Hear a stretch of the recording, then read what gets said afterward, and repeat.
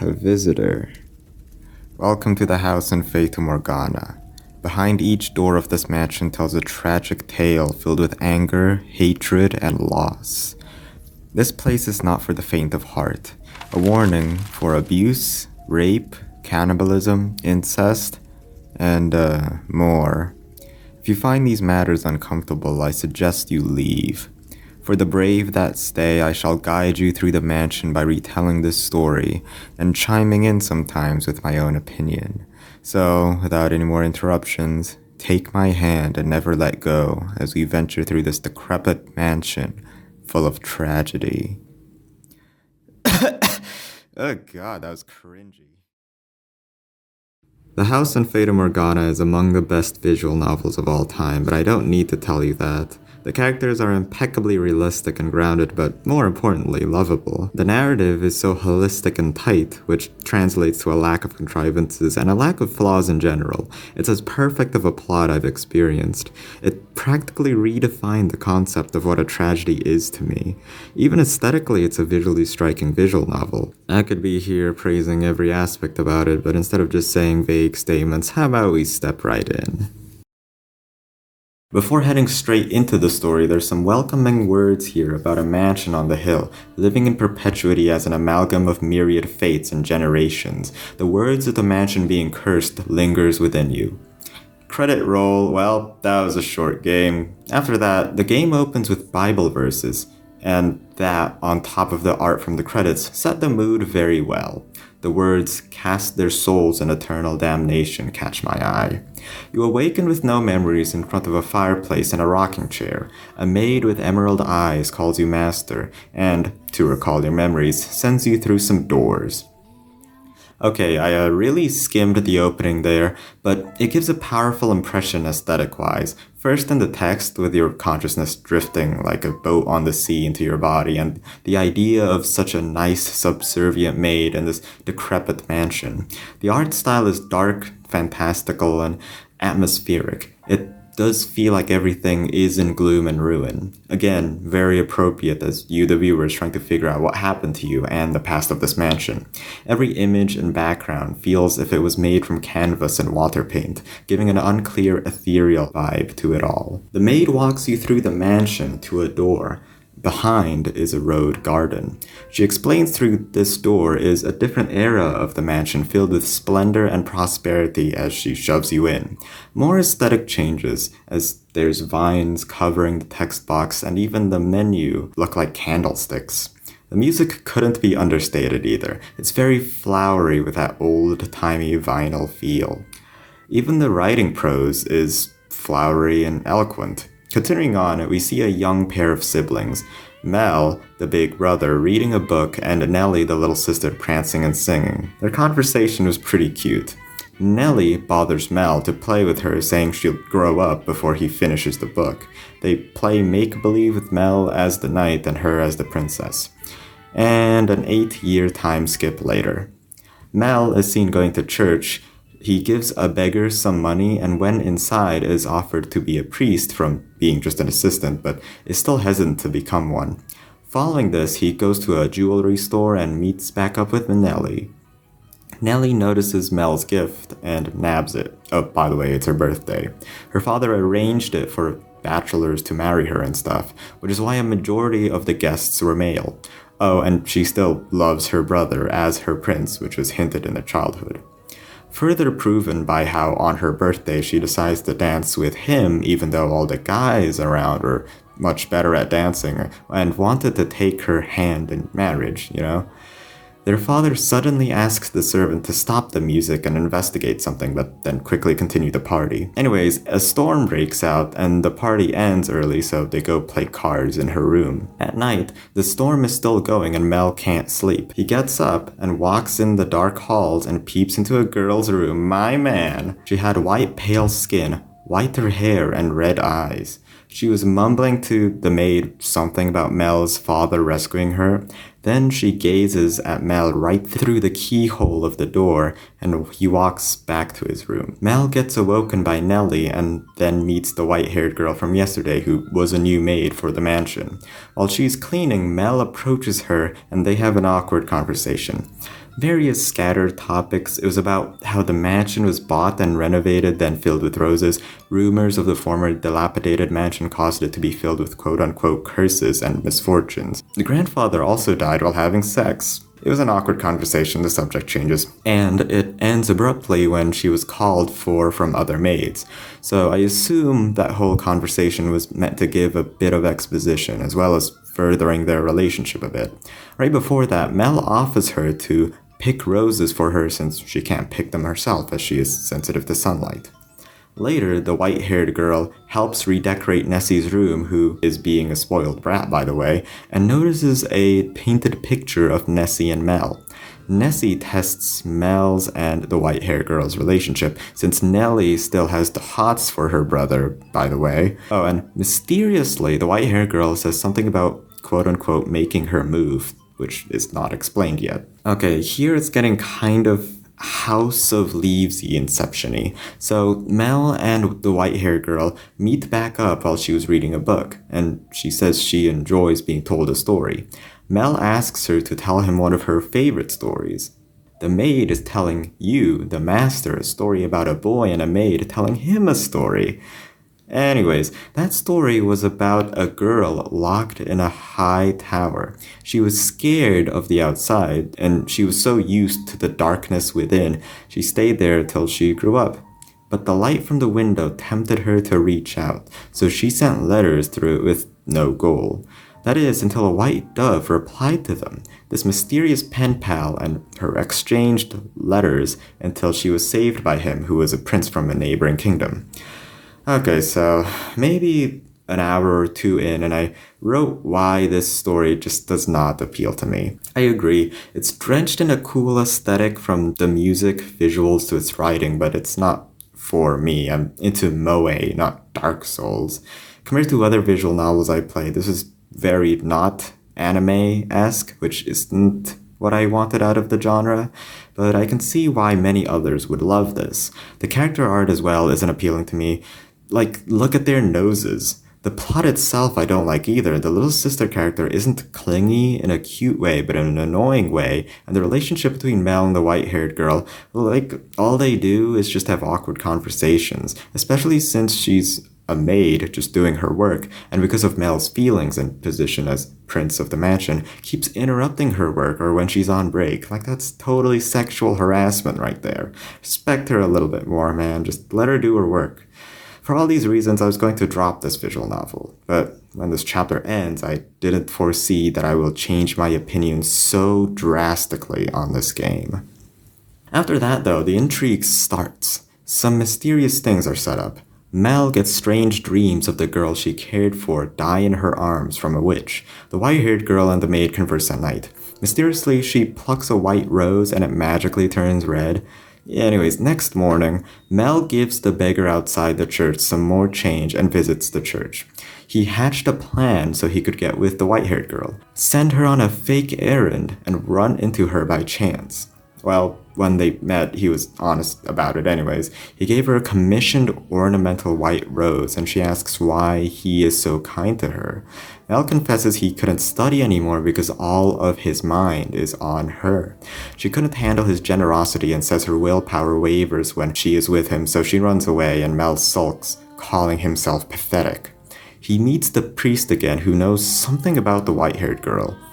She and her father were beggars, according to the priest. However, she told him she was from an esteemed family. So after getting back up, Mel is only more curious about her and determined to get answers.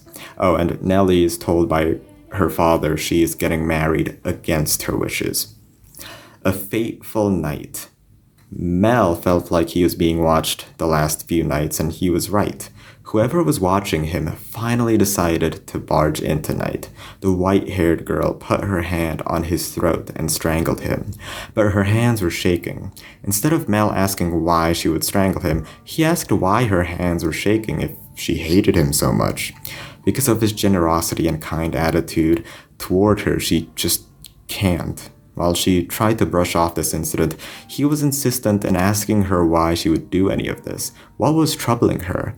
He wanted to be the prince that saved her in her story. Eventually, she gave in and told her story. She and her father were poor and had to keep traveling because of her unusual appearance. Her father was a painter and used to be working for the Rhodes family, the Rose Manor that Mel and Nellie resides in. However, just because they didn't like one of his works, they disowned him and with his reputation ruined, could barely find any patrons and make any money, then eventually died. This is why his daughter sought out to bring misfortune to the Rose family. Mel forgives her, saying all of this was his family's fault in the first place, so he'll make up for it. He made her a real aristocrat, and they have a theater date. She's given a pretty dress, and they attend it. Nellie asked him to the theater, but instead cheats on her for the white-haired girl, so... Okay, the white-haired girl. That's a long name. It's too many syllables, and I didn't want to write it out every single time, so I shortened it to where. It'll sound kind of weird, but at least I won't be saying like an entire phrase and just one word, and I have to repeat it a lot, so please forgive me for saying where instead of the white-haired girl. That's her name now.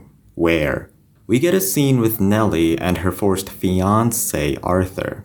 Naturally, they get into heated arguments and she never wanted to be here, but Arthur isn't a bad guy. He's putting up with the bratty Nellie for his family while she isn't having any of it. In fact, that's what makes this tragedy so tragic. Even for Nellie, sure, she's a spoiled child, but she only wanted her childhood back and to be back with his brother. She expected him to be the only person she could trust to convince father to get her out of forced marriage. When they meet in the theater though, she realizes he is with Ware and lashes out. Turns out he agrees with father. These conflicting desires clash and there's never any clear answer. Nellie only wanted to be young forever without any of this marriage stuff, but time keeps marching forward. Nellie and Mel argue in the theater as Nellie blames and badmouths Ware in front of him as Mel shouts back. She runs all the way back, leaving Arthur alone, and sobs in her room. She tantrums, destroying the priceless artifacts and ornaments decorating her room, even the beloved painting of her and her brother. But when she started ripping it apart, a date was on it saying 1587, which was 16 years ago. Currently it's 1603. Anyways, big revelation moment. She wasn't even born yet, so how could this be a picture of them?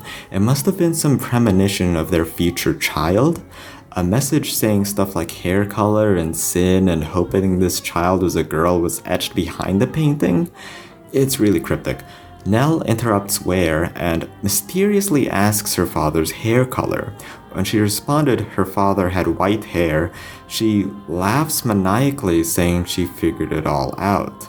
A slashing metal sound effect plays as Ware was scared at what Nellie was holding. And next scene, Mel receives a knock on his door. It's a girl with white hair. She seduces her big brother. He's happily surprised at first, but it quickly turns into emotions of a surprise, but in a tormented, disgusted way as she reveals herself to be Nellie.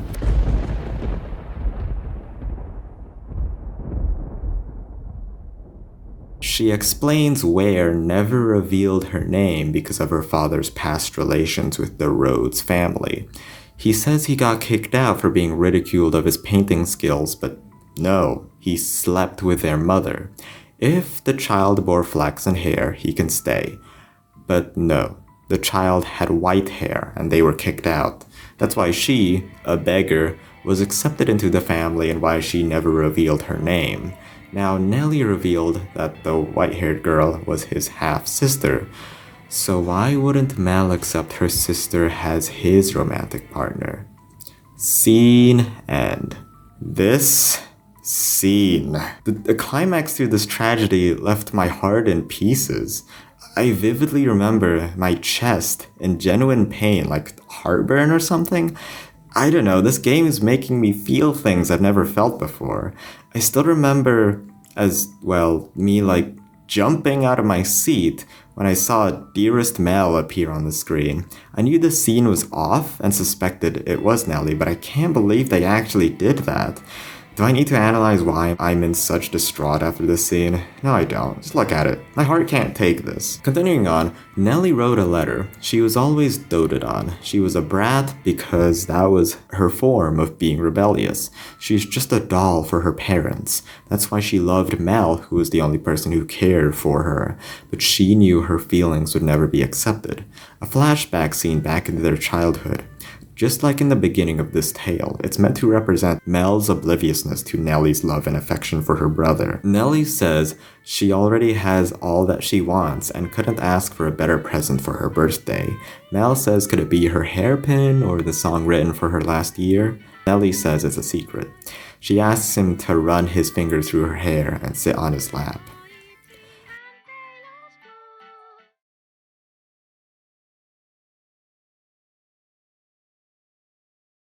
Mel in the present runs away from the mansion. Trying to find answers at church, he yells to open the door. He sees the same beggar he always does at church.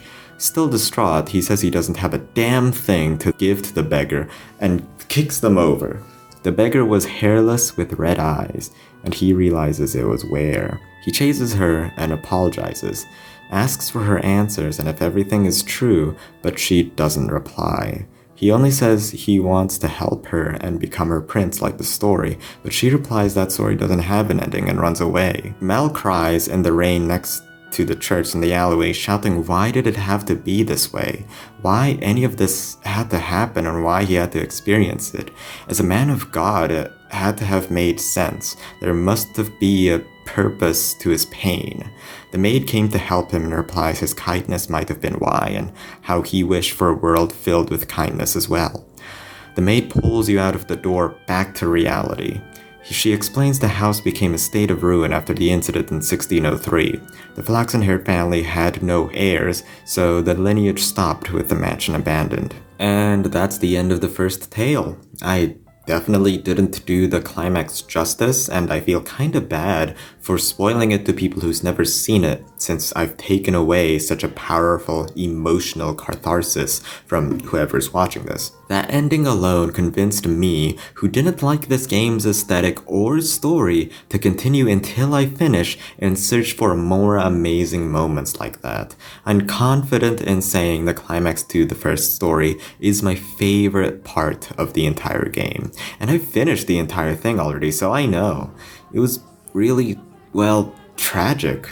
All the characters were doing the best they do, following their ideals, and what they get is pain and suffering. The first story was so good, I want to do some character analysis for purely how Nelly goes through the perfect Emoto arc, but that's for another video. The story has just started after all, so continuing on to the next chapter.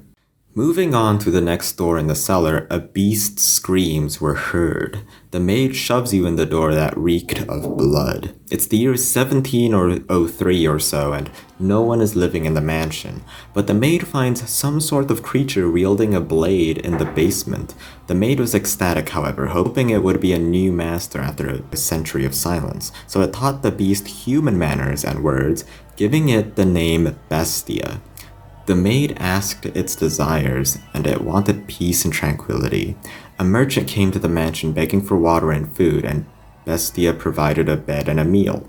The merchant was merely lost in the forest and wanted to go back to his fiancée, but when he mentioned rumors of a beast and how he had a knife to defend himself, the beast took it as a sign of aggression upon him, so he snapped and killed him. Meanwhile, Pauline, she was eating a fine ham sandwich the day her mother told the news of the merchant she was dating died. Now that we're in a more peaceful part, I want to take note on the aesthetic changes. The visuals for the text box change to a malicious fog compared to the flowery first chapter, and even the music changes. It feels more sea-like, more tranquil.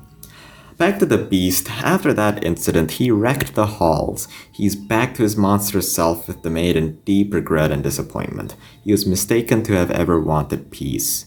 The mansion said the maid granted desires, and all he wanted was prey. So some lost villager came in every so often. The beast dressed up as a noble. The maid gave the guest food, and at the very end, he would reveal himself and slaughter them. That's all he did. Sometimes he'd order the maid to serve the guests the meat of the past guests' flesh. Sometimes he'd torture them before killing them. It's clear he didn't do this to survive, but to fulfill his twisted desires. He strived for more. He wanted quote-unquote the perfect prey. Soon enough, his wish was granted. A white-haired girl appeared, the same as the one in the last story according to the maid. She enters wanting food, and the beast finally found a beautiful lady he wanted to ravage. After caring for her, he went into her room at midnight, but she was awake. He stabs her, but she is unafraid. The beast is confused and becomes terrified of the girl who, after being stabbed, doesn't insult or fear him. He looks into her empty eyes and turns out she is blind, which is why the beast's appearance doesn't scare her. The girl wishes to stay and the beast gives in. They spend their days in silence. The girl expositions that her mother worked for long periods of time for her daughter and lamented her sight. If only she could see, so her mother could show her the beautiful world. But she passed away and sent all her money to her daughter. Being blind, she visited a physician and said they couldn't heal her eyes. She was robbed by bandits of her mother's well-earned money and is homeless until she wandered into the forest and met the beast. The beast sympathizes and gives her a white rose accessory as a gift. The mansion who used to give the beast many prey now doesn't want any more prey and wishes to lead a happy life with the white-haired girl. However, the door knocks and it wasn't prey, but a predator. Another bestia shows up and they fight. Usually he's ravaged and manic when killing, but this time he is scared of this other creature. He pulls his sword and thrusts it into him multiple times. After losing much blood, the creature still stands and one last time slashes it and it dies. Cut to Pauline and the merchant. He promises to come back, but after not hearing from him for a long time, Pauline searches for him, believing in his promise. She travels to the fishing village and is given a 1-month period to search for him after they go back. She meets a foul-mouthed, jaded boy with no friends on the beach. She stammers and acts awkward around him, causing him to bully and tease her. She scolds him and asks him to be nicer, but the boy runs away. Pauline shouts acquainting herself with the new place will be very hard without him. Well, back in the mansion, what's going on? Oh, right, a pool of blood and the corpse of the beast. Bestia promises he was protecting Ware and not doing this to satiate his bloodlust. Still angry, he pushes her into the pool of blood. Even with all this, she isn't upset at him and says there must be a reason why he became this way and not because he wants to be so vicious and wrathful. He recounts when he was born. Bullied by everyone around him for his appearance as a beast, surrounded by villagers and kicked and beaten to the ground. The girl also recounts her past being feared because of her white hair and red eyes, but only the beast appreciates her beauty. The scene right after that, back to Pauline and Javi. She promises one day to become his friend while Javi continues to be hostile towards her. One day, she trips on a pitfall he made and gets a broken ankle. Javi, feeling guilty, bandages it immediately and Javi opens up a bit to her. They proclaim their love of the ocean and sail on a small rowboat for a bit together. There they tell their backstories. She is searching for her lover who is said to have died in a shipwreck, but she doesn't believe that, so she's searching for him herself. She wants the boy to come back with her to her hometown after all this is done, but he might not be given permission from his guardian who works him to the bone. His parents both died to a savage beast rampaging the village some time ago. There were other victims such as an international trader, which alerts Pauline. The beast wants water but finds a sword instead. He murders Javi's parents with it. Back to the present, a voice is calling to him, nudging on his primal urges, saying he's a beast and that's all he'll ever be. But Ware comforts him. Another flashback to Pauline's past, where she first met the merchant. Her parents were never on good terms, so they kept arguing and tells her to guide the new merchant around. After an awkward introduction, they bond after she tells her favorite places to visit, and that gave her the dress she's wearing right now, which flusters her. The merchant says she's cute, like a rabbit. That flusters her further, and she changes her clothes. Present Pauline confronts Javi on why he didn't tell her about the beast or where the beast lives, since he knows her lover might have been affected by the beast. Javi cares for her, so he knows if he told her she'd go to the beast, she'd get killed. Pauline says if she never finds out if the merchant is dead or alive, she'll keep pondering about it until she's an old lady, which convinces him, but on the condition he goes with her and he gets to go back to her hometown with her. She steals her resolve. Even if she figures out he is dead, or she doesn't find any proof of him at all, she'll find another way to be happy in life and move on. Oh, and of course they plan to come back alive, since there's the promise and hope of both of them going back to her homeland. I sure hope they come back alive. The maid who is telling you the story allegories the beast. He is like a glass ball. It shatters easily and cannot be put back together. Even with Ware comforting him, his scars and vicious attitude remains within him. He starts destroying mirrors, cutlery, plates, anything that can reflect his face back onto him to stop reminding what his monstrous self looks like. Ware reminds him he is just like her, and she undresses and lets him touch her. Moving on, flashback to when Pauline and the merchant part ways. They decide to let their blossoming relationship end. It'll make things complicated, since his profession forces him to constantly keep moving, even though they genuinely love each other. Pauline and Javi are in the forest near the mansion where the beast reside, and they have a fun conversation. They compare her optimism to his cynicism, or realism, by Pauline saying if a beast resides near the village, why don't people move? Javi responds either they don't have the money, or can leave, or bring their livestock and such. She even gets Javi to call her Polly. It's pretty cute. Sucks that, well, she sees a shadow move in the mansion and starts running toward the door. She shouts to let the door open and screams. While Pauline is crying at this touching reunion, Javi shouts that that man is the beast. A man with a sword appears and slashes her.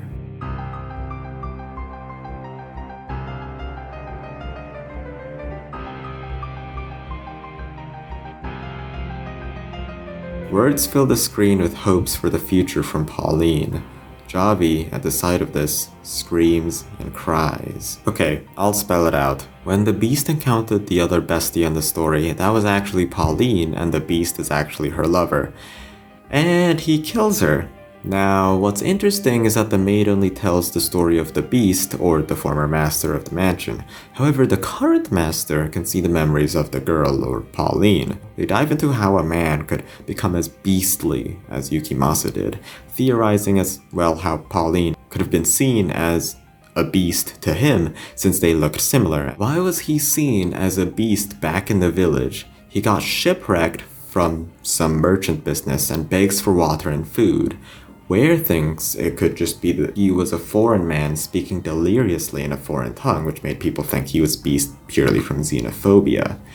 However, a flashback of his past happens. They're on the ship before it got shipwrecked with Yukimasa. Speaking with Captain Asama, or Pauline's father, they discuss of the difficulties of land borders closing and political tensions between nations and such. A crewman was smuggling coins onto the ship, and after an investigation, Yukimasa decides to commit seppuku unto him. The smuggler shouts he didn't do it as his last words, and he kills him before he could shame himself any further. The captain questions as to why he was smiling while he was executing him. After a bit, they find a smuggled coin in someone else's luggage, meaning he might have generally not been the real smuggler. After this is a painful, gruesome scene of Yukimasa torturing the owner of the luggage with the smuggled coin by breaking all of his fingers one by one till he confesses. Not once, he confesses. This incredibly unsettling sound effect is played each time. You're welcome. Here's a twist. Turns out Yukimasa put the coin there, and he smiles and laughs while torturing him, and regretted not using his katana before he becomes unconscious from the pain. Something inside him changed when he executed the smuggler that day. A feeling of freedom and being able to unleash that urge made him addicted to it. The next scene recontextualizes other scenes of dialogue between him and Pauline, with him subconsciously using metaphors of her being a prey, a defenseless rabbit. Diving into Yukimasa, or the beast's thoughts, if he thought of himself as a human, he'd regain his unpleasant memories. If he thought he was a beast, he wouldn't fit in with society. Suddenly, Ware fell ill. It was inevitable since the mansion barely had enough food to have any fulfilling or nutritious meals, since neither her or the beast could venture in the village for food. Yukimasa wanted to try though. Ware was delighted, and even if he can't find a doctor or medicine, just find some oranges, which were the village's delicacy. He went out, and when he arrived, the villagers reacted with curiosity instead of hate and anger. He dressed up like a nobleman and gave a small jewel for a few measly oranges. However, when the fruit merchant asked if he had heard the tales of the beast near the village, he replied that the men in the village finally decided to raid the mansion where the beast resides, and it was led by a small boy. Yukimasa hurries back and shouts for the white-haired girl until his voice was coarse. A pool of blood was found in her bedroom and trailed into the cellar. Yukimasa followed the trail and found an unbearable stench of blood permeating the cellar with a mob of men. There he finds Javi telling the men that that man wearing the nobleman's suit was the beast. While they killed Ware by accident, it provoked the beast as well. Now that Yukimasa has lost his source of serenity and peace, he doesn't have anything to lose and laughs in insanity. The scene ends before we see the battle between Yukimasa and everyone else. The maid states the outcome, however. The entire village was rampaged by the beast. He was a very talented swordsman after all, but why did he do all of these heinous murders? Anger from being a target of xenophobia? Grief of not being able to go back to his homeland? No. He wanted to be a monster. Inside, he was always like this. He never loved the white-haired girl, or the black-haired girl for that matter, but he loved being a killing machine. Okay, here are my opinions. This story is not as good as the first. While I still stand by that the first story's beginning is slow and boring, I can now appreciate why every bit of dialogue was important in hindsight. I didn't like its setup or premise either, but its ending was executed so perfectly that it justified the entire thing immediately for me. Now, for the second story, it was good but not as impactful. Could be because I was already so spooked by the first story that seeing it happen again wasn't as emotional as experiencing the first time. Even if the beast was the first story, it still had dark moments of death and horror up till the climax, which made me numb to it a bit. While in the first story, nothing quite as insane happened until the climax, just dramatic arguing. One more thing, the motivations for Nellie to do what she did were given to the viewer before the climax, even if we didn't know why she went to the lengths she did in the climax. However, in the beast story, we didn't know why he was acting like a beast or his motivations until after the climax happened. As a result, it was less reason to be emotionally attached to what was happening in the climax. But hey, that's just me. I think the shock value is still pretty powerful in the end, especially with the assumption that the tragedy was that her fiancé, the merchant, died by the beast at the very beginning, but no, her fiancé was the beast that brutally kills her. Great stuff! Next tragedy.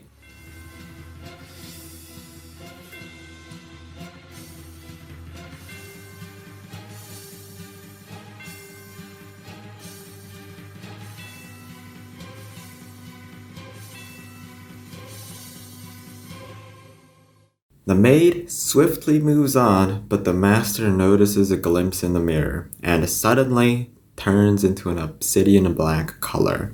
The maid walks on, but you get given the choice to extend your hand or avert your eyes. I chose to extend my hand. A young woman named Giselle was either purposely going to the mansion or stumbled upon it, and after unveiling a beautifully colored glass piece, she meets a white-haired man. He tells her she couldn't steal the mansion or anything, but could just take the furniture from here and sell it. But she didn't want any of those things. Even so, she didn't exactly want to go back to her city either. And if she stayed, she'd live with the rumored cursed witch. The witch's name being Morgana, and the white-haired man proclaiming it was him. Oh, his name is also Michel. Back to the master. The maid just sees him stare blankly into the mirror, and the maid didn't seem to have seen any of what the master did. His vision gets messed up and swirled for a bit. After I re-experienced the scene, I think it's meant to hint the story for the house in Fata Morgana, and it's not just an anthology of tragedies, but it's all leading up to something. The maid and him go upstairs and find some paintings. The era they will visit was in an era of innovation and technology where cameras and photography was already invented. The maid says the story is of a man who wagered everything on his ambitions and entered the door. The music here is immediately prominent. Every Erica practically changes its soundtrack. It was flowery, then sea-sailery, now it's very jazzy and relaxed. A nice change of pace from the usual nursery, rhyme-like tunes of the others. Definitely fits the era as well. Alright, here's how the story starts. A room of recreation. Billiards in the center of the room, filled with smoke of cigars and men talking business. It's an era of innovation, and everyone is an investor in this day and age, betting on what new gadget or invention will make them millions.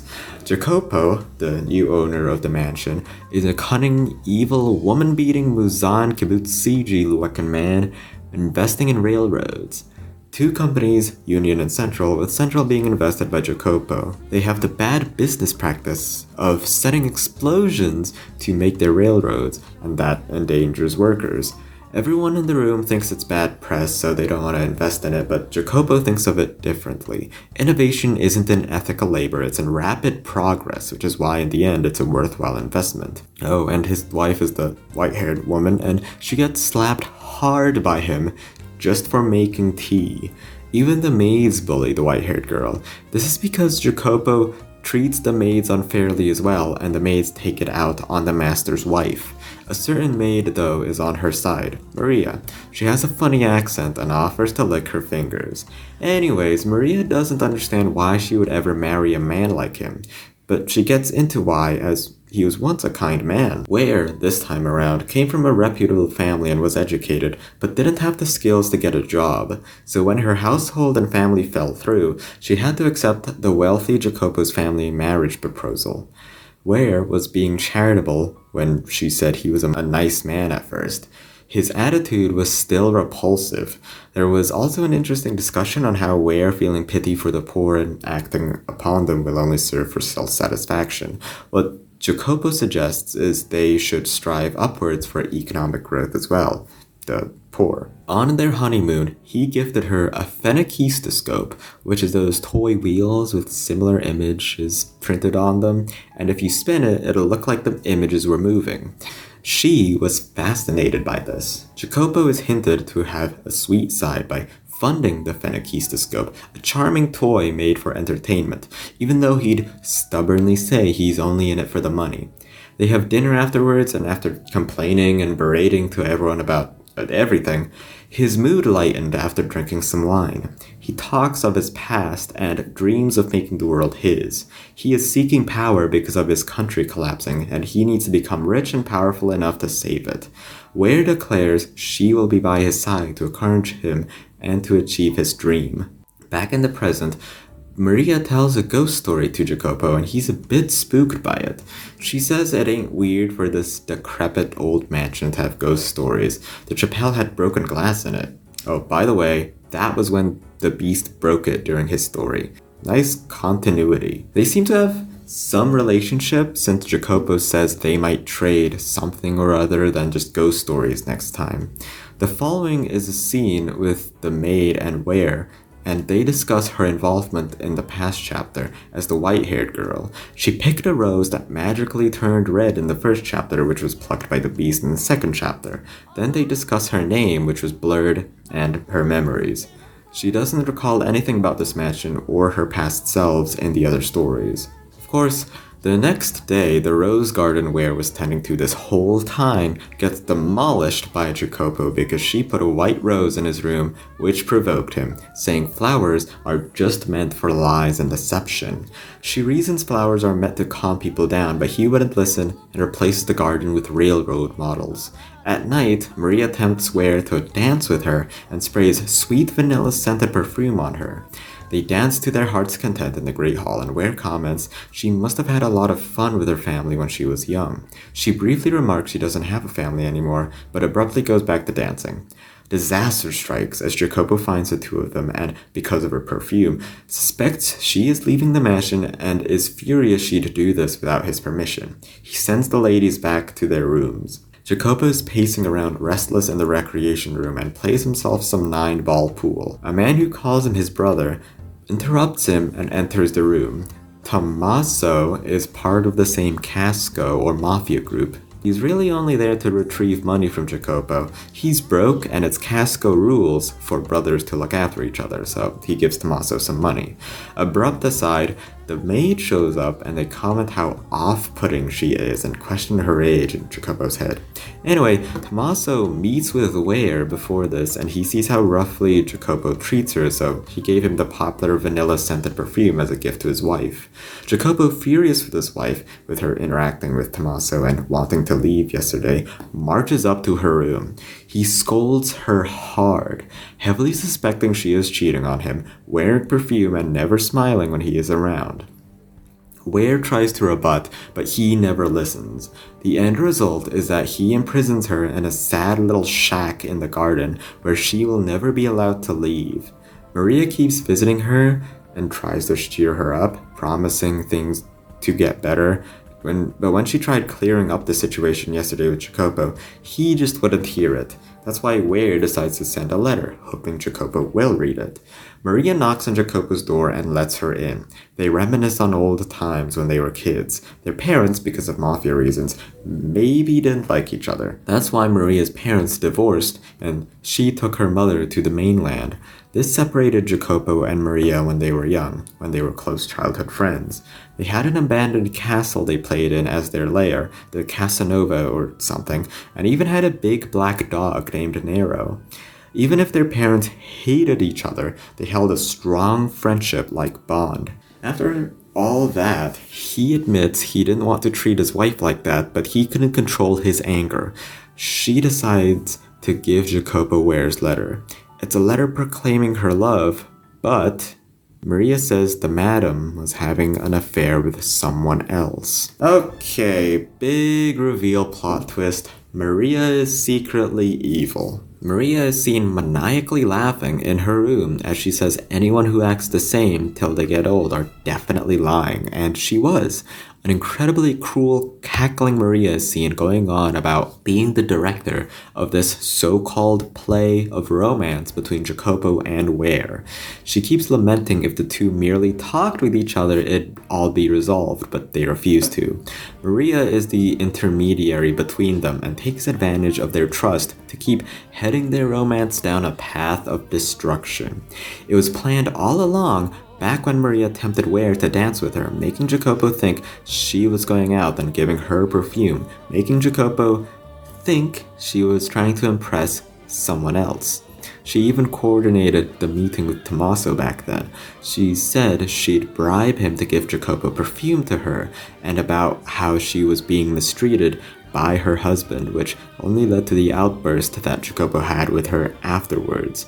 She kept feeding lies, giving false hope to Ware by not really sending her letters and saying to Jacopo she secretly goes out and have affairs with multiple men. Point is, Maria wants their romance to crash and burn as brightly and explosively as possible by being the secret mastermind behind it all. After this point, Ware's only way of communication between her and Jacopo were were her letters, so after this was a stream of letters she made for him.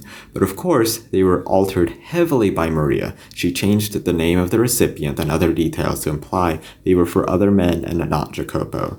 So Ware's letters of love were generally for him, but Jacopo keeps thinking all of these genuine letters of love were for other men. Okay, opinion time. Maria's sudden reveal of being the mastermind did not get me. I wasn't attached to her in the first place. She's kind of fun, but not much besides that. Anyways, what did get me were Ware's powerfully pitiful letters. She keeps writing at the start of the letters if he is busy with work and hope he could stop for a moment to read her letter. She wrote about her one and only time of happiness ever since they were married. Her being gifted the phenakistoscope was her happiest moment in their relationship and wishing they could go to another restaurant. And after a while, she doesn't even have anything worthwhile to write in the letters and talks about the weather and inserts her current thoughts of her day into these letters. But she keeps writing them just hoping they'd reach him. And they do, but Jacopo always thinks they're for other men, making him more and more jealous and distraught. The conflict ramps up as not only does he realize his wife doesn't love him, the responsibility piles in since he is a mafia member. More important than money and fame is respect, and anyone who couldn't keep their woman under control will be laughed at. These words resound in his head over and over. Soon he has a meeting, but gets ambushed by a worker of a factory he shut down for his benefit to expand the business, and gets stabbed in the stomach. During this period of unconsciousness, he thinks of why he's the man he is today. Back when he was young, he was constantly mocked, which is why he wants to show them by becoming more powerful than them. That was until she met Ware. It was a forced marriage. He must have thought just wanted a normal life with a better man, so instead of seeing a sad, despondent look on her face, finds her with a genuine smile, which surprised him. This made him want to protect her smile. When he awakes next to Ware, it's an incredibly touching moment where he wants him to hold her hand if she wants, and of course she obliges. Turns out he was still delirious and mistakes the maid for his wife. God, I was so happy seeing Ware interact with Jacopo here face to face, like finally, time to clear up all the misunderstandings, forgive and forget, you know? But of course not. Reading this is genuine pain. After that incident, Ware keeps sending letters to him, each one making him misunderstand and despise her more and more. Maria keeps telling her the letters keep getting discarded, trashed, or burned, but Ware replies her faith is still intact. When she asks Maria if Jacopo has any work troubles, she'll try to alleviate those through her letters, and because she is her wife after all. After all these months, their devotion has started to become more of an obsession. It has started to affect and toil on their mental state. Ware has visibly started to lose weight and her spirit is breaking down. Meanwhile, for Jacopo, instead of the usual angry, uncontrolled way when he read the letters, he just goes silent. It's clear the moments Jacopo and Ware they both cherish and hang on to the tiniest bit of hope and each other, which is why after months they haven't divorced. So just talk with each other. God fucking damn it. These are my genuine, emotions I'm trying to portray in my voice while I was reading this visual novel. It hurts. Oh hey, Jacopo mans up and says, Maria, you've been helpful, definitely, but I'll finally meet her face to face. Maria, the conniving devil she is, prompts him to invite her to the railroad he's been investing this whole time, to show her his passion and her around the world. He agrees. In the background, though, Maria is, of course, trying to screw this up the worst way possible. That is, when she was called by a maidservant to clean the cellars. She finds a bizarre message written in her native language, and even with her handwriting. Something about a witch, but more peculiarly, a painting of Ware scratched up. Maria utilizes this by sending it to Ware, making her think this is what Jacopo thinks of her. Her vision starts getting blurry and almost faints, as she couldn't take this anymore. thinking her mere existence is so putrid to him he would disrespect her like this. So she sets a deadline. If things don't improve until the railroad is finished, she will leave the mansion. On the day of the railroad opening, Jacopo went up to the shack and heartfeltly just asked for forgiveness and wanted her to experience the opening of the railroad together. He still remembers her smile and his special gift instead of jewels and necklaces, his phenakistoscope. However, after not getting a response, he barges in and finds the phenakistoscope, which he assumed she threw away. Instead, it was heavily worn and used, wavy at places, and even a bit yellow. He finds a letter underneath it.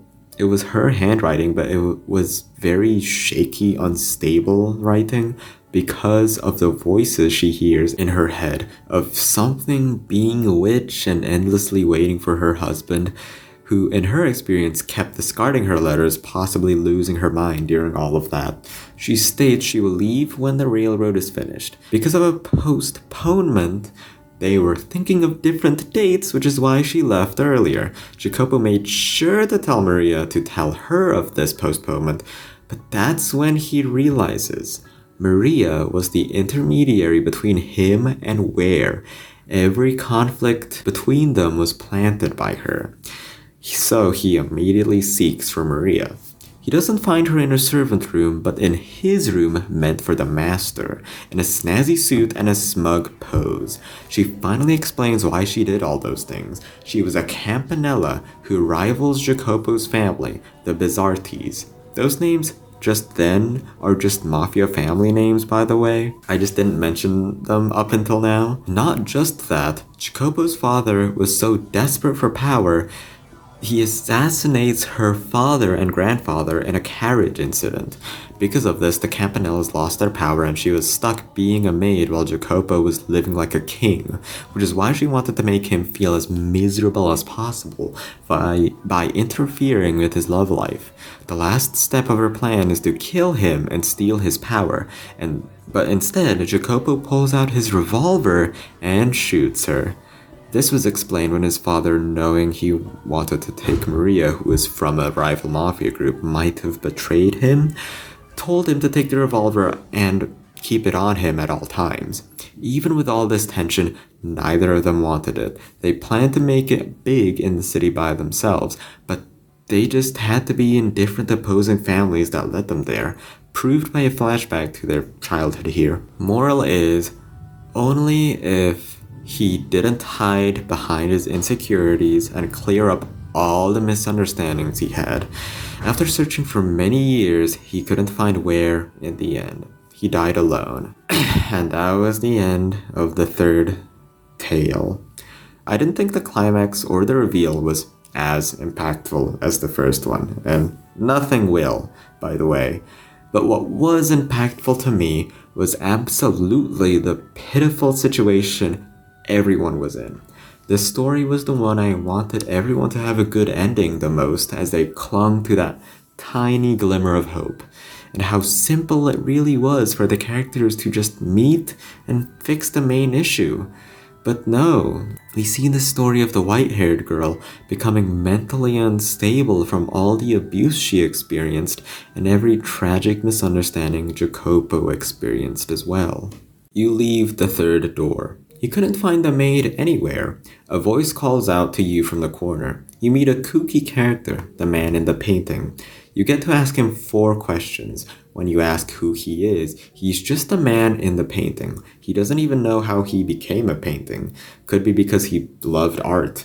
Maybe it was because of his regret. However, he asks a favor of you, to apologize on his behalf for someone dead for him.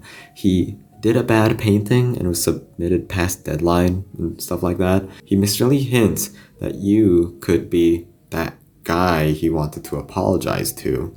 When you ask who you are, he rebuts that just because you don't know who you are, you can't just ask other people that. He laments if you gained any more memories of yourself while looking through the doors, but you reply still nothing yet. He asks what were your reaction to these tragedies, and then states a very memorable quote.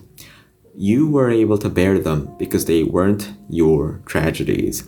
then says what might happen when you witness your own tragedy and if you could accept it.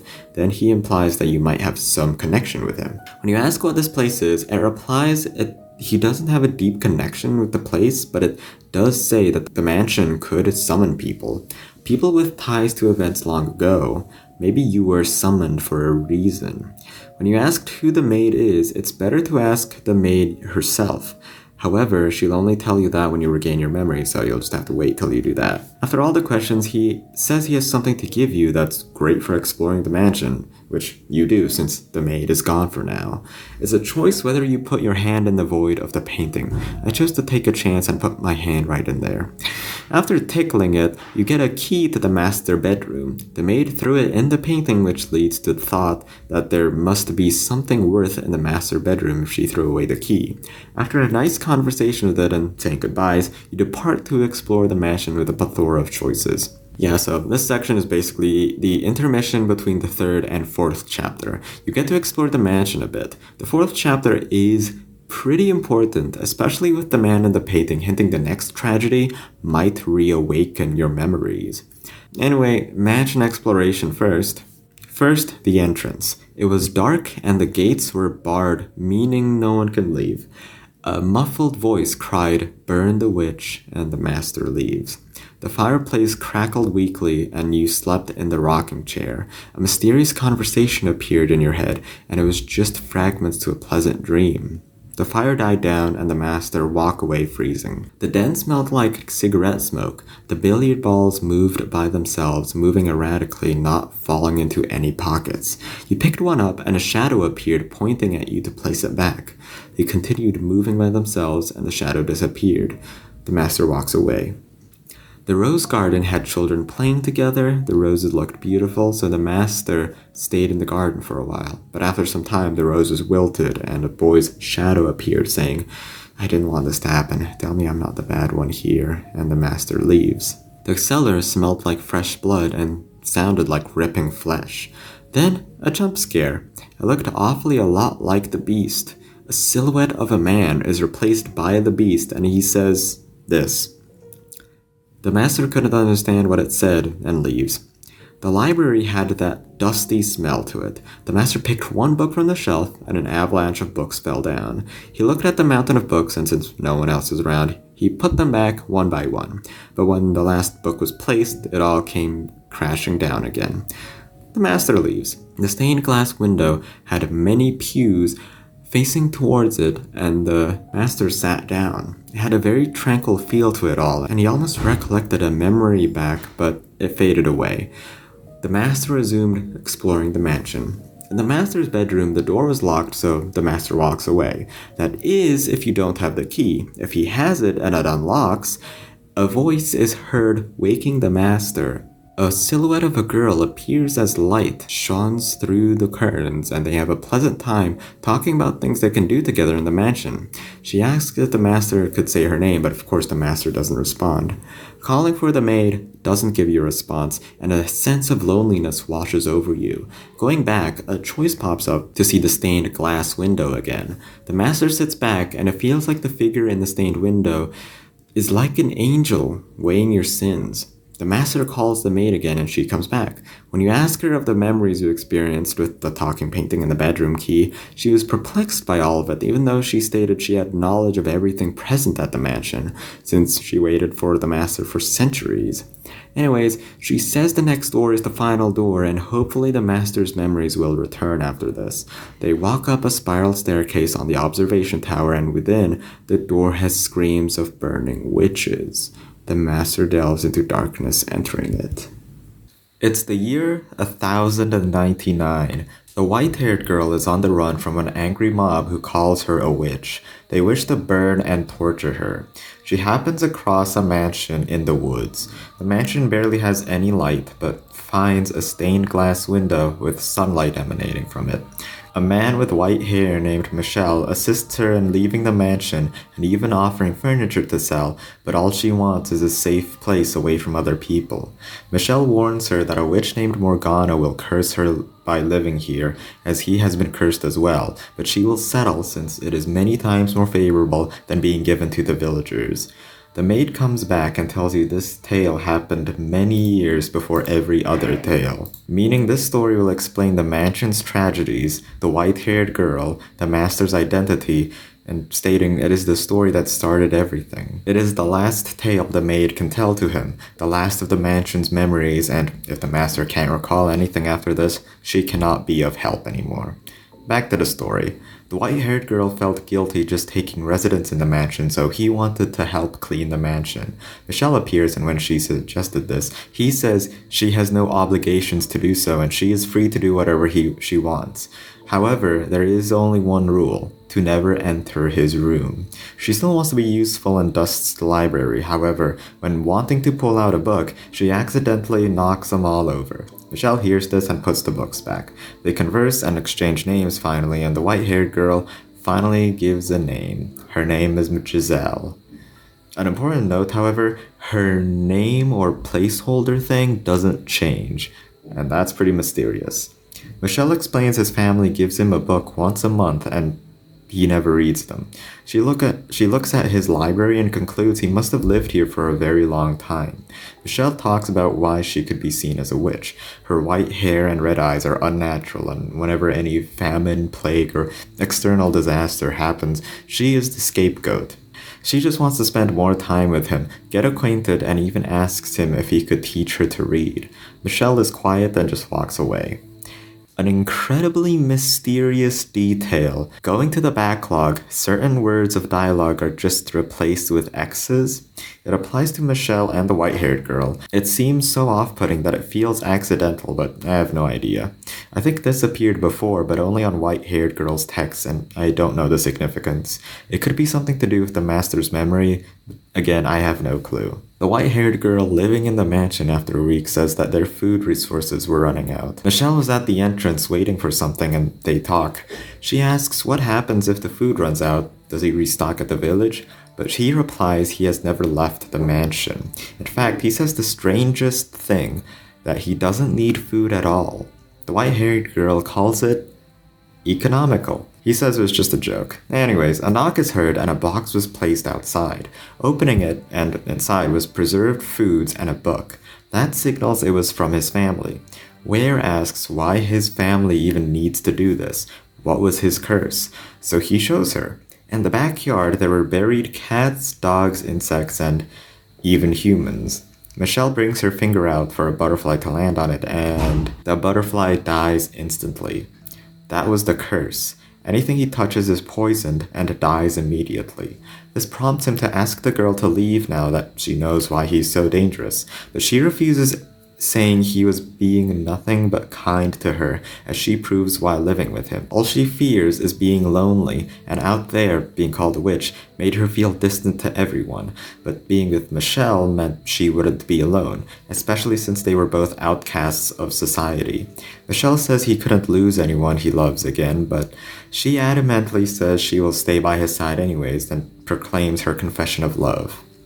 Days afterwards, Michelle holed up in his room, making Ware worry about him. She went to his room, and when Michelle opens the door, she apologizes, and if her presence ever worries him, she'll leave. Michelle didn't know what spurred this on, and even though he didn't allow her to come into his room before, he tells her to come in. Inside is a necklace that jangles around and makes a noise. That's what he was working on, and he gives it to her. He made this so he would be aware of her position and so they don't accidentally touch each other. They talk more about things like if only the windows weren't rusted shut so light would come in, and she talks of her own wicked appearance as a witch, and Michelle rebuts her appearance is anything but unholy. I'll say it explicitly, their relationship is blossoming. A scene after this, with an incredibly unsettling sound effect playing, it's like bones breaking and flesh ripping.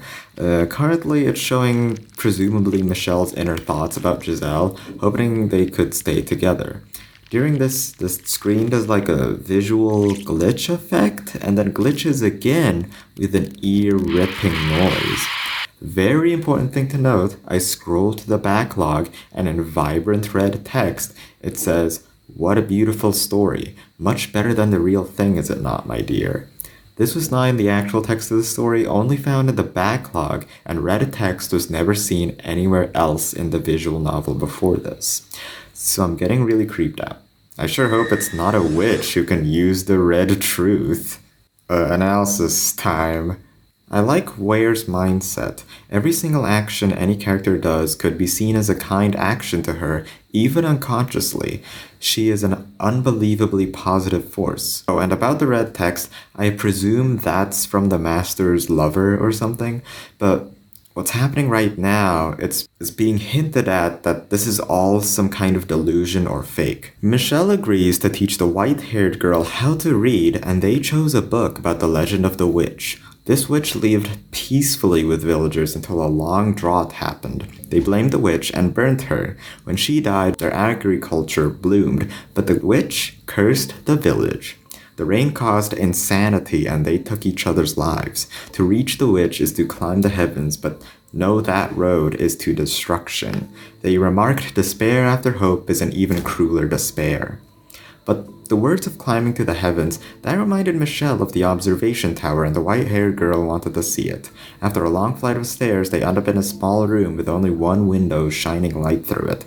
This is when we see the white-haired girl's face. I have a nice moment. Michelle is stunned by her beauty, and he mimics touching her, flowing his finger through her hair and touching her cheeks.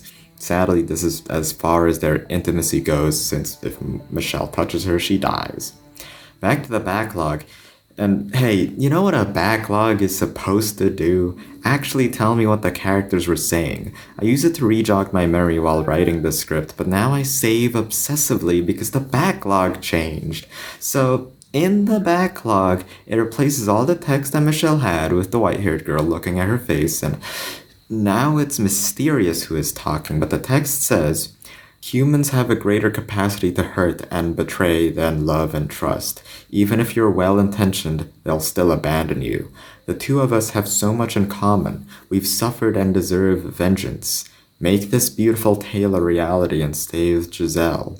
Who are you? Someone you spent a great deal of time with. I'm impressed you came back. Your soul was ground to dust. I'll promise I'll mold your soul into mine." What a wonderful show these puppets are putting on for us. Curse, slaughter, and revile them. Inflict eternal suffering on their souls. Take revenge on the fools who laughed as we agonized. So, here's my theory.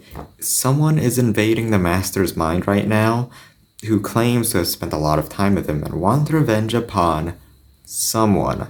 Possibly Giselle and Michelle. A knock is heard on the door and the white-haired girl answers it, thinking it's the time of month since the food in the cellar is almost exhausted. But she was in for a surprise when it's a crazy man asking if a witch lives in the house, so he could ask for his wishes granted. She denied there being a witch and told him to be on his way, but he shouts back how long he had to travel to get here without food or water. Michelle appears and shouts back to him to get out, which is when the man pulls a knife and slashes Michelle in the arm with his blood splattering. Michelle put his palm in his face and he squirms. He tells him to run away, but that curse of his wouldn't let him run for long anyways. The bandit runs and the white-haired girls try to tend to his wounds, but she tells her to keep away. Over the days, the white-haired girl grew more and more ill. Could be because of Michelle's blood that landed on her that day. Eventually she became so sick she couldn't leave her bed. She wanted for him to stay, and he said he was going to do that anyways. When she asked for his hand, he said that they still can't touch each other, it'll only kill her faster. Then a screen glitch. In the backlog, there's text saying, "Dark. Dark. It's dark. It's freezing cold. Where's Giselle? I must take her hand. Wait, but if I do that, it will kill her. No, this is all a lie." Voices were heard near the entrance when Michelle was passing by it, voices of murdering a witch. They heard from the half-dead bandit and finally want to settle it for good. The white-haired girl, while limping, approaches and knows what's going on, so she wants to sacrifice herself. Michelle rebuts, saying he is the one who is cursed, but she responds she will fill that role. They don't want to lose each other, since they have found another who will accept them for who they are and not fear them. They climb the observation tower and spend their final moments embracing each other, even though the white-haired girl knows that will kill her. Michelle steps outside and proclaims he is the witch, and the mob brutally murder him. His blood flows down the spiral staircase, with the blood making contact with every man's feet, meaning he has cursed everyone there. The The white-haired girl miraculously doesn't die from Michel's curse and steps outside, seeing Michel dead. The witch Morgana from the story approaches her and lets her grant the wish of meeting him again. Even though she can't bring back the dead, she promises eternal reconstruction. They will both reincarnate, same body and mind, till they meet. The girl accepts this, even though she knows of the price she will pay. The tale of the white-haired girl and Michel has finished. Now, back to the master. The maid says the two never met ever since in all their multiple lives. She asks, "Do you remember who you are now? You were present in every era. The person you've wanted to meet was never in any era, though. It wasn't your fault tragedy always followed you, it was just fate. You, who were so kind and thoughtful, had to go through so much pain and suffering in all your lives." Okay, prepare yourself for this reveal. You, the master, is the white-haired girl being the plaything of fate, and the maid with you is the witch Morgana. She says all she wants is for you to be happy and give up trying to find this man. Just live with her. It was true in every era the maid has been nothing but kind to you. That's why she showed you all of these tragedies, to possibly convince you to be content and just live with her. A choice pops up. Accept her proposition, reject her proposition, and there's still more to do. I plan to cover all the endings, so I might as well choose the ending that I think will end right there. So I accepted her proposition. You said to yourself, you have went through an excess of tragedy, affirming yourself you made the right choice. You wake up next to the fireplace, mimicking the scene at the very beginning of the visual novel, with the maid waking you up. She serves you tea and says it will be a joy to serve you forever and ever. Ending 1. Prisoner of Illusion. Yeah, no, that's pretty much all that was. Back to the choice. I rejected her proposition. The white-haired girl, still determined to find Michel, had to run from the mansion and from the maid. Her sickly smile and ice-cold hands creeped you out. The maid suggesting to put on the fireplace to warm you up, but you didn't let her words get into your head, and you run. Opening the door, a blindingly bright light envelops you. The maid shouts you to come back, but you run. Suddenly, I saw this, and I was like, what the fuck? Is that a car? You're in the modern times. I think it's France, since there's the Eiffel Tower back there. Incredibly refreshing to see like modern buildings now, breaking the atmosphere of the medieval dark fantasy-like setting. You're still as the white-haired girl who's just commuting to school. I think the white-haired girl in a school outfit is adorable. But anyways, she has a massive lapse in memory and couldn't explain why. While walking, she stumbles upon a tall, handsome, despondent man with silky white hair. You immediately recognize this man and beg him to stop. He looks down and depressed, saying he'll keep searching, if not in this life, the next. Then walks into a red light and gets run over. Ending 2, coming for you. Third choice. There's still left to be explored. Things weren't explained yet. What was the man in the painting saying? The vision you saw in the master bedroom, what were those things? An incredibly disgusting ear-grating noise of bones and flesh crackling was playing in the background. Red text pops up, tempting you to lose yourself. The choice popped, and there's only one choice left. To reclaim yourself. The red text showed up again. You didn't change your answer. Reclaim yourself. Finally, it responded if you kept being stubborn and you really wanted to reclaim yourself, then it had to place a curse on you. You realize something. The white-haired girl, which MAID claims to be you, has never set foot in the mansion. You confronted the maid. She said she was confident this was the final tale, but you realized this tale was just a fantasy, some fake tragedy. Every other tale had humanity and conflicting motivations, but this one didn't. You realized the maid was the one in the master bedroom, the one truly called Giselle.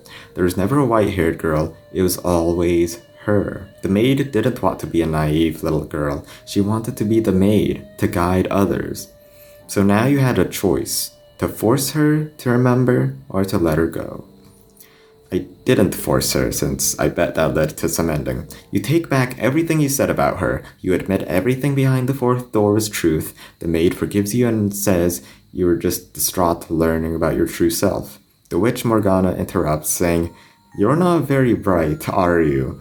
It was better never to reclaim yourself at all, but she wishes you a happy end since her centuries-long wish came true. When you wake up at the fireplace, she gives you tea and you praised her. Why does she call you master when you're the white-haired girl?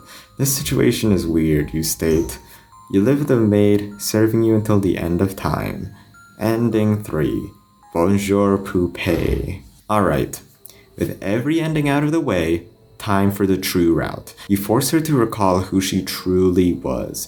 You tell her where the real door is, and she says there are no other doors. But you reach for her ice-cold hand and say, there is a door, the door to her heart. This door will be about her past and her memories.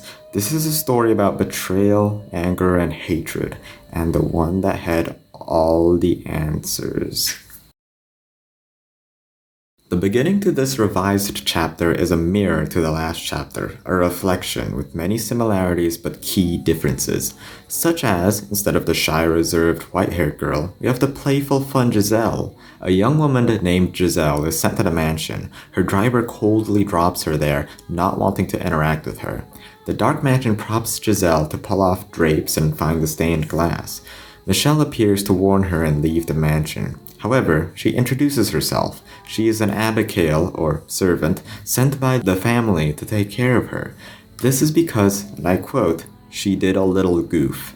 Another big difference, it's not just from one perspective or some omniscient narrator, like with the maid. You experience the story from both perspectives. In dialogues, it switches perspectives to Michel sometimes, when he and the viewer learns more of Giselle. After that is the library scene where she attempts to clean it, but all the books fall from the shelves. Michel comes to put the books back. He doesn't expect Giselle to be able to read since most noblewomen at the time in medieval ages cannot read, let alone servant women, but she can read mysteriously.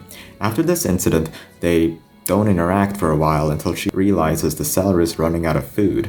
A knock is heard and Michel tells her to answer the door. She brings food inside and even though she's a servant, she's still a bit resentful that she doesn't get helped when bringing the heavy box in or be ordered to open the crate.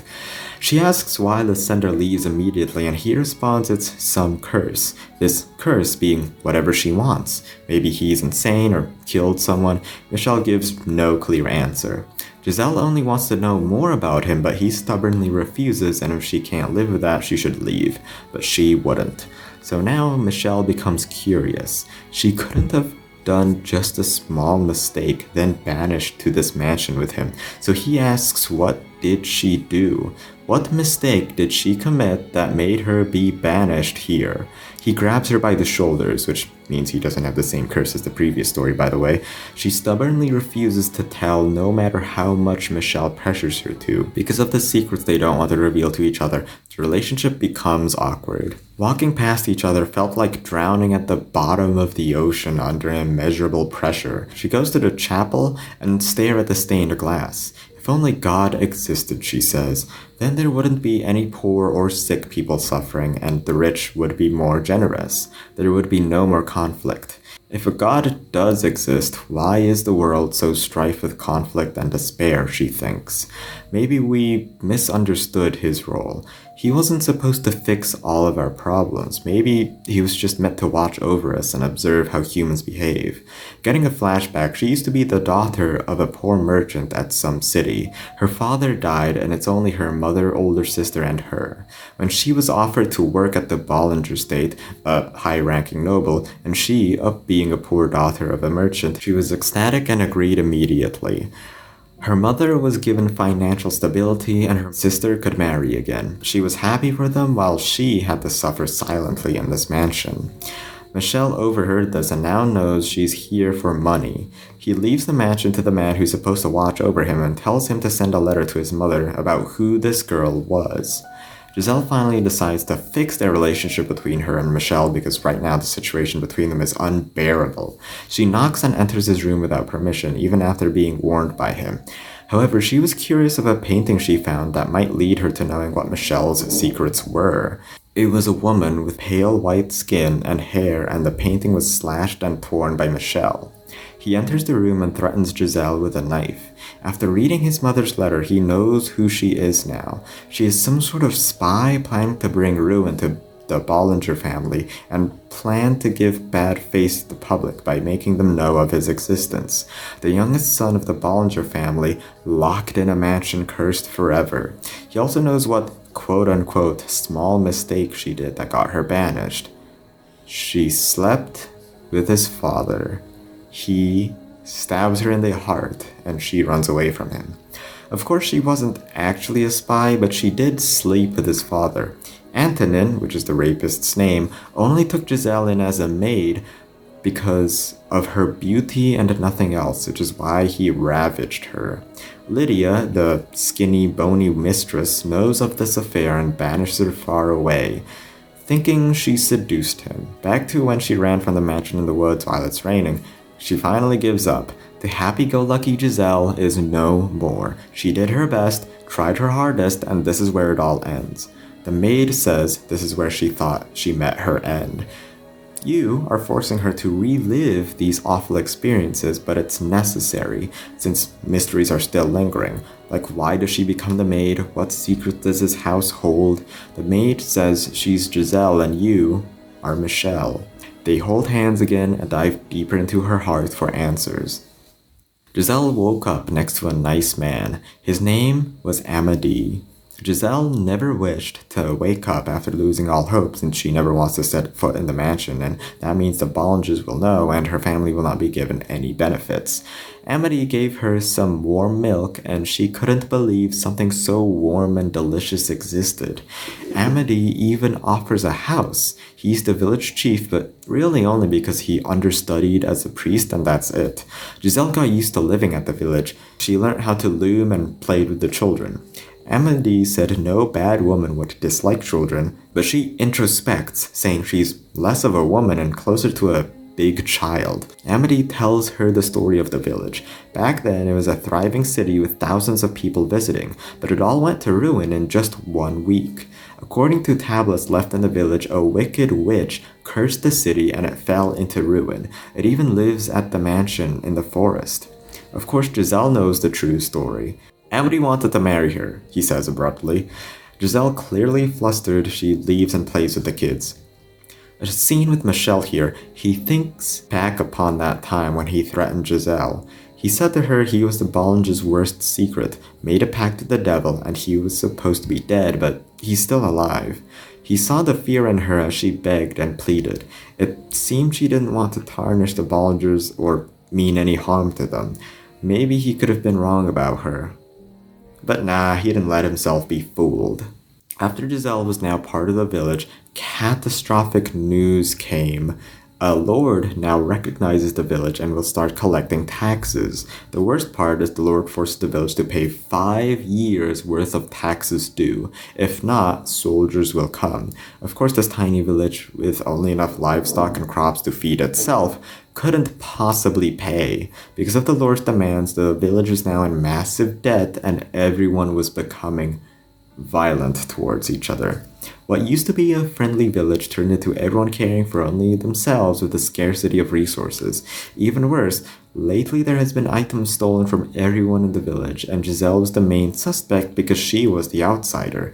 Amédée responds to this by being disappointed in Giselle.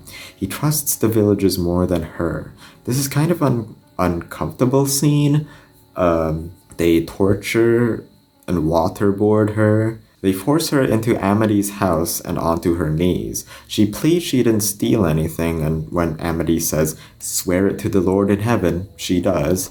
Amédée decides to torture her for stealing and lying to the Lord.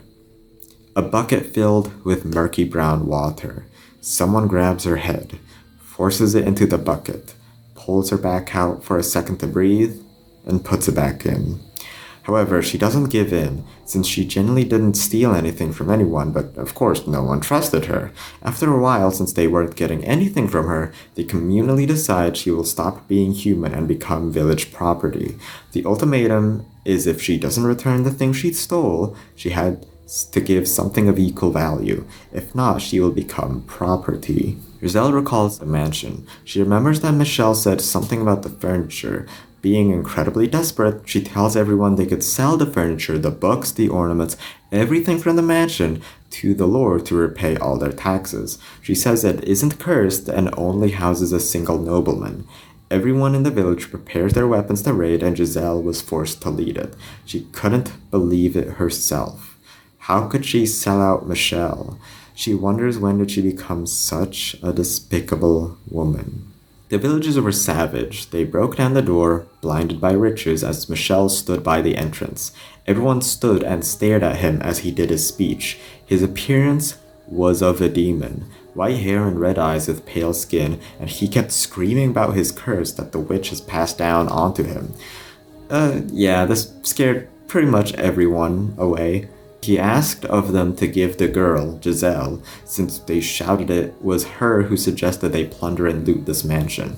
She stays and gets scolded by Michel. How low could she have gone to resort to mere looting, and tells her to leave and never come back? In my opinion, a very merciful way of dealing with her. I would have been angry enough to punish her in some way. Giselle has an outburst.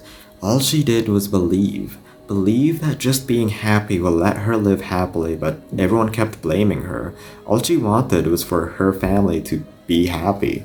It was never money for her own gain, and finally says that she got raped by Michel's father, but it doesn't matter since Michel would believe her family over some poor daughter of a merchant. She lost the will to live ever since she got stabbed by him back then. She thought the village was where she belonged until it betrayed her as well. With no purpose and hope for any more happiness in her life, she begs Michel to kill her. Michel surprisingly is taken aback, and before he does anything rash, lets her back in so he could process all this. Giselle still hasn't recovered after what just happened. Michel becomes a bit more open-minded and asks her for her story. Giselle responds he'll never believe it. He says he'll hear what she has to say first before deciding to trust her, so that's what she did. She stayed emotionally distant from what she is saying to remain face and not seem to sell it too much, So she starts off a poor daughter from a merchant, then a maid at the Bollingers. Michel's father used her. Michel still distraught that the blood of a rapist flows through him. She continues with her experience at the village. They were desperate for money, so Giselle told them they could plunder the mansion. However, Michel forgives her for this, knowing the whole situation. She still can't let go, though, that he used a knife when he threatened her, so he told her to apologize. After weakly saying sorry, she made him do it again. He went on his knees and shouted he was sorry. Giselle smirked at this. She was at her lowest moments ago, and now she's enjoying herself with him. But Michel shouts about something always interrupting at the wrong times. Giselle was offended, but tells him to explain himself. So he does. His curse was never a curse. It was just his hair, skin, and eyes. When he was born, his mother broke. He's born sensitive to light, so people thought he was a demon. He explains more about himself. He says he could hear voices, the witch's voice, and after being told this, Giselle wants to comfort him as much as possible and decides to redo their whole relationship even after what happened. She reintroduces herself, starting anew, and promises to serve him as his maid. Michel wants her to be more direct with what she wants because he's not good at picking it up. So she says, let's open the windows, and Michel helps her. Oh, and it doesn't bother him, by the way, he could handle a bit of light. Later, while Giselle was in her chambers getting PTSD, a knock is heard and a glass of warm wine was outside. She says he could at least say hi to her, but now she feels like things will work out. Back to the present maid, she says the light shone through their darkness in this story. Michel begs to remember more of her past. She questions if she really is the cheerful Giselle, but it has to be since it's her memories. At least after this, though, there should be kinder, happier days, and they travel back to the spring that made them more than strangers. Giselle barges into Michel's room and wakes him up. When she tried to open the windows, Michel was blinded by the sudden light and prefers the darkness, but Giselle told him that she could do it, and Michel resigns. He tries to cover himself again and Giselle pulls him out of it. Giselle said this is only the beginning of them both living together and they'd have plenty of time to get to know each other. This scene eerily mirrored the scene we saw in the master's bedroom a while ago. The moments after this were both Michel and Giselle bonding. In the library, she dusted the books while Michel was holding the chair and she sneezes. It recreated this scene from Evangelion. He's clearly flustered and wants to play it cool, so he calls him copping a feel was more like holding an obese rat, which angers Giselle. In front of the fireplace, they share their meals with Michel, who used to only do by himself for the last 10 years. Giselle asks if they could request anything from his family in the monthly boxes, and he says yeah. Well, since he isn't eating his vegetables, she ought to request more of them. Besides this, though, she wanted to order something else, which she will keep as a surprise. After this, she asks if Michel does anything when he's bored, and he answers he meditates. She replies jokingly how many times he's reached enlightenment. He also says he likes playing chess, but since he lives by himself, he plays chess by himself. Giselle says he'll be his opponent and to meet his maker. Embarrassingly, she loses every time and Michel teases her for it. Giselle says, hey, let's play a more fair game and says arm wrestling. Michel says it was a childish game, but Giselle eggs him on, calling him chicken, which makes him do it. Michel loses by a landslide. That's the gist. There's a montage of them meeting each other, playfully having conversations with each other in every room of the mansion. And after a whole year, Giselle's surprise is finally shown. Her rose. Michel thought flowers were just plants, but this one that she grew looked beautiful, so he plucked it unknowingly, ending its life. Giselle thought he was going to put it in a vase in his room. However, he puts it in her hair. He didn't do this on purpose. Michel gives in to the awkward situation, not knowing what to do, and thinks up of some excuse and says it's for drawing. He will draw a portrait of her. Grabbing an old canvas and some charcoal from the cellar, makes her sit in the pew at the chapel and model for him. He couldn't stand her staring at him and tells her to look away. Michel says sorry if she made her unpleasant just sitting there, so she could leave if she wants, but she says it's okay. She sees over to Michel with a wavering hand and shaking a bit, and when Michel accidentally knocks over the canvas, she wants to help, but in the moonlight, they finally look at each other in the eye. They're both incredibly flustered, and Giselle pushed him by accident, and he says he's fine and tells her to go to her room as he leaves. Here's a sudden analysis. Romance here doesn't really work like love at first sight. After an elongated period of time to get to know each other, there is then that feeling where all you want is for your partner to be as comfortable around you as possible. This results in thought patterns where you only think of what the other person wants and do things you wouldn't normally do. Unfortunately, this might result in awkward situations, and that's what I think is what we're going through. Romance kind of becomes a metagame of figuring out what the other person is thinking. When Michel unconsciously puts a rose in her hair, he makes up an out-of-character excuse to escape this awkward situation. Giselle tries to figure out where he is coming from and concludes it might just be he is attracted to her. This sudden advancement in the relationship causes emotional distress between them, trying to refuse this fact and hope for their former friendlier days. Man, do I love the hedgehog's dilemma. Giselle runs over to him in his room and plainly says it. She loves him. She confesses his love to him. Michel at first sees a flashing scene in his eyes. He recalls a similar situation in his past. Because of this and his wavering feelings, he says, I do not feel the same way for you, to Giselle. She laughs it off and returns to her room, but deep inside, you can feel the pain of her unfulfilled love. Michel finally admits his feelings and tells her not to leave him just yet. He confesses his love to her as well. At first she was angry at him for lying and makes him shout I love you to her and says he'll die in humiliation if he does that. To get closer, Giselle offers to see her scars, which Michel refused to a year ago. After undressing, Michel is stunned by her beauty. He touches her scars and she shudders. He offers to curse his father for doing this to her if he could, and she says no. Even if he could, she wishes to forget, and if she still had these feelings to punish him, that means she couldn't forget about it. Even so, Michel puts his hands around her waist and puts her arms around him. He promises to protect her no matter what, as he has this heartful desire to. The next morning, Giselle wakes him up in his room and Michel whacks her. Giselle calls him a hypocrite since just last night he promised to protect her, but he said he could deal with it. He wants him to call her by something since he never did that before, making them feel distant. He calls her babe, but she thinks that's so out of character it made him awkward, so she just wants him to call her by her name more often. Their happy future from now on is pretty much set in stone. Back to the maid and Michel. The maid says this should be the end for them, but Michel knows that it can't end just like that.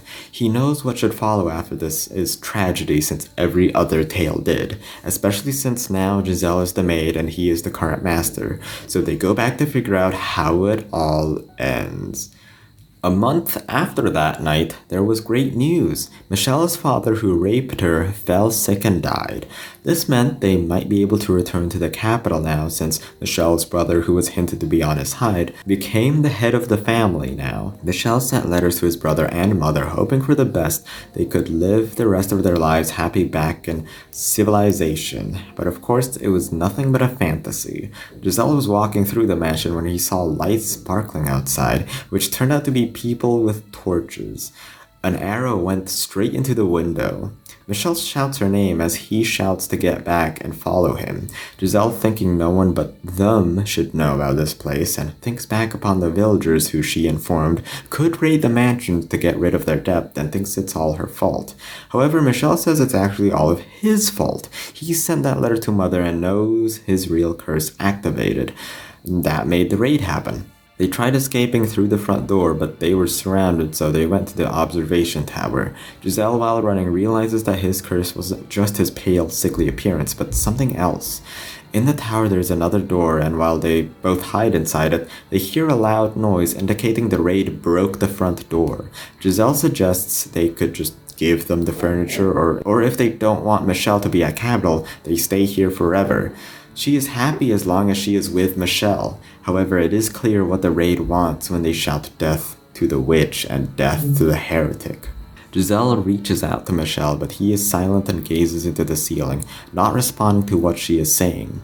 He eventually says to Giselle to stay there, and he exits the hiding spot. Giselle banging on the door, begging him to come back in, but he mentions a witch. He made some promise to the witch, saying if he sacrifices himself, the witch will keep Giselle safe. She keeps banging on the door as knights surround Michel, saying they will crucify the heretic who has made a pact with the devil. They stab him with their spears as multiple swords and weapons pierce him, and he is bleeding fatally. Giselle keeps shouting she is the true witch to sacrifice herself, but after hearing a bang on the door and Michel not responding, she gives up. The knights didn't hear any of Giselle's screams. The door eventually opened and sobs on the floor, shouting she doesn't want to live in this stupid world. The maid remembers the scene, saying he couldn't feel how painful it was seeing Michel die on the other side of the door, and he remembers the agony of his death as well. This story was pretty good. I loved Giselle's transformation from a happy-go-lucky woman who was described less of a woman and more of a big child, to a person who lost all hope in humanity and wishes for death, and you, the reader, can feel her pain. And then from that to a genuinely great love story that feels very natural. I felt another pressure in my chest after Giselle planted that rose and Michel painted her, because of this painfully awkward situation. This section is the main setup for Michel and Giselle's love story that we'll see utilized as later on, but point is, hold the main moral of this visual novel.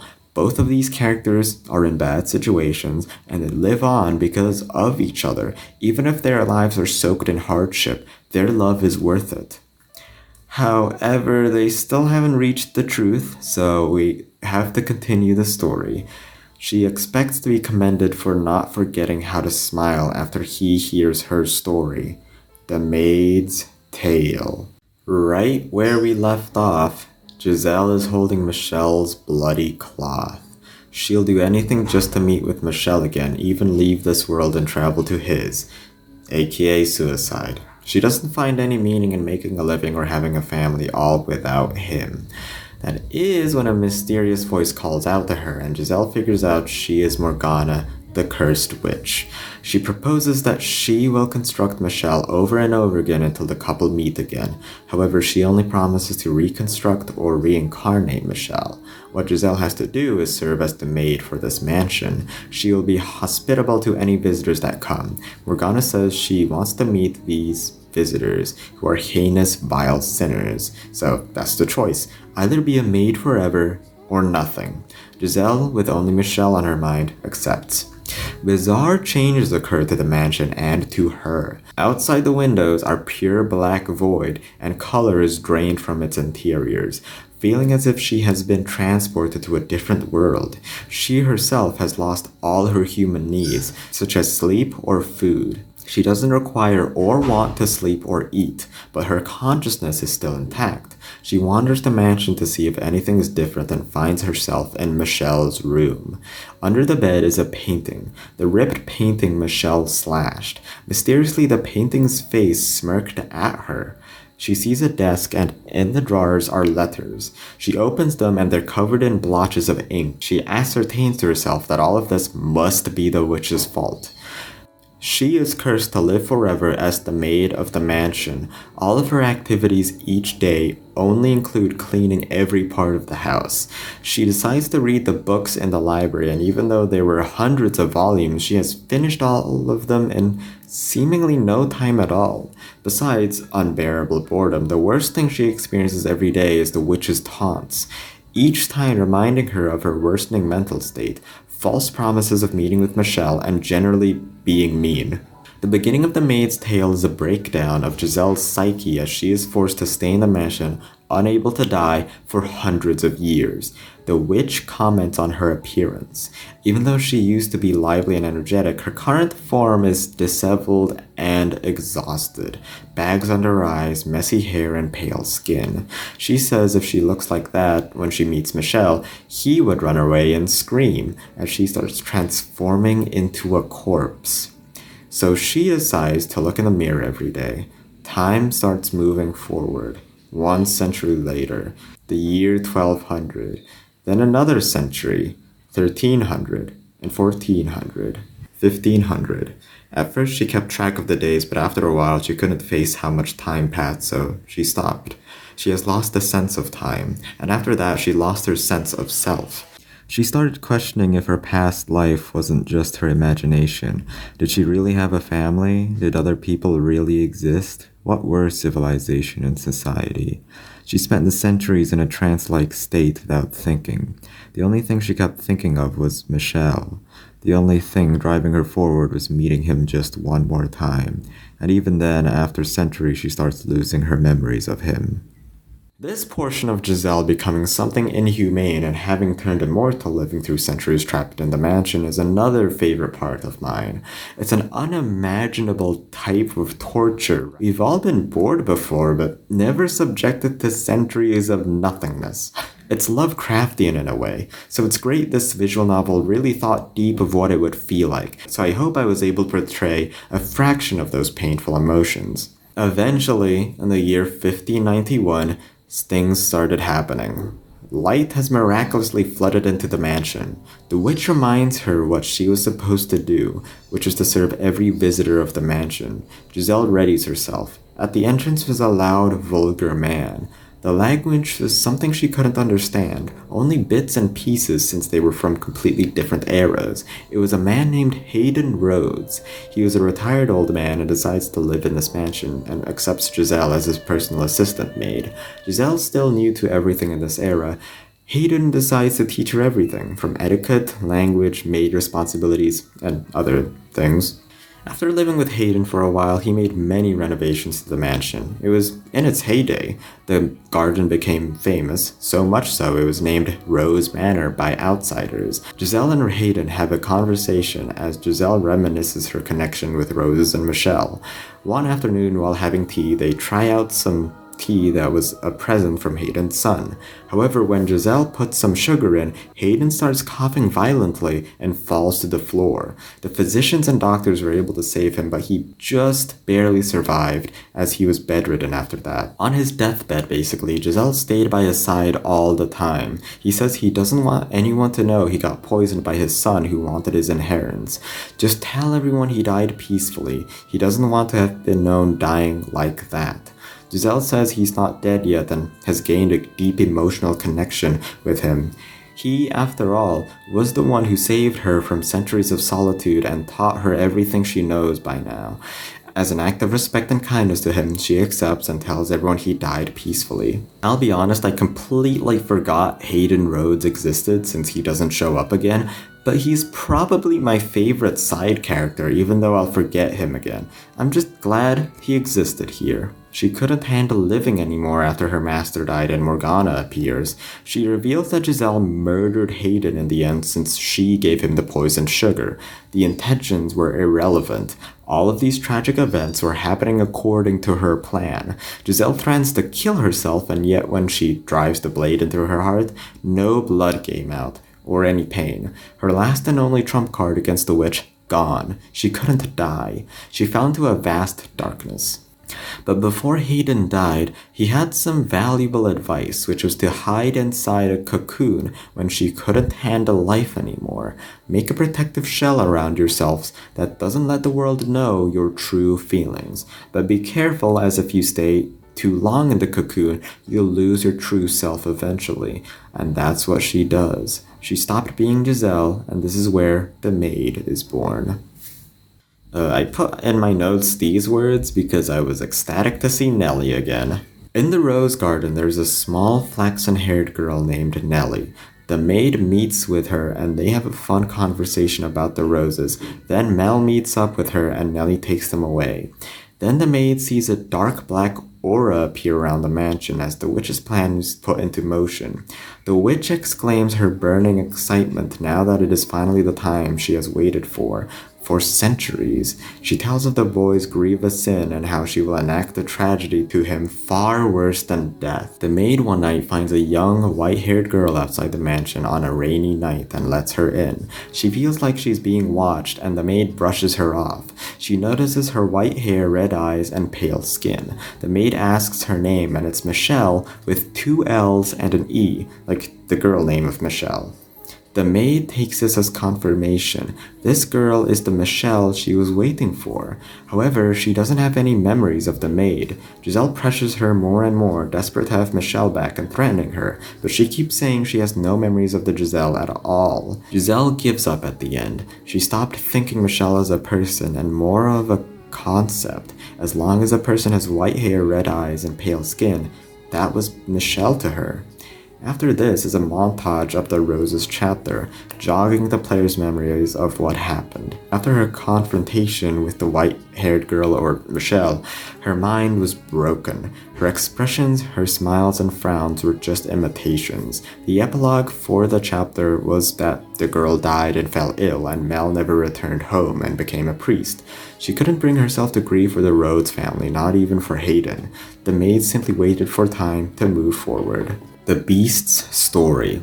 Right after Yukimasa kills the merchant, he ordered the maid to rip apart his limbs and cook them. She doesn't hesitate. She has lost human emotions, and instead of refusing or feeling disgust, she is just puzzled. But she still does it. She cooks the man's limbs. Yukimasa took this as fear of him, so he skewers her with a blade. However, it only goes through her, no blood or pain. Yukimasa doesn't understand. The man that just killed someone with no remorse is now cowering in fear at a lowly, humble maid. The maid doesn't appear much more in this chapter. However, she does meet with the white-haired girl again, who is blind this time. She even feels as if she has met the maid before, but couldn't fully recognize her. The maid wasn't so pushy this time and leaves it at that.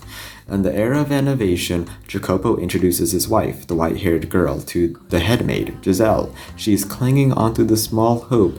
Since in the first chapter, Michel feels an odd presence about the maid, the second chapter, Michel feels she has seen the maid before, so in the third chapter, she must recognize her or remember more about her. But her words of greetings breaks her. It was a pleasure to meet you. This crushed any chance of them knowing each other, and she falls into darkness and gives up. She shouts for Morgana's name, begging to die and erase her existence. Morgana asks what torments her so, and says Michel never appears. However, Morgana states she is confusing the tale's tragedies as her own when they aren't. Basically, the white-haired girl was never the one she was waiting for, and she has stopped being Giselle. She has started transforming into the witch. Morgana says she has forgotten all about how to be Giselle or anything about her, but is proven to know everything about being a witch and her abilities of being immortal as well. She has split into two because she refused to accept who she was. Morgana never revealed herself, so it all makes sense. She laughs maniacally while saying it all falls into place. She meets up with Jacopo again, lamenting her situation with his wife, saying they're waiting for each other and how she relates. Jacopo says her situation seems more pitiful than his. A maidservant approaches Giselle and states the master died in the cellar from his ailment. The maid waits for the next era, for the next tragic tale with the white-haired girl. The next tale is next to the fireplace. Wanting the master to wake up, hold her hand, and seemingly not remember anything, tell the master the entire history of the house. This section let the reader re-experience the tragedies but through the maid's eyes. As I've said before, I love how it tried to portray an unimaginable kind of pain, being immortal. Witnessing Giselle wait for her love for centuries with no hint of him coming back is, well, suffering. Actually even worse, false hints of the white-haired girl being him which she clung hope to, just for all of it to come tumbling down. That was everything. Michel, or you as the master, doesn't know what to say. Words wouldn't come out of his mouth. The maid confronts him, saying, "Why didn't you come for her for so long? And why show up now?" You don't have an answer, however. It was all too late. She forgot who Giselle was. It doesn't matter anymore. She isn't sure whether she still loves you, and she asks whether you can deny the possibility whether her love has turned into hate. Her hands start moving towards your neck. Her cold hands brush against your skin, wrapping around your neck to strangle and stop you from breathing. You don't have much time. A choice appears for the player. Deny it. I wanted to save at this choice, but there's a time limit, so I wasn't able to save or click on it quick enough. So I died. The maid says farewell and starts falling into an infinite black void, then die. She converses with the witch Morgana and asks whether she did hate you, but she doesn't. She did what she did anyways, even if she explained why. The witch wouldn't understand, and she says, "What a wonderful world this is." Back to the choice. Of course Michel denies it. He will not stomp on a love that has existed for centuries. The maid says she isn't Giselle anymore. She stopped being her a long time ago, and even resented Michel for never coming back to her all while shouting. Even so, Michel says her temper only proves her as Giselle. Even she changed. Michel knows deep inside it is her. He finally confesses his love for her, and Giselle breaks out of her shell, saying she missed him so much too. This breaks the darkness out from the maid's heart back to the tower. They decide to move out of the mansion since staying here meant the nothingness will eat at them. Giselle, thinking this is a touching reunion, tells the dense Michel they should kiss. But Michel kinda childishly refuses, saying not now, as he can't enjoy it properly. Giselle calls him a 12-year-old. This cute scene was interrupted when the darkness of the mansion flares up and a rumbling noise was heard. Darkness surrounds them, and they got separated. They tried to grab each other's hands again as Morgana appeared. A detail in the backlog, and read a text that says, "Ah, how hideous a world this is." She says she gave them a beautiful tragedy to end on, but this willpower to get a better ending is disgusting. Michel begs for her to do something, and the witch replies, even though he kept abandoning her, "You still want her back?" She does make a deal though for him to entertain her. Is he willing to endure maddening agony, relentless pain, and face despair over and over again to see Giselle again? Michel agrees. The world around him swirls in a world of darkness and he relives a part of his memories. A flashback. In the mansion with Giselle, they're having a nice conversation to help Michel practice his speaking skills. There's a choice for what to talk about. For asking Giselle's age, there's another choice where you guess her age, and depending on the answer, if you undershoot, she'll say her personality is like a child's, and overshoot, her appearance is mature, and there's just right where she congratulates you. It's 20, by the way. There's also 30-ish, which leads to ending that topic since it is way overboard. About her family, it was a simple one. They didn't have any men in the family, so making money was difficult. But she did wish she had a brother to rely on. Michel analyzes on this, saying she doesn't have an ounce of doubt in her family, never being betrayed by them, even though the closest people around you could easily be your enemies.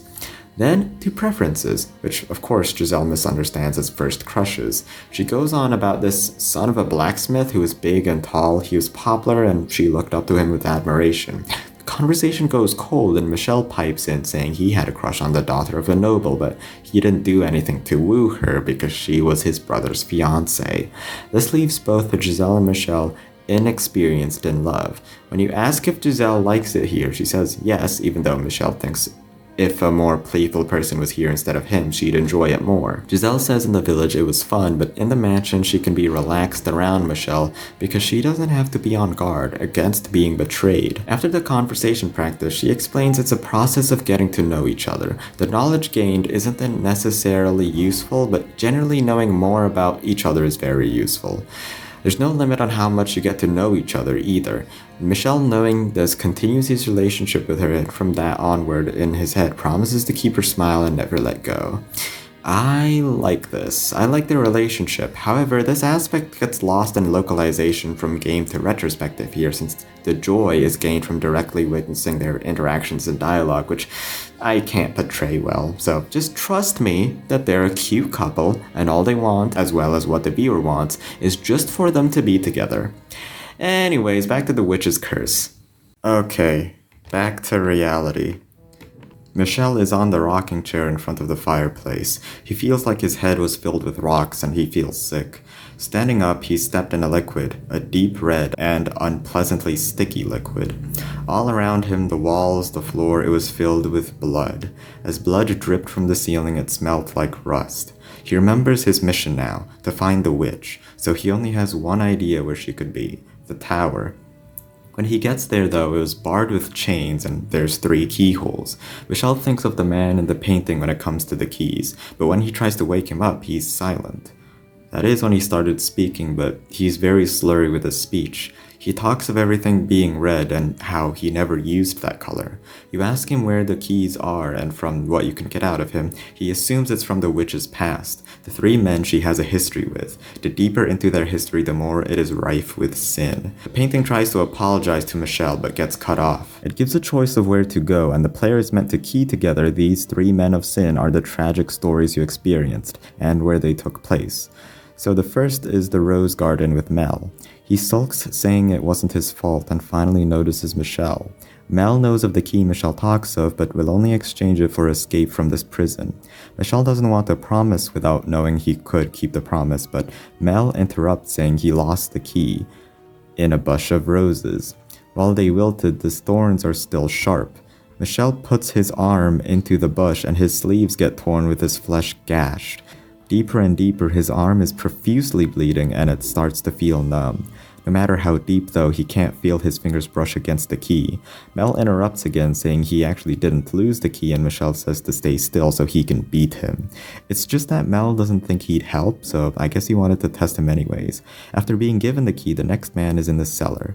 In the cellar, Michel tries to look around, but he gets jump scared by the beast. A man approaches him and straight up gives him the key with no resistance. He asks, however, what is this place and how can he get out? But Michel can't respond since he doesn't know. Then he angrily tells him to get out. I figured the beast was the hardest, but no, he's kind of a chill guy. Anyways, next is in the den, and he finds Giselle a bit too early. He finds her limp and lifeless with blood on her, and Michel desperately tries to wake her up, but to no avail. Behind his head, he feels a metallic thing, and after a loud bang, he looks behind him. It was a gun, and it was being held by the third man. He's trying to shoot him for making a racket. Michel asks for a key, and the man lied at first, but eventually he gives in and asks for Michel to take him with him, saying he has to, and disappears with a key left behind. Approaching the tower, he unchains the door and enters. Morgana appears and asks why he is truly here. She reveals he isn't alive anymore.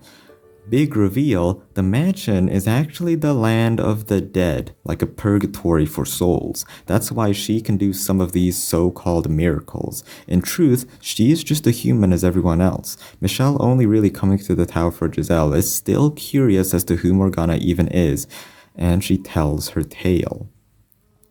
I carry within me the child of God. These words spouted by Morgana's mother determined the course of her entire life. In a village suffering in drought and illness, a miracle was needed to save them all, and this woman's child was supposedly the answer. When she was 6, the villagers asked if the child actually is the child of God to show them some miracles. She thought the villagers' demands were incredibly arrogant. Miracles only come from faith, according to her, but she obliged anyways. A sick old woman with no hope of recovering. Morgana pricked her finger and she fed the old woman her blood, trickling from her finger. When it actually worked, she was elated. Maybe she really was some saint and she started thinking of herself as one as well. Whether it worked or not was really just luck. It worked sometimes, and when it didn't, everyone saw it as the victim not being faithful enough. Word spread around quickly of the child's magical recovering abilities, and soon her blood was drank by many. She cut herself all over her hands, her palm, and her wrists until it was covered in black, reddish, swollen, carved-up gashes, so she kept them wrapped up in cloth. Her mother saw Morgana give her blood to the sick and asked why didn't they receive any payment for this. Because Morgana was faithful, she thought it was wrong to extort money for her divine ability. However, the next day she was sold off by her mother. She was put into a burlap sack and forced into a carriage while she saw her mother with a man giving her a big bag of coins. After 3 weeks, she arrived at the Regent Lord's mansion. She saw many aristocrats and scantily dressed women parade in the palace. The Lord said to her, "You, child of God, shall do miracles for me," but she refuses, saying her ability isn't for one person. The Lord, enraged, decides to slash out her arm and collect her blood in wine cups and pass to his guests, proclaiming a saint's blood means good fortune for all. She was kept in the dungeon, and whenever the Lord had some event or banquet, she was brought and cut up for more blood. When her arms were dry, they cut her legs. Her spirit depleted and corrupted. She thought this was some trial from the heavens. If she could pass this, she can go back to healing the actual poor and sick, and not as some lord's toy. A nobleman pointed at her writhing on the ground and shouted something. Morgana couldn't hear because she was delirious. Her appearance sickly from all the cuts on her body, her head was picked up by grabbing her hair by the Lord and shouted, "You're no child of God, you're a witch with the skin of a saint." And then the Lord gushes his blade at her. Michel, without warning, was taken out of the darkness, stumbling on the staircase. That's when he pulls his hands out and big gashes of skin and blood comes gushing out. Why was it happening to him? Because he was kind-hearted and because he empathized with the 9-year-old girl in the story. That's why. Michel asked, does she hate all of mankind? Everyone in that story betrayed and hated her. The villagers begged for blood, her mother sold her, the Lord drained all of her blood. But she answers only a few select humans out of the hundreds of millions. She knew only a small fraction of it. Regardless, the story didn't end with the Lord and he was thrust back into the dark. The blade slashed at her was misdirected by a young man who was a slave at the mansion, and a riot broke out. This young man brought her out and carried her to a brothel. Disgusted that she would be brought to a brothel, wanted the young man to just kill her. She'd rather die than spend time with prostitutes, since adultery was forbidden and incredibly unholy. He refuses to kill her, saying if she continues to live, she'll inevitably find something worth living for. She decides to stay. Looking into a mirror, though, she sees her ghastly self, covered in bandages with red, blackish, swollen gashes all over her body. Her face had skin peeling off it as well. She could see why they called her a witch back in the mansion. After spending 3 years at the brothel, she started viewing the prostitutes as her sisters, getting to know their desperate situation. They even pitched in for Morgana's skin medication and she started to look more human. But her face was still scarred. Regardless, her time in the brothel was one of the few fond moments in her life. On the night of her 12th birthday, bandits looted and raided the brothel, and customers were slain while the women were collected and sold off. On the carriage that smelled like urine and feces was filled with young men and women sold off to be slaves. A man next to Morgana asked her why she was crying. She said she wasn't able to pay back her gratitude for those she held dear. A while later, he stands up and smashes his head into the guard. He orders her to unshackle him with the keys he collected and proceeded to slaughter everyone on board besides her. It was a massacre. Blood covered the sides and corpses littered the carriage as the putrid smell of rust filled the air. Why wasn't she killed? The man simply said he didn't know. Michel, still in the tower, was taken aback by this. Chunks of flesh was raining, covering his body in blood, and he begs for it to stop. His stomach couldn't handle it, and when he vomited, all that came out was blood. However, the story wasn't done, as Michel was forced into the void another time. Abandoned on the road after the carriage incident with the swordsman, she couldn't really go back to capital since the Lord is there. She finds a small shack, however, with smoke emanating from the chimney. She knocks with no response and enters. An old woman on her chair, upon closer inspection, was dead. She decides to live in this shack, and she has nowhere else to go, and it's not like the old lady is using it since she's dead. The shack itself was owned by some pharmacist, as the walls had shelves of herbs and medicine used to heal sickness and wounds. People from far went to the shack for medicine, and that's what Morgana serviced. Many people came and went asking for some medicine, and Morgana, behind a crack in the door, heard their requests and helped, not letting anyone see who she was. One day, a flaxen-haired man came. He asked for medicine for his sickly sister. When she gave him the medicine, however, none of the remedies worked. The flaxen-haired man was about to give up when Morgana mentioned she had the blood of the witch, so he let her into his mansion and trickled blood into his sister. Again, miraculously, this healed her when no other medicine worked. However, only for a short while she became ill again. So Morgana, she continued to feed his sister her blood. The flaxen-haired man took pity for the lady who was stuck in the shack, and they walked on the shore of the beach talking about nothing. However, even with this closer relationship, her blood seemed to have less and less effect on curing her, and more time passes, and the flaxen-haired man grew distant to her. This is when someone knocks on the shack's door. The man outside merely asks for a bit of blood, but Morgana recognized the man's voice as the swordsman who massacred that carriage, so she refuses. Why would that man need her blood, and anyone who murders for fun isn't allowed her cure? So he walks away without resistance. A bit later though, she is visited by the flaxen-haired man whose Morgana favors. So when she lets him in, what she didn't expect was the swordsman standing behind him. The man severed her arm before she could realize it. She writhes in pain on the floor in a pool of her own blood, begging for mercy. The men didn't even glance at her. The swordsman nonchalantly gives the flaxen-haired man her severed arm, saying that will blast his sister for a couple of days. The flaxen-haired man runs away with her arm while the swordsman tells Morgana he won't kill her, he just wanted some blood. He works for someone who owns a church, and her blood, which can cure sickness, will keep it from collapsing. Of course, Morgana doesn't care and is filled with hatred. How is she expected to let someone sever her arm and walk away?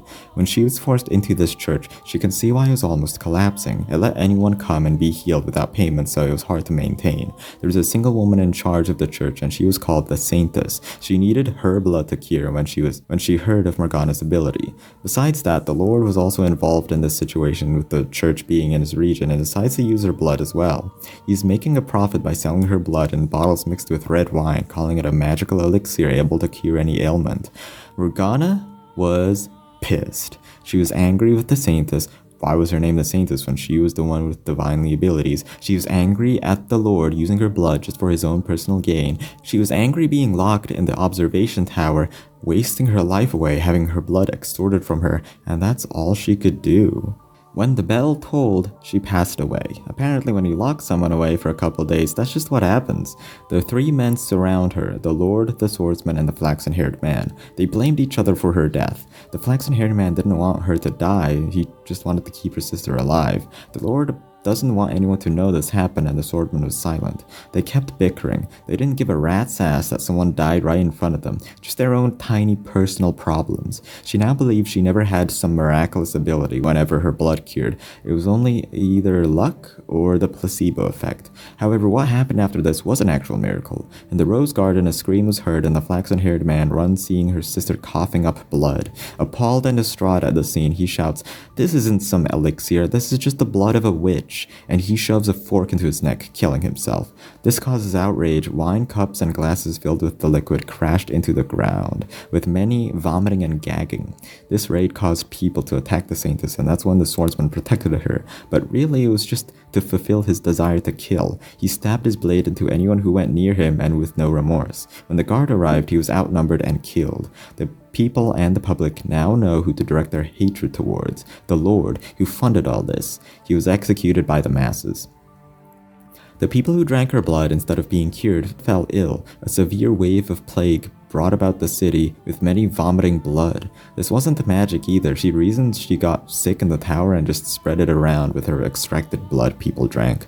In the end, Morgana got what she wanted though. All these men that tortured her died in agonizing ways as their life crumbles before them. However, their punishment was too lenient.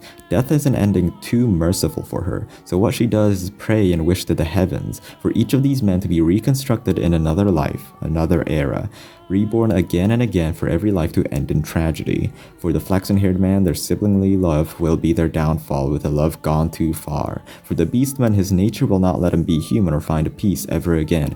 For the Lord, all he cares is power, so throw away his relationships and let solitude be his only companion.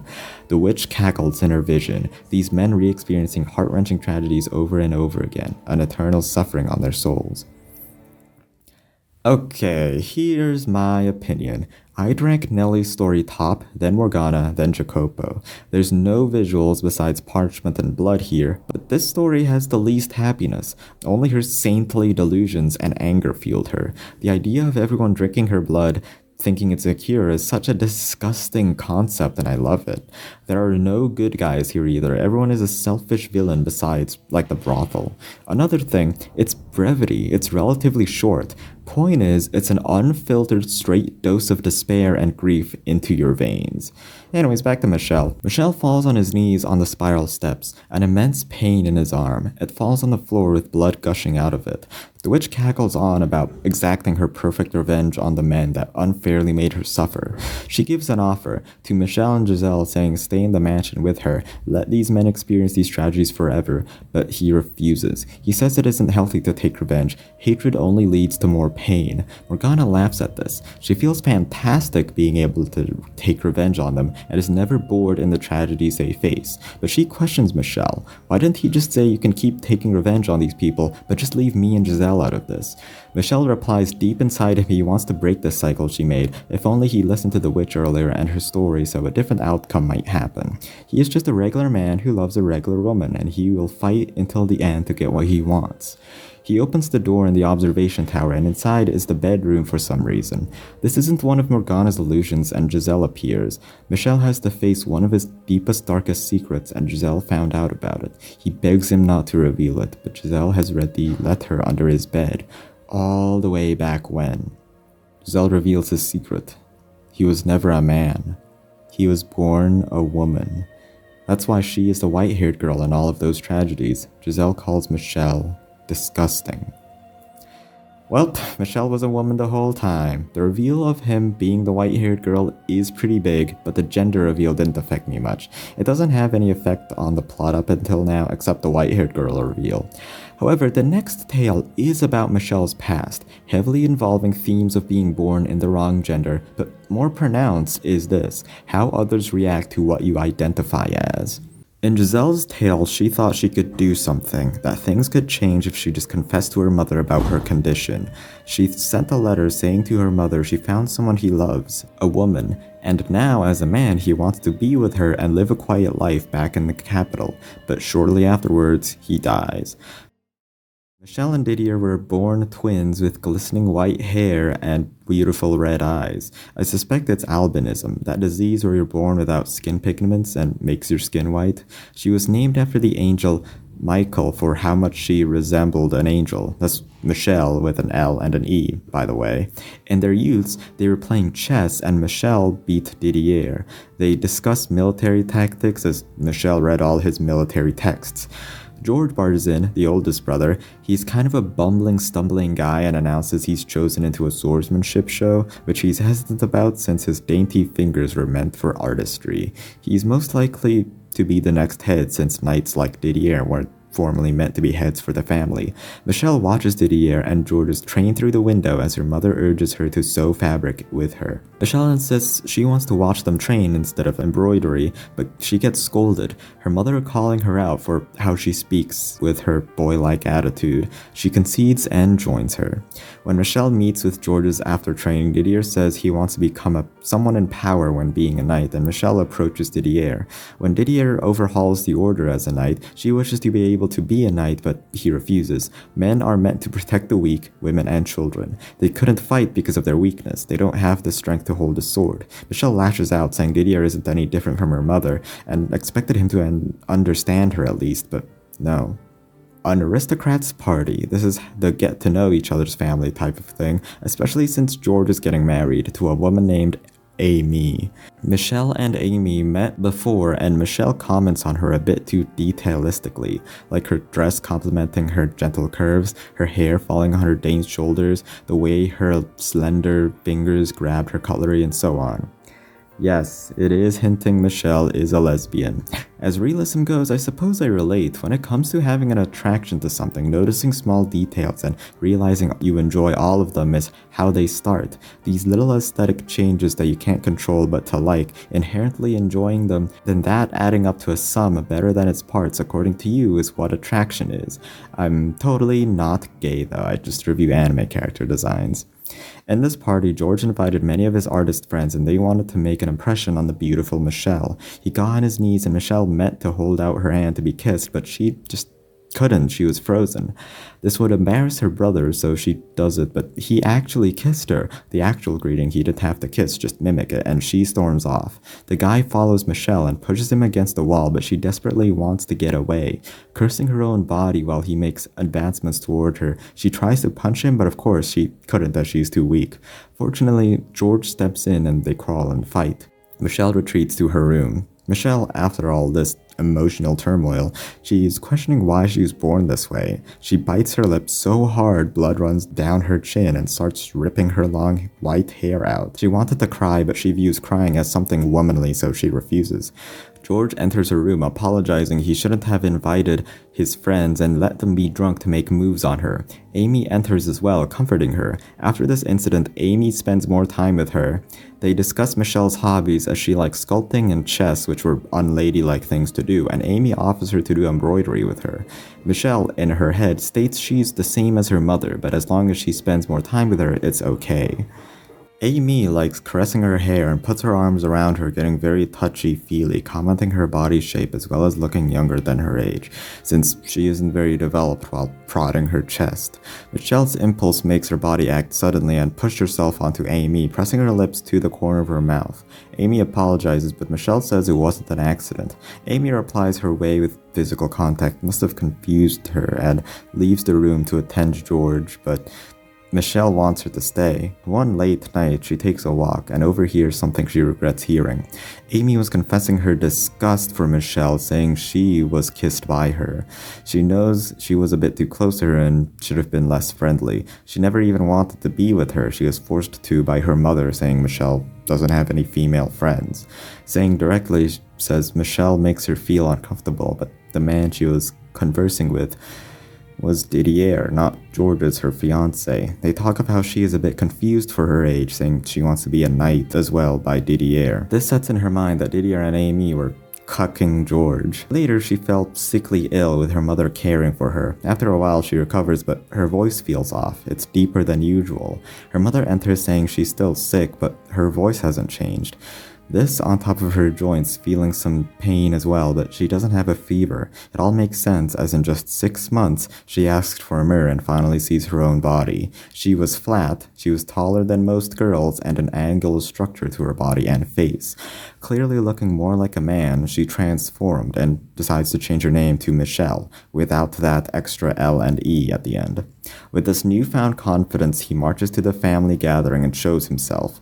Amy is the first to say something, saying everyone lied to her. Michelle was always clearly a man. She is conflicted about this, and Michelle tells her to run and cry to Didier. George is confused why Michelle would say Didier instead of him. Her mother shouts Michelle is a girl, always a girl, and was just cursed to be given a man's body, while Michelle proclaims he was always meant to be a man. Amy interrupts, saying there's nothing there. Michelle is confused.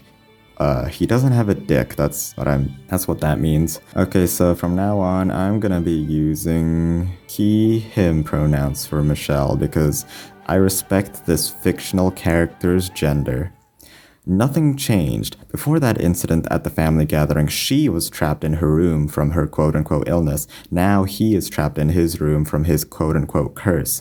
He only gets visits from servants. No one from his family wanted to visit him anymore. When a servant did visit him one day, Michelle, out of nowhere, asks him to take off his clothes. The servant, who is very reluctant to do so, was reminded of his place being a servant and does it. Michelle stares at it a bit, shouting this is the only difference between him and every other male. If he didn't have this, he'd be the same. In a blind frenzy, he grabbed a knife and pushed the menservant to the ground, threatening to cut his balls off. Other servants came to see the ruckus, and mother as well. Michelle shouts why was everyone being so distant toward him and why everyone saw him as an abomination. This incident scared everyone off, and even the servants were too scared to face him. So the next few days he wasn't given any food because no servant wanted to approach him. Yeah, that incident explicitly states that gender doesn't depend on your physical body. It's interesting to me since when I was young, I used to think there were only two genders because there's only two types of genitals, after being aware of other genders even existing, but nowadays I respect the LGBT community a bit more.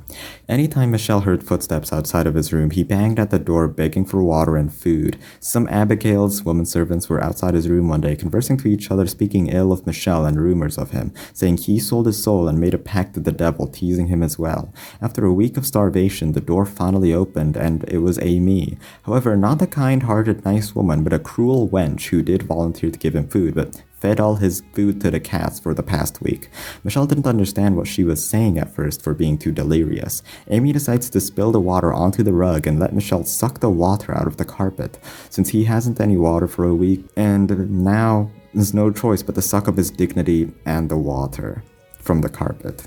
Amy laughs at the situation, a child from a noble family having to drink water from the carpet. During this week of Amy finally giving him his food, every time is filled with torture and anguish. She'd push him onto the ground and step on his genitals, making fun of him. If he really was a man, he'd be able to push her away, but as a dainty woman, but he can't. She explains as a noble woman life is hard. She isn't acting nice in front of the rest of the family, but it is still tiring. There's no real love, she states, resulting in seducing Didier away from George, and her other source of enjoyment is making Michelle suffer as much as possible. Every part of this chapter, it kept getting worse and worse. Michelle was born as the wrong gender. All he wanted to do was fight as a knight, but forced by her mother to be more womanly, that was the main conflict. Then he gets sexually harassed, and then he gets sick and locked in a room. He undergone a male transformation through puberty, which led him to reveal his new form to the family, and it all goes downhill. He gets trapped in the room, but at least he has servants. He goes insane and threatens the servant. Well, now there's no food or water. Then Amy appears to torture him. Well, at least back then he wasn't being tortured. I'm saying it gets worse and worse. Back then I didn't feel the situation could get worse, and it did get worse. After a week of this, Michel finally made his move. He's had enough of Amy's torture and lunges at her. Like the dog Amy treated him as, he bit her on the wrist as blood seeped out. She escaped by kicking him in the abdomen and fell onto the floor. She thrusted her foot into his stomach again and again. She kept putting him into his place. She wasn't a particularly strong woman either, he's just weaker. She says everyone has given up on him, no one will save him. He wanted to commit suicide many times earlier, but clinged on to fun times of past with his brothers. On a fantastically gloomy day, Georgia says it's cloudy enough for Michel to go out horse riding. Didier joins in and lets Michel ride with him. While riding, they have a fun conversation. Georgia says he brought a cat home, ugly and full of speckles. Their mother screamed when she saw it, saying, "Get that ugly thing away from this house." Didier suggests keeping it in the courtyard and for Michelle to name it. She simply calls it Ugly Speckles from just its 2 characteristics she knows of it, and they make fun of her, but accept the funny name Ugly Speckles anyways. Michel wishes he could have fun conversations about nothing with his brothers again, but everyone thinks of him as a demon. More days of cruelty from Amy. He wants to barricade the door with furniture, but his food comes from her, so he has no choice but to let her in. Amy lets the dogs eat the food and let him eat the dogs' leftovers. Takes murky water from the dirty sink and cuts his nails while he's tied up in rope. Even Michelle is impressed by the variety of her torture methods, but he doesn't give in. He stops talking and stops struggling, taking away her satisfaction from torturing him, and one day, after 6 months, she says, "I'm done," and stops visiting him. He's served again by the servants after this. His days aren't filled with something productive, he's just living. He often laments his own situation. His heart is in the same place as it always was, so why did it come to this? He's often screaming and crying, banging on the door, clawed at his own skin, pulling his own hair out, begging for help. It's the epitome of pitifulness, he says. He has now gave up entirely after being locked up in that room for 2 years, but suddenly, a knock on the door. It was Didier and Georges asking for any response from their sibling. They said it was urgent, that Michel responds now. He asks if it was really his brothers, and they give an explanation of the situation. That father will execute him, going crazy that they birthed a demon child. Tomorrow morning he will be dead. That's why the brothers arranged a carriage for Michel to be brought away into a mansion that they own, but it was rumored to have a witch living in it, so no one approaches it, and that's perfect for Michel to stay in hiding. Michel confronts them. Why didn't they help him now? After all the pleading and begging through the door, not once did they respond. They said they were busy being knights and George had art commissions, but they know in their hearts they care deeply for Michel. He eventually agrees and gets into the carriage. At the carriage, they converse a bit more, saying it will only be temporary. Michel will be back from the mansion until father is persuaded or dies. Then they could have fun outings as siblings again. Everyone will think Michel is dead, so they make him promise not to converse with anyone he doesn't know. Some people will know he's alive, and that includes his mother, who came up with the idea to send him away because she truly cares for Michel as well. But they have to send letters to each other, and Michel has to keep pretending to be a woman to his mother. About Amy, though, the brothers think Michel and her were close since she took care of him for 6 months, and that she's playing the good girl facade to his brothers. Of course, Michel hates her for the torture she did to him, but he doesn't mention it to keep his pride and not deepen his shame. Because of her cuckoldry, though, Didier and George didn't speak for a year until they became siblings again, but that's just what family is. Since they were able to bond again, they bet it will be all back to normal someday when Michel returns. They say goodbye as the carriage travels to the mansion. Back to the void, or present, Michel wakes up wishing Giselle didn't have to know his secret in this way. Morgana says, "Told you so, you shouldn't have reclaimed your old self." Michel is just a being many couldn't accept, a pale-skinned, white-haired, red-eyed biological woman who turns into a man. Michel has just arrived on his carriage and was brought into the mansion. After an empty farewell, his first impressions was that it was empty and uninviting, but not dilapidated. He found the stained glass. Based on the angel he was named after, noticing the mansion also seemed to be built around the chapel. Beyond is an abnormally cold door. Pressing on it, he enters a tower with a spiral staircase. He was exhausted because he didn't get much exercise, but he kept pushing forward. At the end was a door barricaded with ropes. He was thinking about how this door related to his situation and not being able to go outside and such. So he was determined to burn and rip through all the rope to see what was inside. A grueling effort later, he found a small room with a window as its only source of light and a skeleton with only one arm. He quickly leaves. He had a lot of time to think and ponder while stuck in the mansion. He thought about his curse and whether his brother would really let him back. His mother definitely wouldn't. In the letter, she kept referring to him as Michel and wishes his curse to break, but it never will. He thought about his own worth as a human being and visited the skeleton in the tower somewhat often. He pitied it, saying words like "poor child" since the skeleton was small and frail.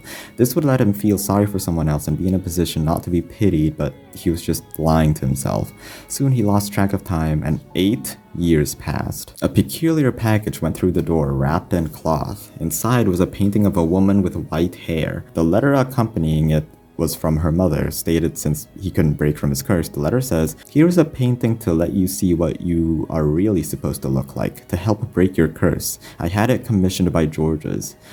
Michel was enraged by this, seeing Georges betrayed him by even painting this for his mother, seeing as Didier, who also never responded to his letters. This painting made him lose faith and hope toward going back to his normal life. However, someone approaches him. He looks around, but he doesn't see anyone. The voice identifies themselves as the one Michel pitied, calling them a poor child. It tells Michel they needed someone with as much anger and hatred as he does and to come back to the tower. The witch Morgana talks of how they were once kindred pitiable spirits, but the witch has the power to change it, and to prove it she will curse anyone Michel chooses. The brothers who betrayed him, the mother who locked him here and tells him to rid his curse, the father, the brother's fiancé, anyone. Michel finally chose no one. Even though his hatred is justified, many others would be unjustly sad because they died, and the witch questions Michel's morals. Why would he have to care when no one else cares for him? In the end, the witch followed him day and night, constantly pestering him to hate them, curse them, and revile them. She kept going on and on about her scorn for humanity, and she didn't seem to tire of it. This drove Michel insane. When the monthly package came, he begged the servant to let him free. He told him of the voices he had heard in his head, and the servant ran away. Regretting his job to serve him, a man who has lost his mind. Michel denies it, saying he's sane, but Morgana insists he is far from sane. He goes back outside, searching for someone to call him a human, to call him a man, but the sunlight burns him. Morgana explains if you have so much emotional distress and despair, it will physically hurt you in some way. The mind and body are linked much tighter than he thinks, and his mind is very damaged. Then Morgana is able to pity Michel, calling him a sad little child. Why does he hang on to his dignity and sanity as he does? If he just lets go, he could be free like her. Michel has given up at this point. The world said something was wrong with him and only he was denying it. He wasn't human. He wasn't a man and he wasn't sane. He stopped being hurt by the sun, but in exchange, he became empty. After this, the witch stopped bothering him and time flew imperceptibly quickly. The next 2 years, nothing of note happened. That was when a mysterious woman appeared named Giselle. When Michel and her first met, he was deeply mistrustful. Every time they met, she was brimming with joy, like a ray of sunlight to him, but that only made him more suspicious.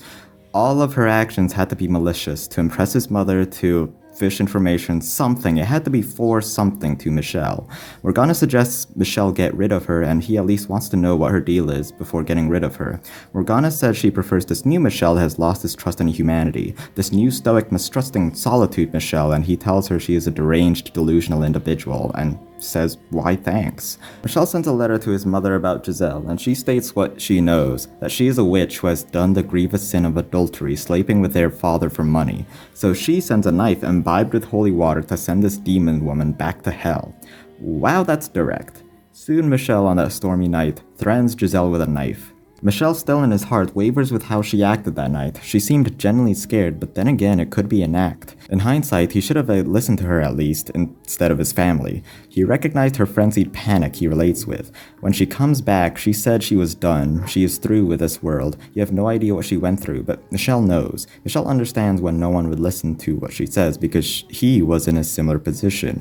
After this, they bonded, and he finally felt comfort around another person again. Being around Giselle made him happy. One day, she was chasing around a cat, and since he didn't have problems with it, it'll become their pet. When Giselle said it was kind of a spotty, weird-looking cat, Michel prompts to call it Ugly Speckles Mark II. Giselle let Michel be human again. He could make conversation, tell jokes, and feel emotions. He finally felt like himself again. Conversing with Morgana, Michel decides to break off his ties with the witch. They talked from time to time, but Michel has found his purpose and regained his humanity, so he doesn't want to curse anyone. Morgana agrees to disappear, but reminds him that no one will accept him for what he really is when he inevitably reveals himself as a woman. So when that happens, she will appear again. Michel told Giselle that the witch stopped talking to him in his head, and Giselle was happy for him. Even though Giselle doesn't believe in the witch, what matters is that she didn't pull away or call him insane. On that night, Giselle confessed her love to Michel. He was conflicted at first, even though their love was strong and mutual. Michel finally resolves to have a relationship with Giselle despite his secret or curse, as Giselle wanted to make love that night and intimately get closer to each other, but Michel was either too dense or refuses. This wasn't because he wasn't ready. He also wanted to make love, it's just that his body wasn't feasibly capable to do so. no matter how much he wants to. When Michel's father dies and he receives the news, he's finally ready to give a letter to his mother about Giselle, their relationship, what they want to do, their future, and his true feelings about his gender. He's a man now. He has found a woman he loves. He wants a quiet life back in the capital. However, their family's response was to send an army of knights to kill him. Michel and Giselle frantically run to find an exit, but they realize they were surrounded. Giselle confronts Michel about his true curse, but he doesn't respond. They finally decide to run up the spiral staircase into the observation tower as a last resort, all while Michel is begging Morgana to respond to him. Of all the times the witch pestered him, why didn't she appear when he needed her?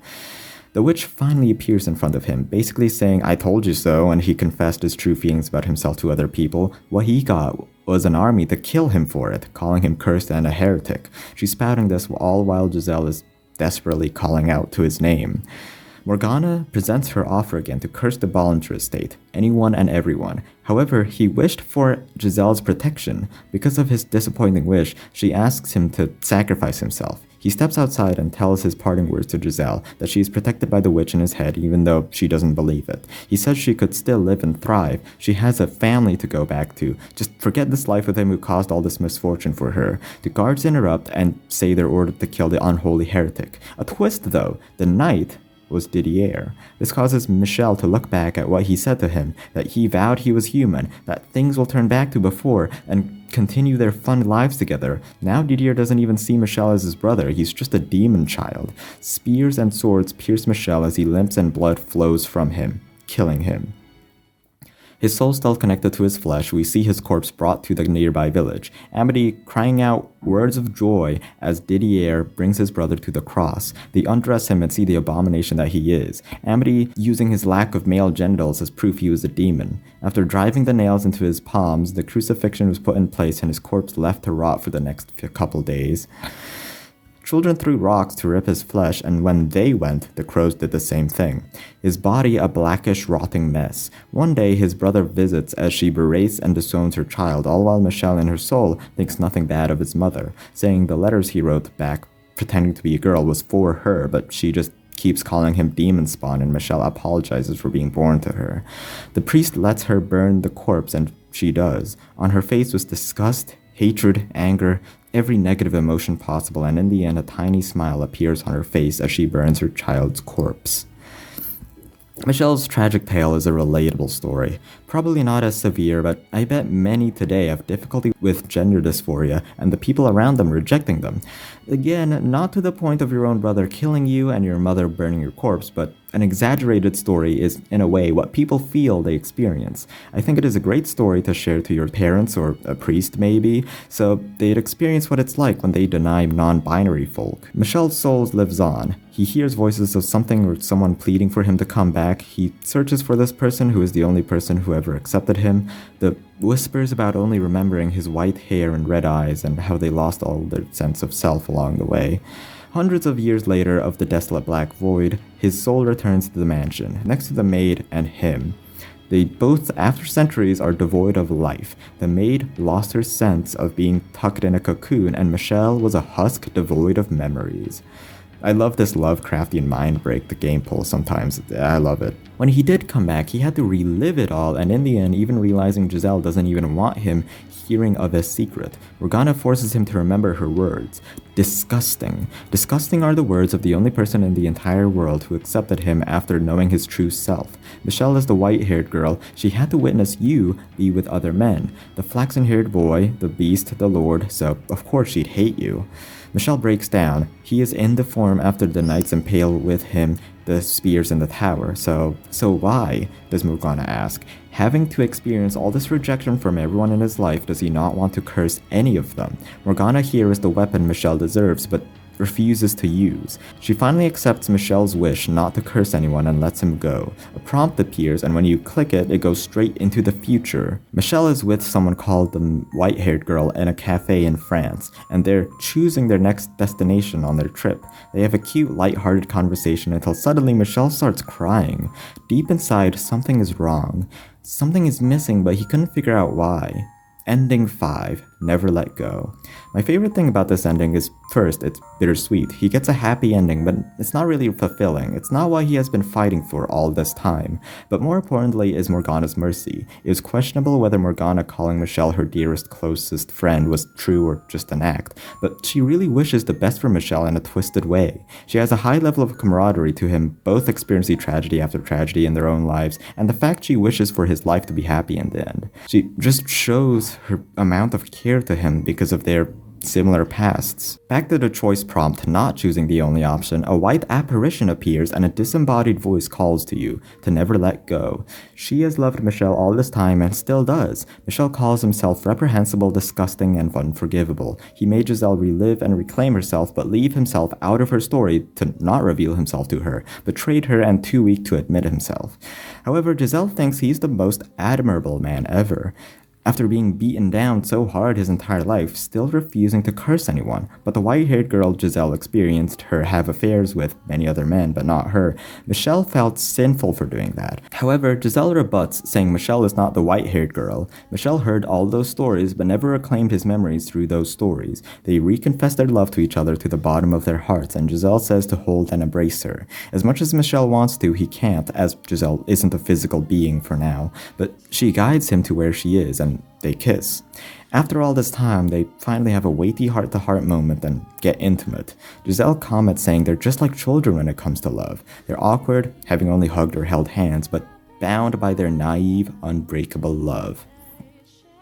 After this, more work is to be done. The mansion is still in ruin, and they have to save everyone involved, like the sinful men's souls. She says it's time to finally open the last door, and he repeats what the maid says, to never let go of her hand. Michel is back in Morgana's twisted world, the mansion still filled with blood. Morgana didn't expect Giselle to be free from her shackles, but her willpower isn't as strong as theirs.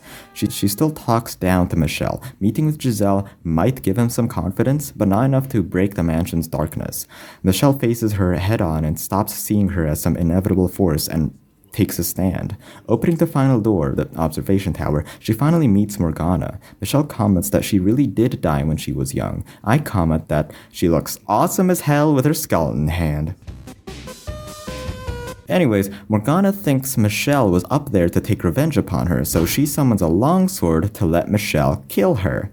I can't stop loving Morgana. Her resolve to be just like, oh, you don't like me? Here's a sword. Just kill me. Her cynical mentality is on point. Michel approached Morgana with a purpose, to change her pessimistic mindset on the world and stop cursing everyone. Of course, she laughs at this, seeing as all the men in her story did the things they did never for her sake. Even so, Michel believes it's because she never thought about their circumstances. Then Michel proposes something preposterous, that she was the white-haired girl. Morgana, crying of laughter. Even if it were true, she wouldn't open her heart to show it.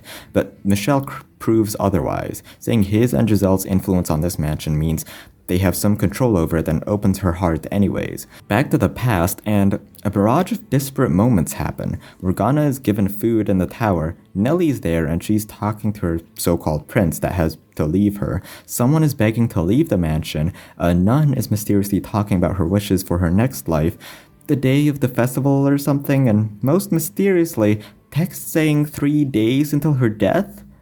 When did this become Majora's Mask?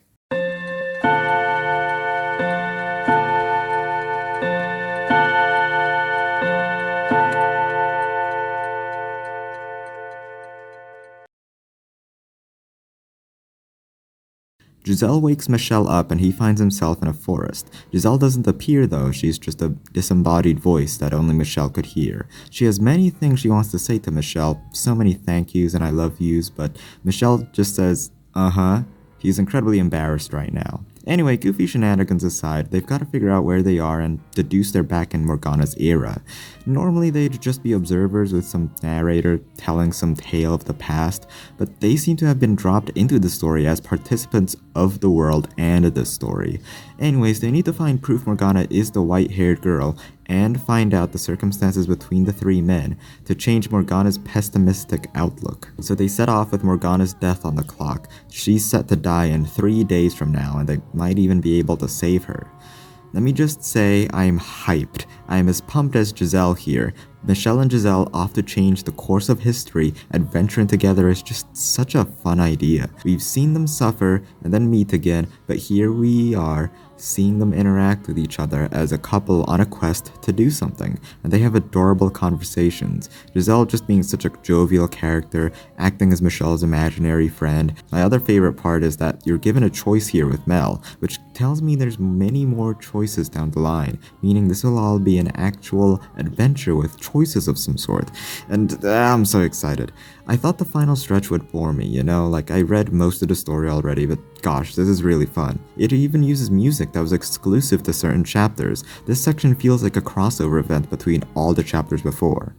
Continuing on, right when they start heading for the city, they meet Mel. He is suspicious of this white-haired man who appeared out of nowhere, and a prompt appears. I chose the sensible option. Mel buys it since he naps on trees often, and Michel says he knew his name since he looked like an acquaintance, and miraculously had the same name too. Mel says that happened to him too, and leads them to the city. Michel in his head is questioning if this easily trusting naive boy was involved with Morgana's death. Continuing on, Michel can talk to Giselle directly and that she can awkwardly still see what he was seeing while in the bathroom and promises not to look. Her soul is like in a black void, but can still hear and see what Michel does. Following the boy Mel, they meet the Saintess who looks familiar, the woman in the second story. Even having a similar personality as they have a fun conversation about her playfully being Mel's sister and Mel reflecting this to Michel, who could be her brother. They pass this off as them being old friends. Michel asks a favor of the nun to accommodate them, but she was given orders not to let anyone stay for reasons she can't tell, Michel reasoning it must be because of Morgana's imprisonment. He tries to be sick, but Mel says he was fine until now, and Michel tells him to shut up. The nun replies even if she can't let him stay, she can give him medicine. It's called saint's blood, which she claims has no real blood in it, but Michel blurts out that does have real blood actually. Mel decides this is a good time to drag Michel away and interrogate him. In his room, he asks who you really are, and there's two choices. I tread carefully, only telling him what I really need. He is of course suspicious. He tells him he's heard of tales of blood able to cure disease and thought this was saint's blood. Michel proved he knew a lot about the mansion and that the archangel Michael from the stained glass window gave him a divine vision that he must stay here to do some divine task, but he won't cause any trouble. Oh, and Michel offers to save him because his shadow from the mansion feels great regret. Mel never asked to be saved from him and thinks he's mad, but fine, he'll persuade the nun to let him stay. In the decrepit room, he stays and converses with Giselle about some strats, about how he should stay low on the radar to say, by slowly gaining Mel's trust so he can continue with the other men, which first includes talking with his sister Nellie. I didn't include everything they talked about, but that was the point of the whole conversation. They went off to the nun to ask where Nellie resides since Mel claims they're close friends and the nun tells you the way. Oh, and by the way, Michel is still sensitive to sunlight, but right now it isn't so bad. When you do meet Nellie, she's naturally very suspicious of you, so Giselle suggests you mention Mel. When Michel does, Nellie gives you questions to prove that you do know him. I just chose whatever she wanted to hear, and the game called me out. Out of curiosity, I chose the worst possible answers, and she still trusts you anyway, so the choices were just for fun. Nellie wants them to do a lot of talking and for him to keep her entertained, but Michel isn't much of a conversationalist. Instead, he offers to sing, and Mellie is excited. Everyone is silent after Michel's performance. They were flabbergasted at his awful singing voice. Nellie offers they bake, but somehow Michel created some abomination. Well, she wasn't gonna give that to Mel, so they eat it with some tea, and Michel is open to hear everything Nellie has to say. She talked for so long, the sun started to set, and she mostly talked about Mel anyways, as Michel just nodded. She confesses that she preferred being sick while being with Mel instead of being lonely as she is right now. Michel asks whether she said she liked being around her brother to him directly and without calling him a prince, because if she does that, he feels like living up to those expectations, which is why he is so busy for her sake. Michel advises her to say her true feelings to him even if he might not accept them. Nellie is convinced and will tell her brother she loves him, though she also says Michel is a curious man. Normally people would just call her cute, but Michel talked to her like a real person, and as if Michel has knew her his entire life. Because of this, she calls him his second brother, only deepening their relationship.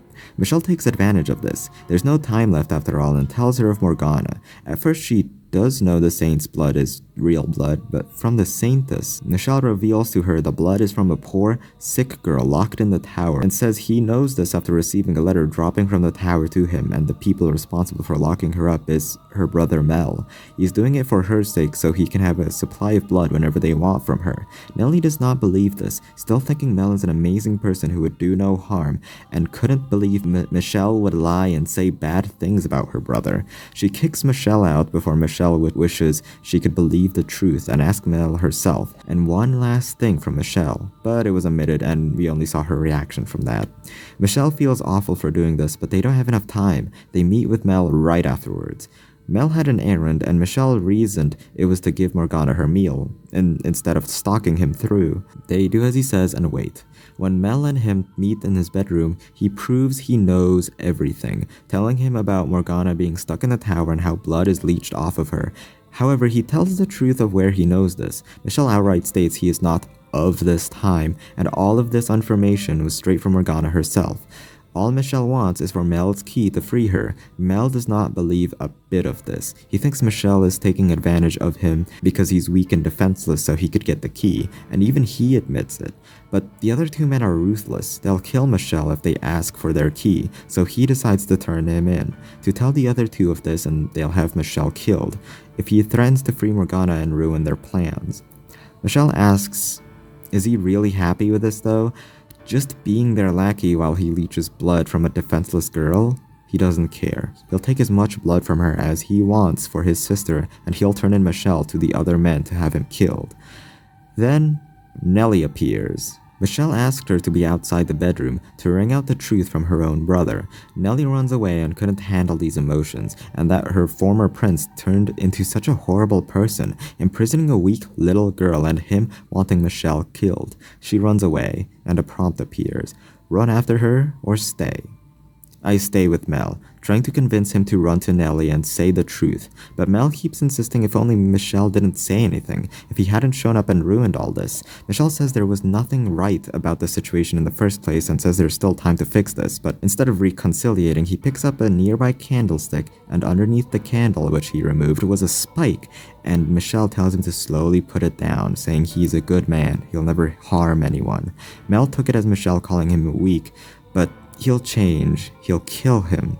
Then, the next instant, Michel has the candlestick protruding from his neck. Mel did it out of anger and apologized profusely while running away. Giselle cursing her position not being able to help in any way, and Michel apologized to her that he didn't fix anything. I chose the correct choice the first time, but I understand why it was the good choice after playing the bad ending.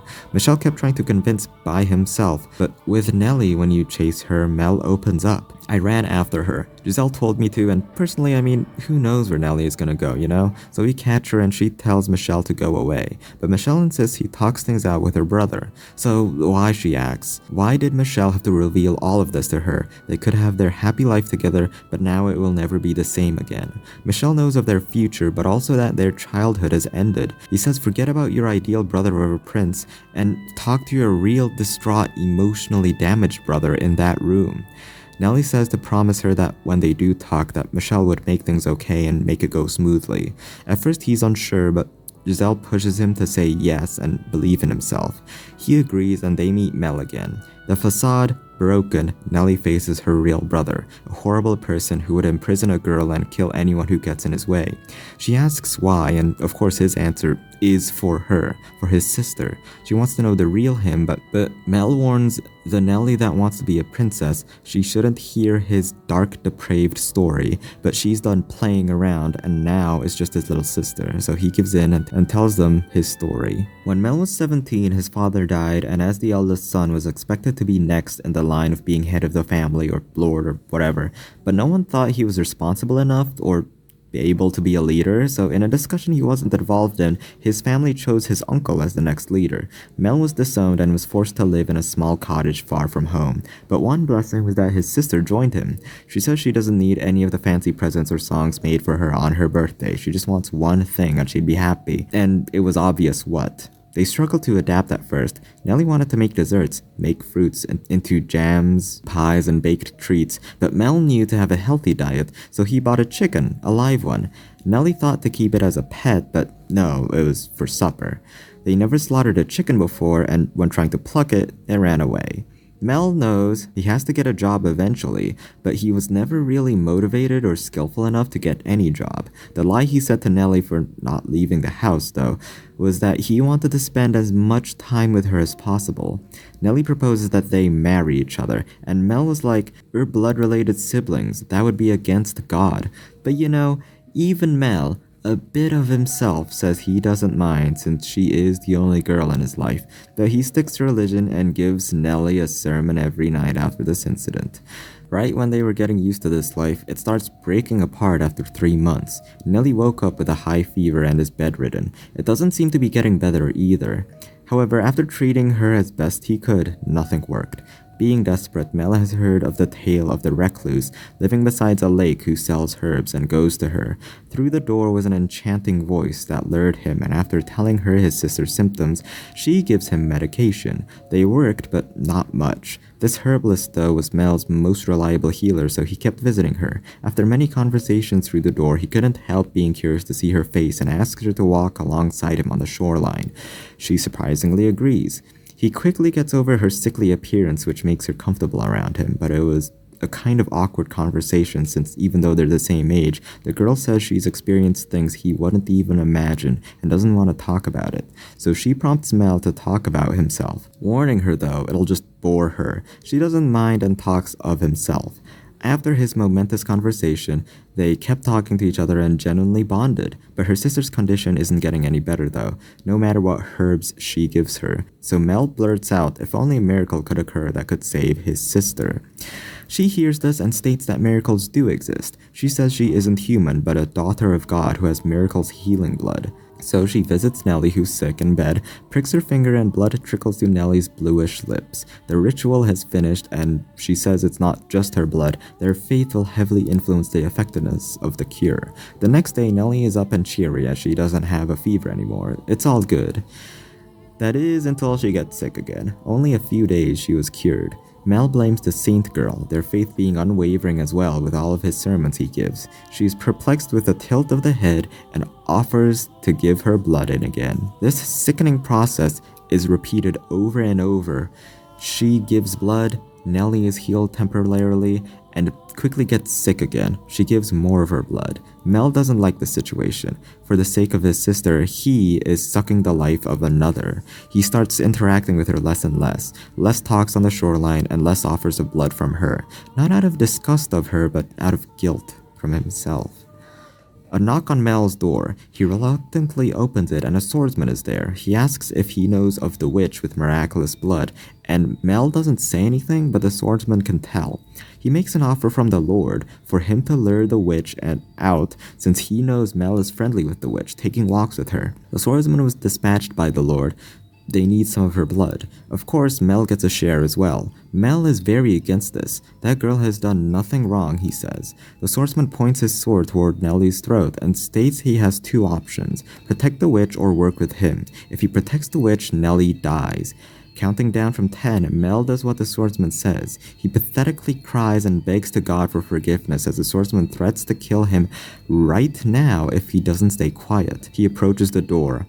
Morgana replies who's there, and Mel says, "It's me." It's not about Nellie this time, he just wants to talk things over. Surprisingly, Morgana replies she wants to talk as well, and Mel in his head says why. Why now of all times they want to talk peacefully, of all the times she has been distant to him? Before anyone could react, the swordsman slashes at her. Blood sprayed everywhere. Her ear-splitting scream echoes. The swordsman threw Morgana's freshly cut off arm to Mel, saying that's his share.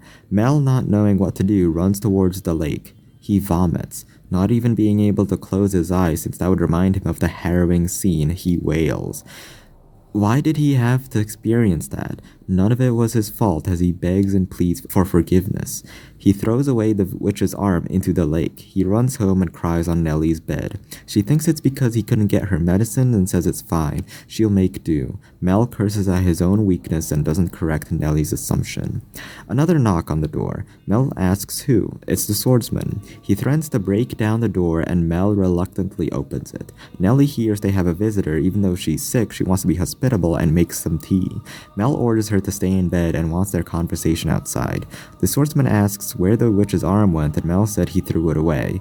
Well, that doesn't matter. He is here to let Mel live in the city and have an eye kept on him since he knows of the secret. He is still allowed to bring his sister, and she'd be given the cure often as well.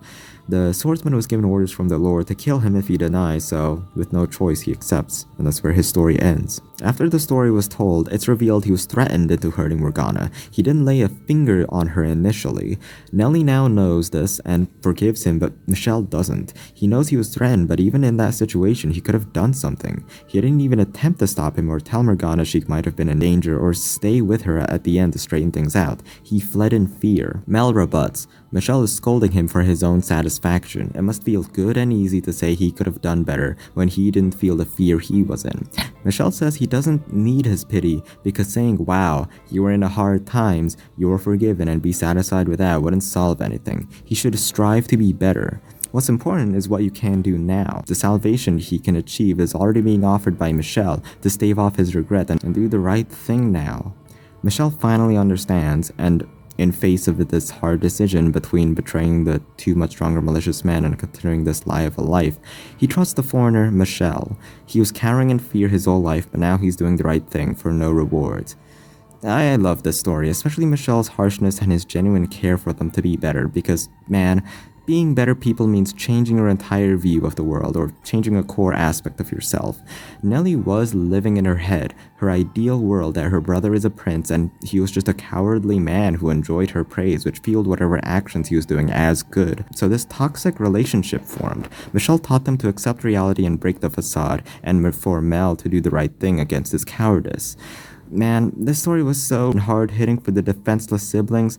How will the Beast and the Lord's story go? Mel gives him the key and is willing to help him find the other keys. If he has some plan, he'll hear it. He says he must have been blessed to act so defiant and brave in the face of adversity, but of course it's the complete opposite. It's because he has nothing to lose. He has to do what he does. Mel asks why go to such lengths. He's one of the people that's imprisoning Morgana, and Michel replies if that's all it takes to hate someone, he would have hated every man and woman on earth. But he generally does have a deeper connection with them than he lets on, especially after hearing tragedies from the mansion. With that, they leave and Giselle and him discuss. Giselle wishes to see his expressiveness in this era. He was actually quite lively for a man banished in a mansion for a decade. It's a lot to ask, but she wishes for him to have a life after this. Michel is mending others' lives, but he has no life to go back to. He says he's happy with Giselle. It's a miracle he could even speak to her right now. With that, they discuss how they could coax the Beast. Luckily, he is close with the nun who in the second door was his fiancée, but for the Lord, no such person existed, so they'll have to figure that out as it goes, I guess. Michel doesn't want to sleep just yet and wants Giselle to keep him company. After his torturous life, spending time with her is all he wants. It wasn't clear what would happen to them after this ordeal, so of course they use this opportunity to spend time together. The next day, he is woken up by a happy-go-lucky Mel. Based on his attitude, Michel might have mistook him for Giselle. Anyways, Michel asks when the other men visit the mansion. He says early morning or late nights, and asks him where the nun might be. She's at the dining hall, feeding the poor for breakfast. One brute force attempt against the bread line and he gets kicked out. They decide to explore the mansion a bit, and after looking at the glass window, they find the tower door chained up with locks next to it. Hacking into it with an axe is a no-go, but while thinking about that, a man approaches them asking what they're doing. Michel didn't expect him to appear right now based on what Mel said and blurts it out to him by accident. He's even more suspicious of how he knows this, but Michel explains he's a friend of Mel and recognizes him from his description of him as the Lord's bodyguard. He makes up a story of wanting to meet the Lord. They exchange words of sympathy of how different they look from regular people. The swordsman says he's beyond the Silk Road. Well, to get to the point, he asks why he's in front of this door, and he just says the stained window is what he is for, but the door piqued his curiosity. The swordsman doesn't ever want him back there, and before they leave exchanging names, he reveals he has no name. Michel and Giselle talk of his past, how his attitude changes meeting different people, such as the sweet man for his fiancée, the cold-hearted man back on the ship, and the vicious beast within him. They'll have to break that shell to get his key. Anyway, the nun should be done with tending to breakfast now, so they head to the courtyard, but to their dismay, it's even more crowded. They're making decorations for the festival and Michel attempts to force his way through again, until Nellie bumps into him with Mel. They tell the siblings they want to meet with the nun because she's related to the swordsman, but Mel replies that they don't really have a deep relationship, but Michel still wants to talk to her. Nellie offers to help decorate and teach people how to make the designs in the nun's place and let Michel talk with the nun. Thanking Nellie, they find the nun and finally talk to her. The nun teases him by prompting Michel will propose to her, and Michel asks Giselle if something about him makes him easily teasable or something. In her room, she enthusiastically says ask away. Michel wants to talk about her and if he has any relationship with the Lord's bodyguard, which she completely denies. Michel says, but you're Pauline, right? But her name was actually Marie. This threw a wench in Michel's plans. It was expected since Marie and Pauline looked similar, and the fact that Mel and Nellie were there, so there should be more relations with the tragedies from the mansion and to this past that they're experiencing. But it's different, so that was surprising. Michel asks her again, and this is when the nun gets defensive and less friendly with Michel, adamantly denying there's any relation to her and to the bodyguard.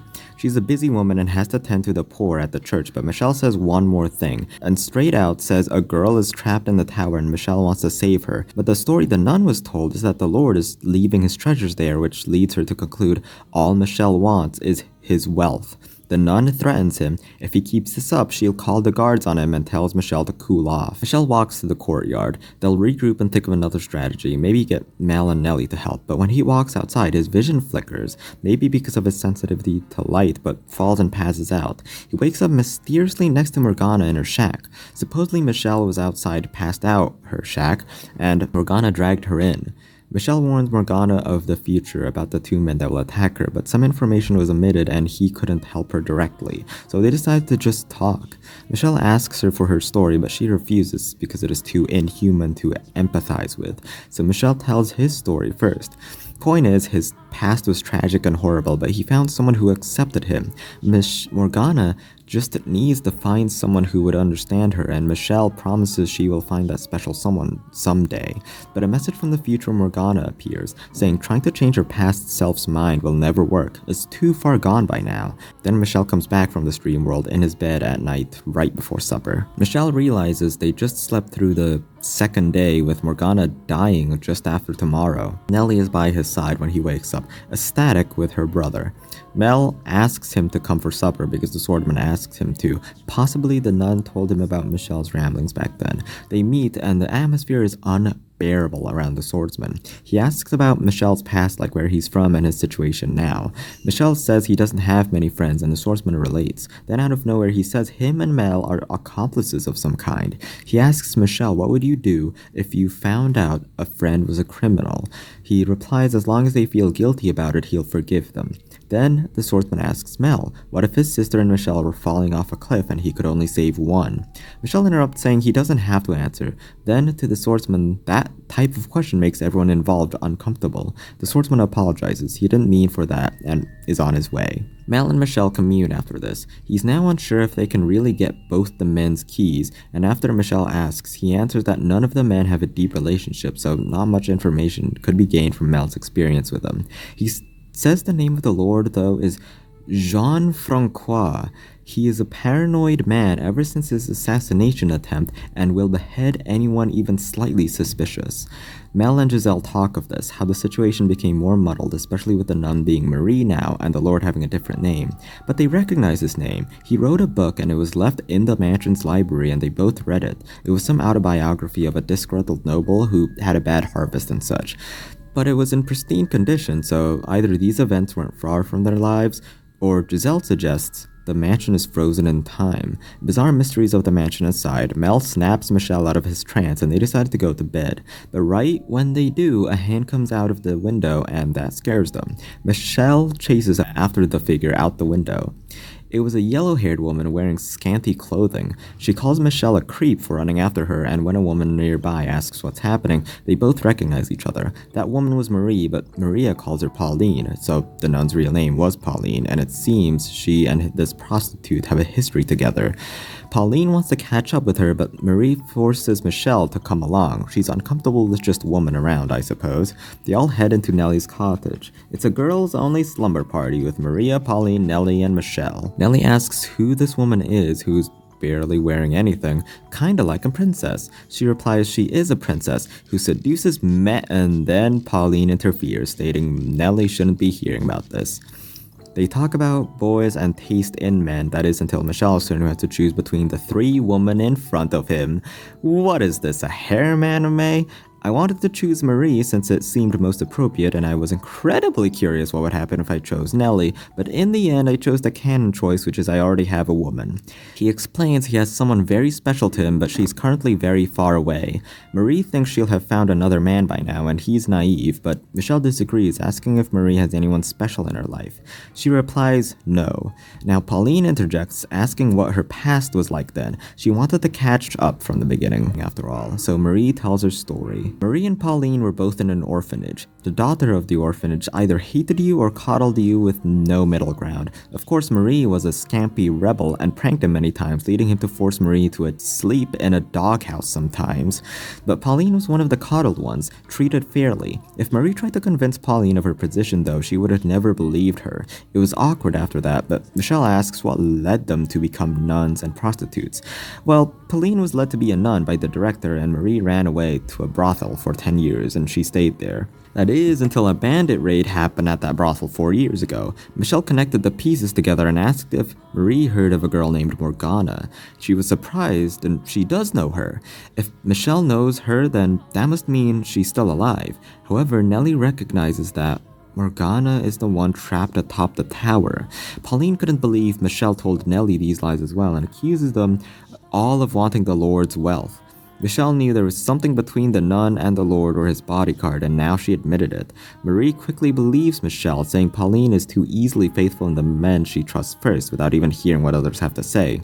Marie is gung-ho with saving Morgana and asks Pauline to help, but she asks Michelle and Marie to get out.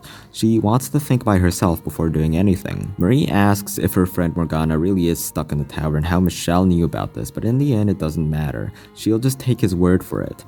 Michelle asks if she has connection to the Lord, with their souls being inextricably linked, and she admits she did come here to find the Lord, but just to kill him. Even though she admits the Lord did do a lot for the economy, making his region prosperous, it's an expense to the poverty who have it worse off and aren't cared for by the Lord at all. Even though she knows killing might not change much, she'll feel a lot better from it at least. Michelle asks Giselle for her opinion, but she mysteriously doesn't respond. Topic change about Pauline. Marie didn't expect her to be a nun. Besides the being faithful schmuck, she just wanted to find a man to marry, so something must have happened to her that made her become a nun. Well, as much as she wants to save Morgana, it's late and heads back to her brothel, but before that, a choice prompt. Michelle offers to escort her, and even though she's plenty capable to defend herself, Michelle still wants to escort her. You either insist or let her go by her own. I instead to go after her, and at her brothel, Michelle asks what Morgana was like. She was a quiet girl, so they didn't know really, but Michelle asserts that being at the brothel was a fond memory that she had. Marie gives Michelle a gift, a knife to defend himself, and it mirrors when Jacopo gave Marie a cartridge. Heading back into the forest, a voice is heard. Both Pauline and the swordsman were there. Pauline asks him if there really is a girl stuck in the tower after hearing it from multiple people, but of course the swordsman denies. It's just the Lord's wealth. She still insists to see the tower for herself, and the swordsman lets her after talking with the Lord first. After she leaves, the swordsman notices Michel's presence, and Michelle begs to free Morgana, but he just gets attacked. Michelle reminds me of his humanity. He doesn't want to be a beast, right? But he's always had an insatiable urge to kill. Michelle pulls out his knife and runs, but gets Sephiroth in the guts. Dead end. Well, my first genuine bad end. I guess I shouldn't have looked after Marie when I couldn't even look after myself. Back to that choice, they say bye, but she promises she'll be back tomorrow night to tell Michelle all about what Morgana was like back then. Michelle calls upon Giselle, who dozed off earlier, which is why she didn't respond. Right before they sleep, they want to talk. Giselle was surprised how in his element he was when talking with the other 3 women all in the same room. It gets overstimulating, but in the end he was a great plaything to the women. He too was surprised, but not because he wasn't a conversationalist, but the fact that he went through so much tragedy he might have never related to any other human being before. Giselle assures he's a normal man. He feels his situation isn't too different for Morgana, but the difference is he actually had a special someone, which was Giselle, where she didn't. Well, they'd have to wait until Marie comes back tomorrow night to tell them. Giselle changes topic. She feels even if Michel told her his secret, she would still love him. He just didn't understand how much she loved him. But Michel still feels guilt as a couple seeing their children grow up and play just isn't a possibility for them. Well, nevertheless, Giselle loves him. This confession made Michel blush, and he wants to cool down near the window. Before the first time he sees springtime snow. He's so happy he could see it with another person, and Giselle is happy for him too. They go to sleep. 1 day left until Morgana's death. The next morn, Michel wakes up in the cellar, his hands tied and calling for Giselle, but that doesn't elicit a response.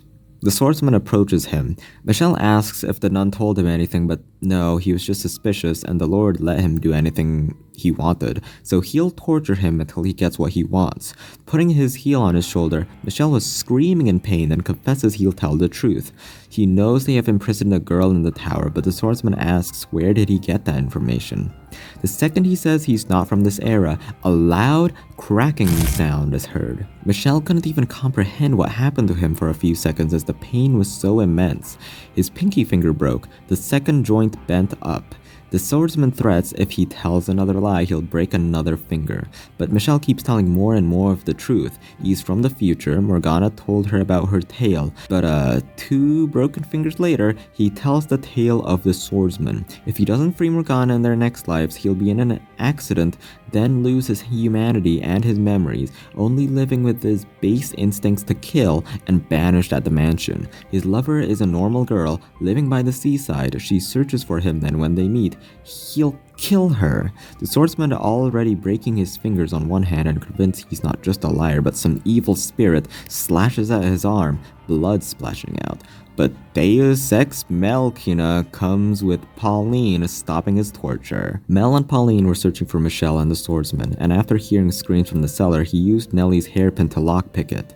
He answers his riddle from yesterday about the cliff thing. He'll save everyone to the best of his ability. He tends to Michel's wounds. Pauline asks the swordsman if a girl is stuck in the tower. While technically it was the Lord's property and valuables, she still couldn't believe him and in herself for outright lying and giving real human blood as medicine.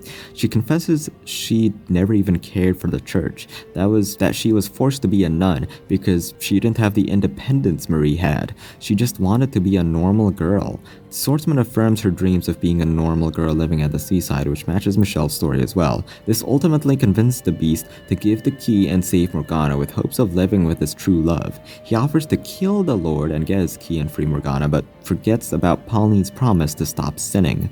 Michel agrees they shouldn't take it by force, but convince him to give the key. Michel explains he is not just freeing Morgana, but also to change her perspective, so Michel urges the swordsman to tell his tale. The more information on the men that tortured her to see from their side, the higher chance of changing Morgana's heart. Even though the swordsman doesn't think his perspective will change her mind, he tells Michel his tale. Later in his room, he doesn't want to let Pauline know of this tale, so he tells her not to come. Mel lets Michel lean on his shoulder and he rests, thinking upon Giselle and why doesn't she appear. The swordsman enters his room, but before he tells his story though, he states Michel is an actual angel after thinking upon what he said in the cellar and reading into his heart. Oh, and to straighten things out, he wasn't a being capable of love, so while Pauline is important to him, he doesn't love her. After telling his story, he wishes Michel to guide him what to do afterwards. With all that, his story starts. If he was asked where he was from, he wouldn't know either. As a young'un, he was a slave, but not at a lord's house. He was some construction worker. He would be insulted, punished, and tortured severely. Deep inside him, a welling emotion of anger and hate, which is only natural to feel revenge for his captors, but even to his degree, he did things he shouldn't have done. On a carriage carried by slave traders, he met a young girl. Her face has skin peeling off of it, and she was crying. He asks why she was crying, and she answered she didn't get the chance to pay back gratitude to people she wanted to. In his mind, he couldn't understand.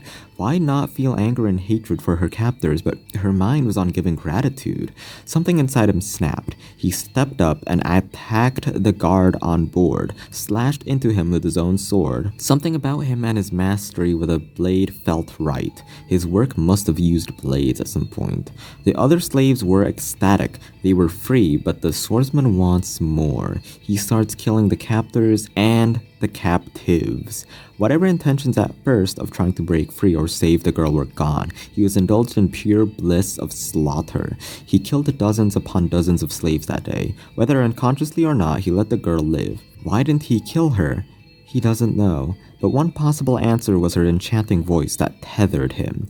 He ran from the carriage and continued killing to satiate his urges. He lived by slaughtering and stealing for the next 3 years, but it all stopped when he had encountered something he couldn't defeat no matter how much power he had.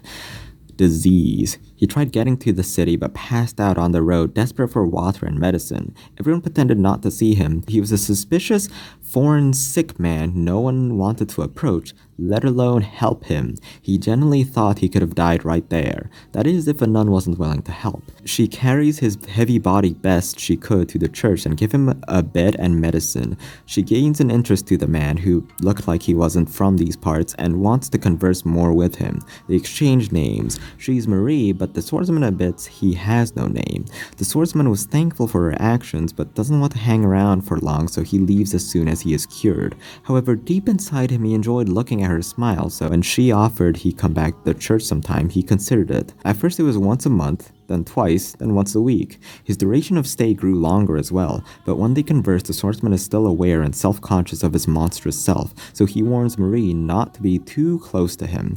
But she wants to get closer to him. She thinks he's human. She even admires the way he looks, his black shiny hair and tall stature. That's when he realizes there's something going on between them. On one fateful night, he asks her to sneak out and talk to him. He desperately wants her to turn him down because it's sinful and they're not compatible, but he confesses his love to Marie. She responds by saying her real name is Pauline, and she loves him as well, but curiously he asks what exactly is her depths of love to him, and explain what her love is like. She explains it's like her heart is about to jump from her chest and she'll jump over the moon because of their love. When he hears her description, it all makes sense. He doesn't truly love her, but she is still invaluable to him. Her smile is what he values, not because of love, but because of peace. He feels peace and tranquility from being around her, which lessens his beastly urges. They continue to spend more time together. They get to know more and more about each other in the following months, and Pauline's self-destructive generosity. The church in general is suffering because of its charity, because charity isn't free. Money is needed to fund giving to the poor. This is when the swordsman was summoned by the region's lord. The sharp-tongued lord knows of his crimes. He knows he was the man that slaughtered an entire carriage of slaves 40 years ago. Hanging around a church must make him go crazy, he assumes. He wants to get his hands dirty again, so he assigns him to capture a witch living in a small cottage beside the lake. This witch having miracle blood. He promises he's paid as well, of course. The swordsman asks how him getting paid and the witch are related, while wittingly replying, the Lord says he will utilize her magic blood and turn it into a product, an all-curing elixir. He will sell these as tithes, which will help fund the church and also for him to invest in his various businesses to stimulate the city's growth.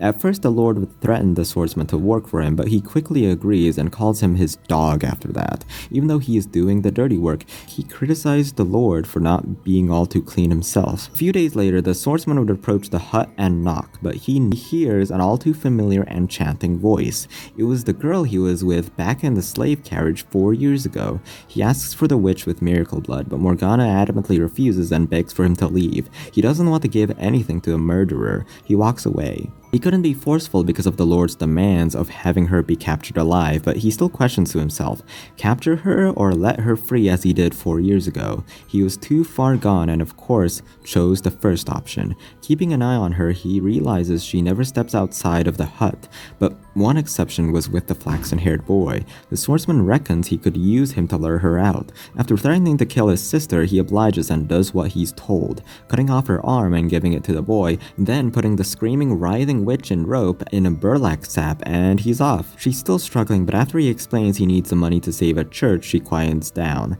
But before it's all done, the swordsman tells he needed the boy to lure the witch to the Lord, and he scolds him. Of course, the swordsman could kill him easily, but after he explains what he's like, the Lord makes him an accomplice. He was a noble, so they couldn't just kill him. People would know he's gone missing, and he needed the witch's blood. So the swordsman forces him into the Lord's plan as well. He became the Lord's personal guard, and the nun Maria became a nun for the Lord with her own church. She questions within herself if this is what she truly wants, and after hesitatingly stating all she wants to do is help people, she accepts. Ecstatic with the new life the Lord gave them, they continue their dastardly plan to extort the witch's blood for personal gain.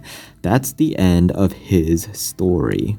I just want to point out this cool little tidbit. Mel was threatened by the swordsman, and the swordsman was forced to obey the Lord. There's a hierarchy here. Its purpose is first to connect all the swords together in a more meaningful way, but also set up expectations. Michelle had enough trouble with Mel and Nellie, and they're just siblings. The swordsman is an irrational beast, and after we tamed him and knew the story, there's an even higher power he couldn't defeat. It portrays the shonen power escalation perfectly. Even now, I have no idea how he'd approach the Lord, just like how back then I didn't know how he might have approached the swordsman. After hearing the swordsman's story, Michelle was in deep pain, empathizing with Morgana and the pain she went through, even shouting at the swordsman to be quiet so he could recollect his emotions and thoughts. If it makes it any better, he didn't feel any of his usual joy when cutting off Morgana's arm, and of course the moments he found peace when hearing her voice or looking at Pauline's smile. Michelle thinks this is enough to not classify him as pure beast, that he truly has a human emotion somewhere in there. But the swordsman asks, what of his next life? He wants to know everything about it, so Michelle retells the tale about how he got shipwrecked, became a monster who couldn't control his killing urges, and kept slaughtering innocent people at the mansion. His lover with unwavering faith thought he was still alive and finds him again, but he kills her. The swordsman, hearing of his true nature, feels he couldn't be redeemed and wants Michelle to take his sword and kill him. Michelle does bear anger for him, and even though he does not want to, in his heart he knows it wouldn't change anything. He promised he'd tell him what to do with his life after this. Of course, the easiest road is for him to give in and keep killing, but Michelle believes for him to push his base instincts deep inside him. Do this by spending time with the ones you love. Controlling your inner urges, your true self, is hard, but it is necessary if he wants peace. He accepts Angel Michelle's teachings and would gladly join the Church of Michelle, but of course he kids. He wouldn't just ask anyone to lead his life, but Michelle seems to be many times wiser than many others, especially his magical knowledge he shouldn't even know. But Michelle just thinks of himself as normal. This story dives straight into nature, not nurture. Normally there is a reason for why someone acts the way they do, like from some experience they had, but sometimes there's no reason. Sometimes people couldn't explain why they desire the things they do. So the swordsman story, it's a story of human urges, the inherent dark nature humans have. It doesn't have to be about killing, it could be any uncontrollable urge such as addiction. They present a great solution.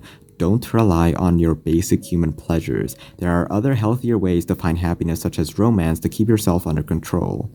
The swordsman agrees to cooperate with Michelle in getting the Lord's key and will persuade him to eat supper at the mansion so Michelle and him can meet, but first he has to meet Marie, who promised she would come tonight.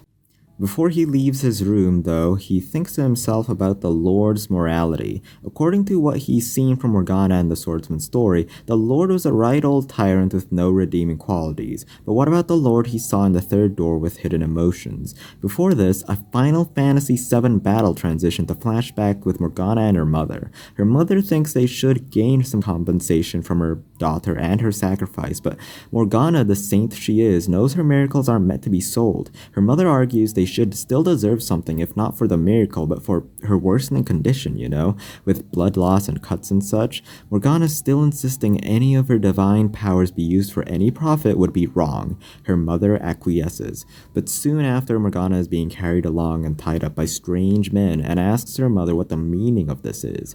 Her mother simply replies she's worthless to her now. Michelle deeply empathizes with Morgana now, recalling more of her memories. He affirms himself and stands up, heading for the courtyard and meets Maria. When they do, Maria sees Michel's condition. He looks awful and his arms and fingers broke. She insists Michel rest and they talk again later, but Michel tells her of his deadline, noon tomorrow. They quarrel for a bit and Maria eventually gives in and impressed by his determination. She starts talking about her past with Morgana, and they weren't that close, with Morgana acting cold and distant, but Michel reassures they were fond memories for her being in the brothel. Michel wants her to go to the observation tower when they free her, but she still feels weird since she wasn't really a close friend, but she does say the slave that saved her did have a dinky necklace to give her. Speaking of which, that slave was the closest to her, but sadly he died. Suddenly, Nellie and Pauline appear and they're preparing reparations. Michel talks of redeeming the Lord. This sparks a debate between Maria and Pauline whether the Lord was a good person or not, but this leads to Pauline saying the current Lord is better than the old Lord. Michel has a big realization, never thinking that the old Lord tortured Morgana, but the new Lord is different since they switched 4 years ago and the carriage incident happened. This also leads into possibly the slave might not have died. The scene immediately transitions to the conversation between the three men, Mel, the swordsman, and the Lord, with Michel. The Lord, with a sharp tongue, asks why Michel was even invited, but briefly telling his story, the other men back it up saying he's a prophet and an angel since Michel has helped him greatly. Of course the Lord is unconvinced and thinks they have gone insane. Michel explains the situation, how he needs his perspective to change the future and free Morgana, but surprisingly the Lord actually gives up the key. He still refuses to tell anything about himself though, and Michel refuses to take the key because what he needs is his story. After Michel pressures him more, the Lord threatens back more to call the guards. He makes these absurd claims. First, his name is Jean Barnier or whatever. It's Jacopo. He doesn't have a drop of royal blood in him. He's a slave. Back in the slave riot of 7 years ago or so, he was the one who actually saved Morgana. These claims culminate and the Lord has had enough and points a knife at Michel and a choice pops up. Because it said I had no time to choose, I quickly shoved the Lord aside and I chopped his head off. Okay, whoops. I shouldn't have shoved him, which led to the swordsman killing him. Michel says his safety was less important than getting the truth out of him, but they have to continue forward. They'll try to convince Morgana with just the swordsman and Mel's perspectives. They walk toward the tower and at the top see Morgana's debilitating condition. He asks why. Why did she have to be chained? Not originally. She was chained, but she became hostile and violent, even tried climbing toward the window. Michel approaches her, but she starts muttering some words. All the three men are here. Mel, the charlatan who lied to her, the swordsman, a pure killer, and the Lord who started all this, but Michel affirms he isn't the Lord. Then she simply states, eternal suffering on all your souls. Darkness quickly envelops the tower and the men were sucked in. Michel's body was eroding, leaving just his soul. A being called Me has their arms around him and asks if he will become one with it. Okay, this bad ending is pretty sick. Instead of the Lord, Michel gets eternal suffering on his soul. I chose the correct choice here first time, and going back to document the bad endings feel, well, bad to experience, but this one was cool. So, if you reach into the darkness, okay, wait. So while Jacopo was lunging at Michel, his gift fell out the necklace he has been meaning to give to Morgana. Mysteriously, a large black darkness surrounds them all and it shifts to Jacopo's perspective. He curses the white-haired man, calling him no angel but a devil, but also questioning why is he forced to re-experience his past. Jacopo started as a simple slave, a mere boy who had an immense taste for power, so no one could ever bring pain to him or his loved ones ever again. That's when he meets a curious girl in the graveyard of the Lord's mansion he worked at. Jacopo said she might be mistaken for a gravekeeper or a grave robber, but what she was doing was blessing the dead because she was a saint, and jokingly said back Jacopo was cursed and sent to hell for that comment. This was the start of their blooming relationship. The girl had scars all over her body and gashes on her face with chunks of skin falling off. The boy brought many ointments and medicines to heal her, and all Morgana thinks is he's only doing this to marry her, but all Jacopo wants is just to look at her face as it's meant to be. This is around when there were tensions between the slaves and the Lord. In the mansion, the slaves were being treated unfairly, but couldn't do anything about it. But with outside help, they were able to overthrow the Lord and start a riot. In the midst of this, many slaves passed away, but a majority escaped to other towns and cities. But Morgana was so frail and sick that Jacopo sent her to a nearby brothel to stay with his prostitute friend Maria. Ever since childhood, Jacopo and Maria were friends, but only platonically. It's said they only became adults instead of die early, just because they could bitch about life together. Man, those words are so friendship goals. The brothel treated Morgana well, and eventually Morgana's birthday came. Jacopo started to get feelings for Morgana as Maria was egging her on, suggesting he buy a necklace for her. On her birthday, all the girls were talking about good and bad customers, which made Morgana uncomfortable. They switched the topic and they asked what kind of man was Morgana into. She clearly states, God, and well, Jacopo's teased saying he's way out of her league, bro. He approaches her and finally tries to confess to her, but just before he could, Morgana leaves to go to the bathroom. Right in this moment, disaster struck as bandits raided the brothel. All the women were carried into the carriage to be traded, and the men and customers were to be slaughtered, resulting in a carnage and corpses littering the brothel. Before Jacopo could realize it, a blade struck into his chest from behind, and he was kicked onto the ground, laying unconscious. Surprisingly, he doesn't die, with Maria carrying him in his arms with bandages around his stomach. He desperately searches for Morgana, but she wasn't found. This bandit raid finally made him want power more than anything. Before the raid, a former maidservant of the Lord approached him saying, "Get this, Jacopo was her son and he had royal blood in him. This could lead him to reclaiming the throne, so he could be in power." He didn't take the chance. It seemed ridiculous, but now as desperate as he is after the bandit raid, he approached the woman. She kept the ring of the Barnier crest, which is proof of his legitimacy. However, Jacopo saw through the woman's lie. He isn't of royal blood. The woman just needed Jacopo to overthrow the current lord for her own revenge against him. Jacopo looked similar enough to be her child, and Jacopo was involved in the slave riot a while ago, making it tragic the former lord's son was a slave who worked for him and revolted against him. After Jacopo revealed this, the woman smirked and was happy the boy chose was as sharp as he was. He accepted. He led a revolution claiming he was the true heir to the throne and convinced many to revolt against the current lord. The only one who wasn't sure of this was Maria, his dear friend, who doesn't want this. They could just live a quiet life, find a brothel, and live peacefully, but he was too far deep. He chopped off the lord's head and lifted it by the hair to show his victory. Now, sitting on the throne after a reign of misery, he decided to first improve the economy to let money rolling in. He opened trade routes even from foreign states, and the region thrived. However, he made improving social welfare a secondary priority, leaving the ones in poverty stuck and sick to die. The slaves that helped him become lord became the ones trying the hardest to get him off the throne. At first, he wanted to create a prosperous world to protect him and his loved ones. Priorities get twisted, and questioning if he's doing the right thing, if what he's doing really is creating the world he wanted Morgana to see. He wanted to prove to the lower class, the peasants, he wanted to help, but he's too far gone. Even one time, when he let them meet with him, it turned into an assassination attempt. He has become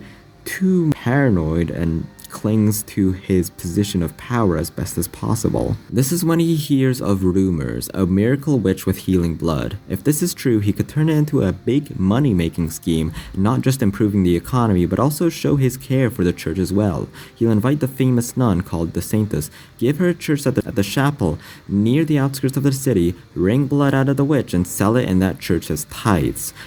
The hatred this one witch bears for him is tiny compared to the benefits everyone involved gains. So after ordering his lapdog, the swordsman, to obtain her, what returns is a young girl in a burlap sack with her arms severed. They recognize each other. Jacopo sees the young girl he tried to show his affection to back from when he was a slave. However, what Morgana sees is the tyrant lord who tortured her, wasting her blood, drinking them at banquets, and the one who gashed his face. Jacopo questions where did he go wrong? When did it go from gaining power to help the poor to torturing them for his own gain? Morgana berates him for for being the Lord. Jacopo in his head replies he was the one saving her from the Lord he is berating, but in the end, scared his position as a lord would be tarnished, continues the plan and locks Morgana up in the tower. He asks himself, where did it all go wrong? I like this transformation from poor slave boy to rich lord tyrant.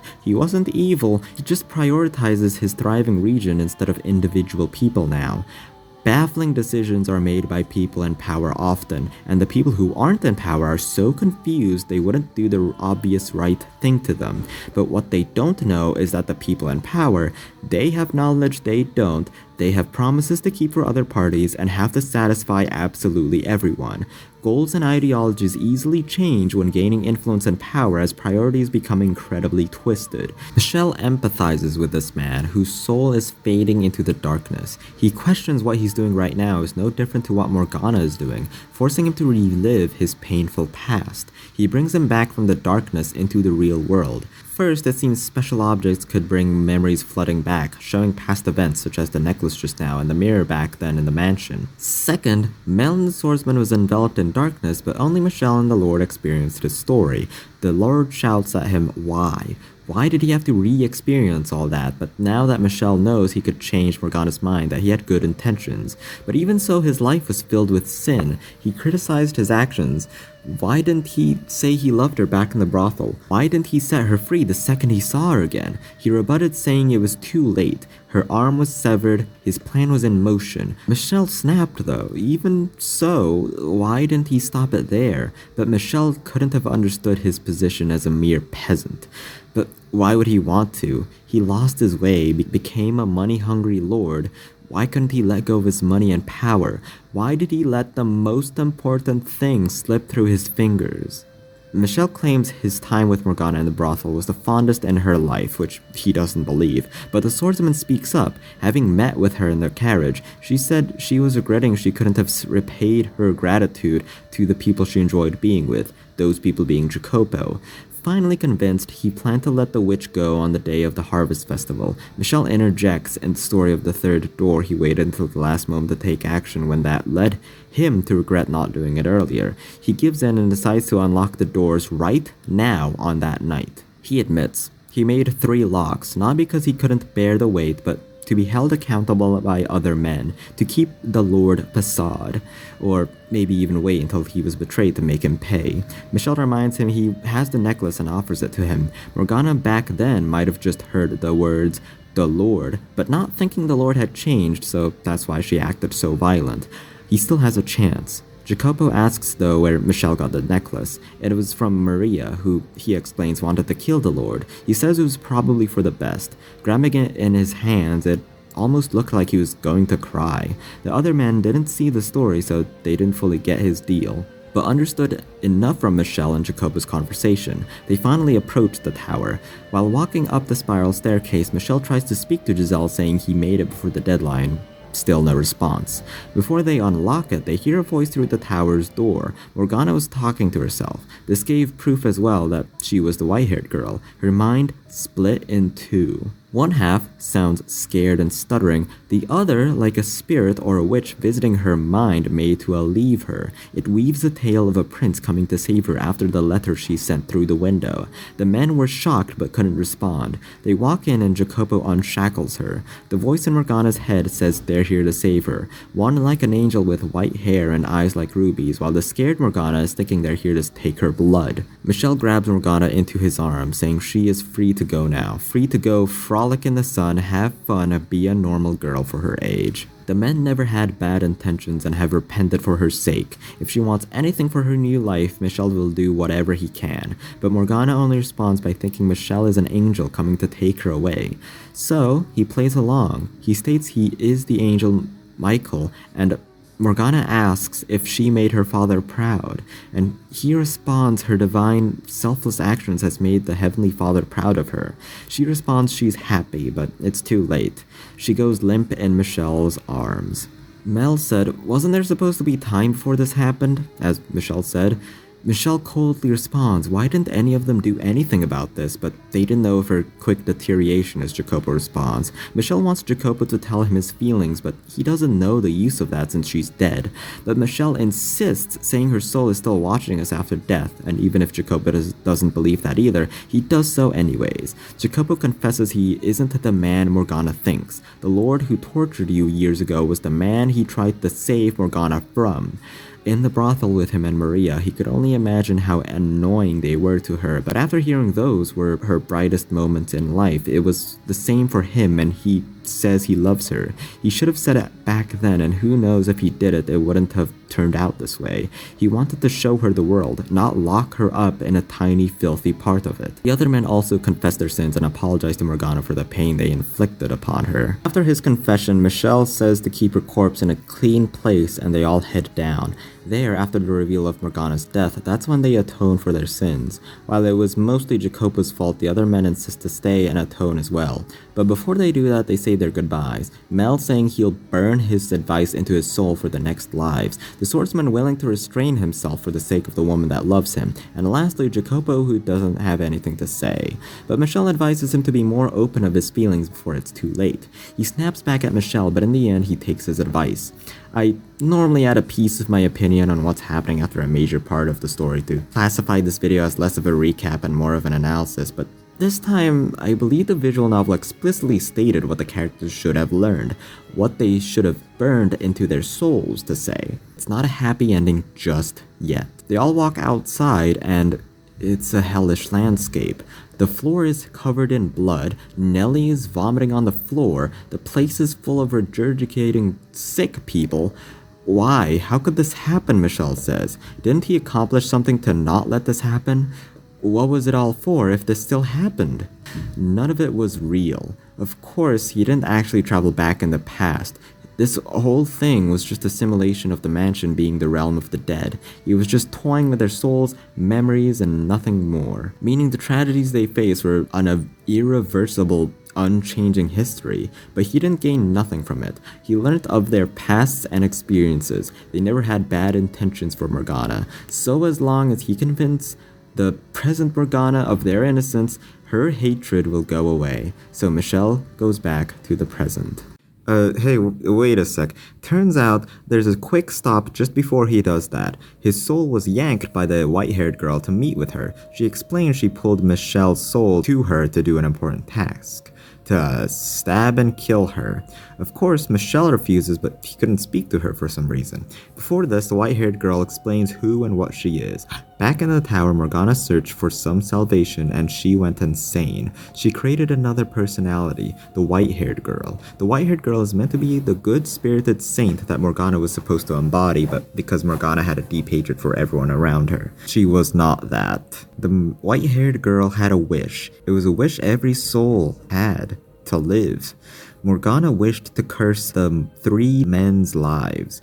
These wishes fed into each other and the universe created a small pocket of reality for both wishes to happen, the mansion. So throughout the eras, the white-haired girl existed as an abnormally pure-hearted being helping the masters of the mansion. Their wishes weren't meant to exist. They're an anomaly, which is why Michelle needs to kill hers to fix this defect. Michelle refuses, again saying what's so wrong with wanting to live.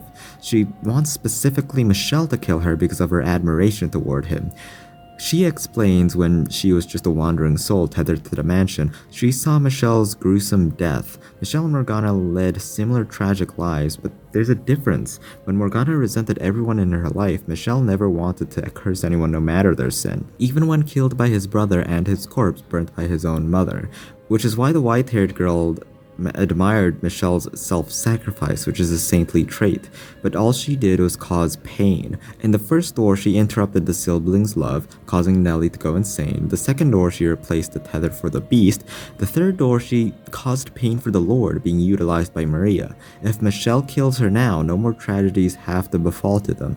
Killing her will cast the darkness from the mansion, giving Morgana salvation and even her own salvation. Finally convincing Michelle, he takes the sword. The white-haired girl dies with no regrets or hatred, but she wishes at least a part of her to stay in Michelle's soul, for him to remember her. Maybe it'll all be worthwhile then. Then she hints Michelle might be a genuine... The whiteness disappears, and Michelle wished things went differently, saying she didn't deserve to die. But he couldn't grieve just yet. He focuses on Morgana in front of him. Morgana, confused about what she just saw, was the lord from the estate and the lord who imprisoned her different people? She didn't mean to curse the slave. Michelle assures that was the reality and how it all could have been avoided if he had just told you everything. But still, he could empathize with him after being called a monster by her even though he genuinely loved you. Morgana states it doesn't matter, it doesn't change anything, she still hates him. Michelle simply says it's time to let go. While trying to curse everyone in her life, she also cursed herself for being in this cycle of hatred. Michelle tries to approach her, but she steps away. She's still being cynical, admitted her dumb mistake, cursing the entirely wrong man, saying she became a laughingstock since Michelle has proven it. But of course Michelle didn't do it to prove her wrong or to laugh at her. He empathizes with her. He hugs Morgana at this moment, not out of his own comfort or pity, but to embrace with her pain and loneliness. Morgana questions how he could be so filled with hate for her before, but now could hug her. Michelle knew from the beginning Morgana didn't do the things she did out of personal hatred for Michelle. That much he was certain about. Until he questioned her backstory, he didn't know her pain, and now he's trying to console her. Michelle knows how much pain Morgana has inflicted onto him, but he couldn't bring himself to hate her since they both experienced such tragedy. Getting closer to Morgana, Michelle exposes her face and, hey, it doesn't have skin ripping off of it. He comments how she looks like the white-haired girl, but she couldn't stand her since she had all the traits she didn't want and she thought it was Michelle. Michelle asks how could that irritate her, but she wants Michelle to figure it out by himself. Morgana asks, now what? And Michelle states he wants them both to leave the mansion and free the trapped souls. Morgana says she'll never forgive them completely, but sure, she'll release the souls and asks Michelle to lead the way. Moving across the mansion, Michelle comments, no person deserves to be imprisoned in a mansion as depressingly gloomy as this. Before the door to the rose garden, Morgana asks, what should she say, still being unsure. Michelle says if there doesn't need to be anything, don't say anything, but he's sure they might want to say something to her. They open the door and the ghost-like spirit residing in the garden looks more and more like the boy they know. Mel looks a bit scared after seeing Morgana, but Michelle assures they're here to free his soul. But Morgana says it's not that she forgives them, it's just that she's done cursing them. Even after hearing that, Mel still wants to thank her and apologize for all the things he has done to her, but Michelle reminds them that he was a victim in this situation as well. Morgana is also a bit regretful of putting him through those tragedies, but he insists it was mostly his fault because he was too dead to realize his sister's love and his inner cowardice partially caused the tragedy to happen. He also wanted to talk with the white-haired girl that he loved, but Michelle tells him she's not of this world anymore, she's gone forever. Before he leaves, he has something to say to Michelle, thanking him for the things he did to him in the past, even if it wasn't real. His soul returns to its proper place. Michelle tells Morgana that in the end, he was a victim and that she accepted part of his apology at least. They continue their walk through the mansion. Before the steps into the dungeon, Morgana wants Michelle to go first. The beast is up ahead and she doesn't want to be skewered. She reminds him that if he attacks their soul, it will never return. But Michelle is confident nothing of that sort will happen. The door opens and a silhouetted man leaning against some boxes approaches them, and it's the swordsman. He comments on Morgana's pretty appearance, looking like the blind girl in his story, but Morgana deflects it onto Michelle with his white hair and red eyes. But the swordsman says the blind girl is a woman and Michelle is undeniably a man. Getting to the point, Morgana says she'll free his soul even though she doesn't forgive him. He is a man who couldn't control his urges and will definitely cause more trouble than worth, and he agrees the world is better off without him. But he still doesn't want to disappear, so Morgana decides to release him. But the swordsman decides to burn his soul, the statement, resist temptation if you want to blend in, which will assure he won't be a killer his next life. Satisfied, his soul returns to where it belongs. Morgana can't help feeling being the greatest villain of all, since she entrapped these men for gaining pleasure from their pain too. But Michelle states perhaps by forgiving them she can forgive herself. But she retorts Michelle, hasn't he faced many unforgivable people in his tale? His parents, his brother, that woman? She recognizes she's no better than them, and they continued on. Before the next soul, Morgana means to ask, was Michelle really there? She could detect any soul's presence in the mansion and she can't find her. Michelle is certain she is in the darkness of the mansion. If they clear that darkness, she will appear. He has faith in her. Morgana doesn't state it's unrealistic or something cynical, she simply hopes they'll meet again. Even she took a liking to her after spending centuries with her. Entering the den silently, a shadow approaches them, revealing to be Jacopo. He notices her face is healed and wished he was the honored one to heal it, but Morgana said he lost that qualification since he entrapped and killed her. He wants to repent even if it means cursing his soul for eternity, but Morgana says he'll free him. But before he gets freed, he just wants to say his true feelings toward her. In his story, the white-haired girl, he was allured by her smile the instant he saw it, and that must have been the connection between her and Morgana. She retorts they're nothing alike, but he could feel the aura she possessed that was similar to Morgana's. He wants Morgana to smile at least one last time for him before he is freed, but Morgana just couldn't bring herself to smile for him, even though she knows that'd end his life as a soul on a good note. He says she's right. He doesn't deserve her and says goodbye to Morgana one last time. Michelle confronts her. Couldn't she have done a bit more for him? But after all that's happened, she couldn't forgive him being the main perpetrator of torturing her. Michelle says at least acknowledge he tried to save her life once, and she says alright. But it wasn't him that gave him salvation. She partly wanted to free the souls after seeing Michelle go so far for her while she smiles.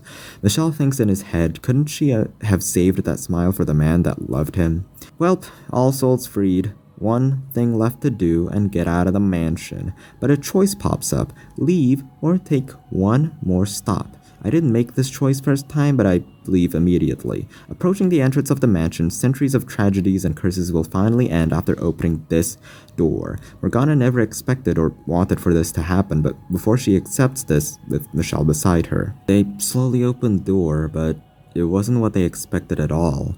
Instead of the blinding realm of light, they hear the words, "Burn the witch," all while the clanking of metal armor and weaponry echoes. Didier stands in front of them chanting about burning the witch at the stake. Michelle recognizes this is because of his curse, his sense of duty and responsibility of being a knight, and firstborn son of the Bollingers, which Michelle says is not needed anymore. Michelle shoves Morgana past Didier as she shouts his name. Didier draws his sword in the air and thrusts it into Michelle, but Michelle decides to bring salvation onto him, and summons the sword used for the white-haired girl to him and thrusts it into him.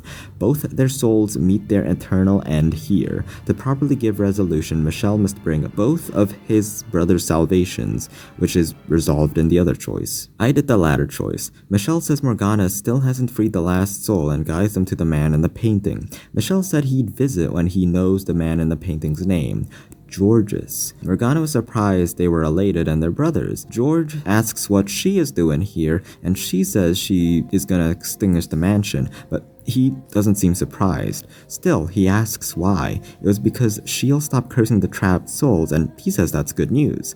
Michelle says they seem to know each other a bit, but Morgana just says all he's good for is throwing rubbish into, which Michelle recalls someone throwing the master bedroom key in the painting.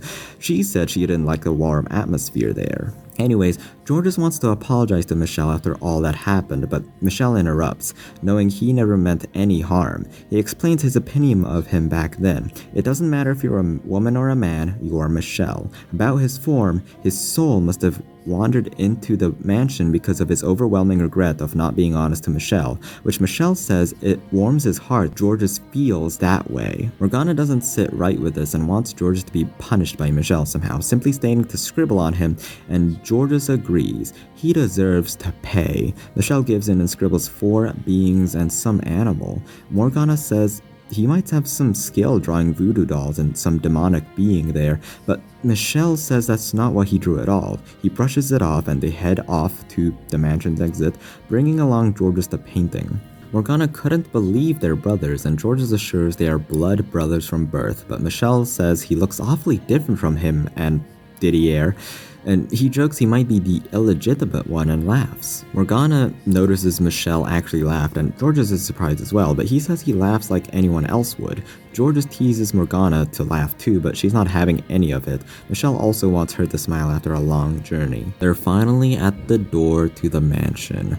Georges and his big mouth proclaims he's excited from being held and walked around the mansion since he was stuck on the wall as a painting. Morgana scolds him. This is a big moment. Centuries of the curse placed on this mansion is about to end and he's this talkative?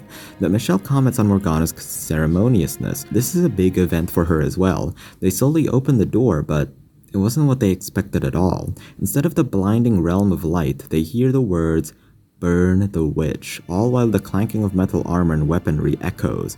Didier stands in front of them, chanting about burning the witch at the stake. Everyone steps back, cornered while trying to get through to him. Michel and Georges saying words of admiration, but he wouldn't listen and kept advancing.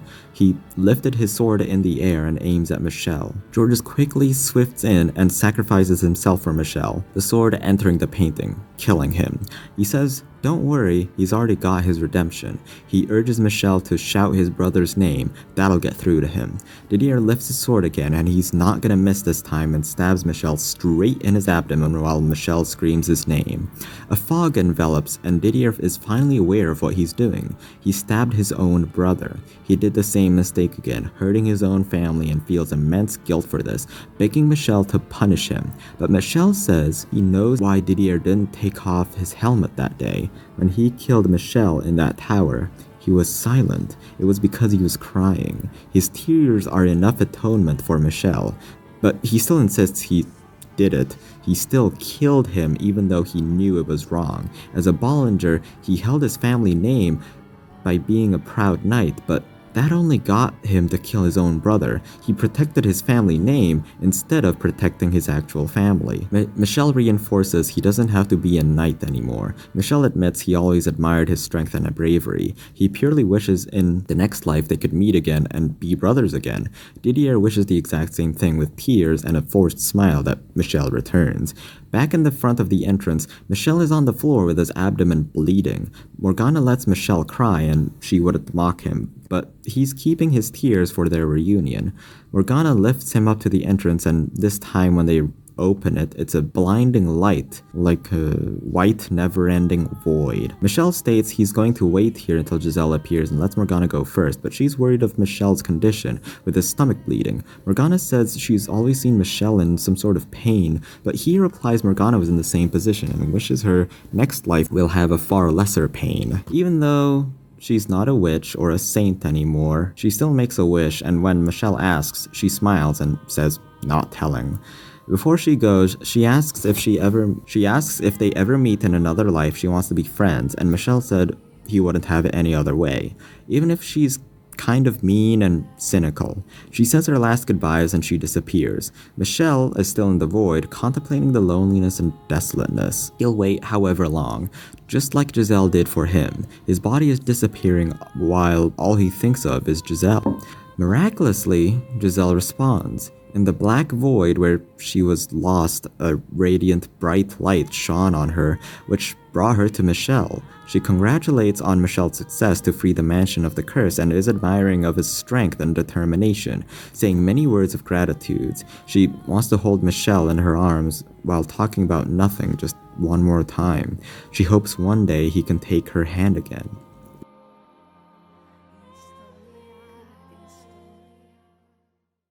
End credits.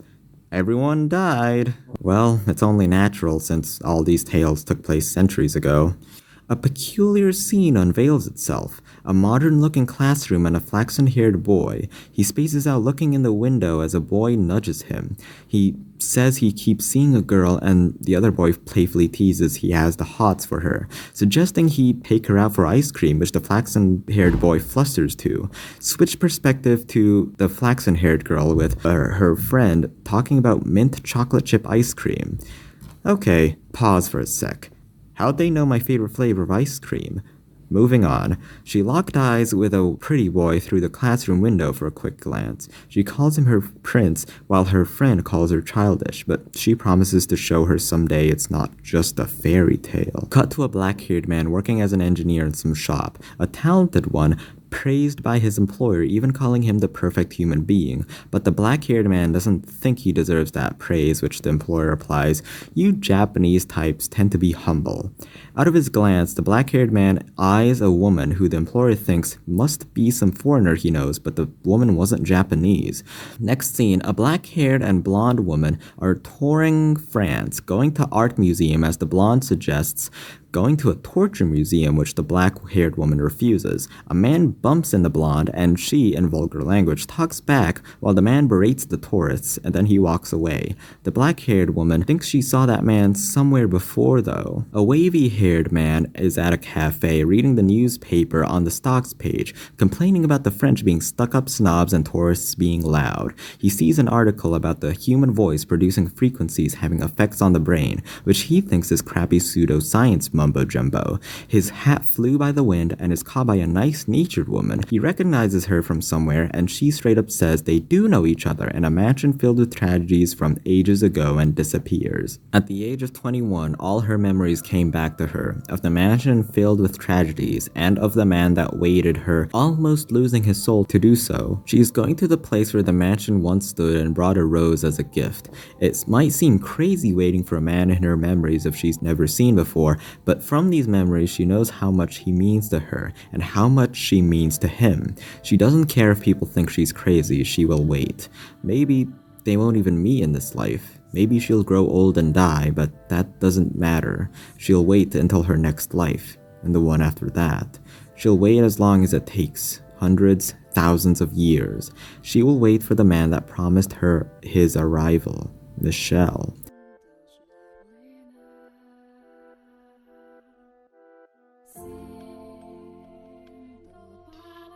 There is an after credit scene I cannot save on, but the image says it all. Don't worry. You won't have to wait any longer, Giselle. He remembers all the events of the mansion as well, and they confess their love, wishing her smile will never leave his side and for nothing to get in their way. In the walls of that mansion, he remembers unspeakable events taking place and the great pain that was suffered, but from that he gained something irreplaceable.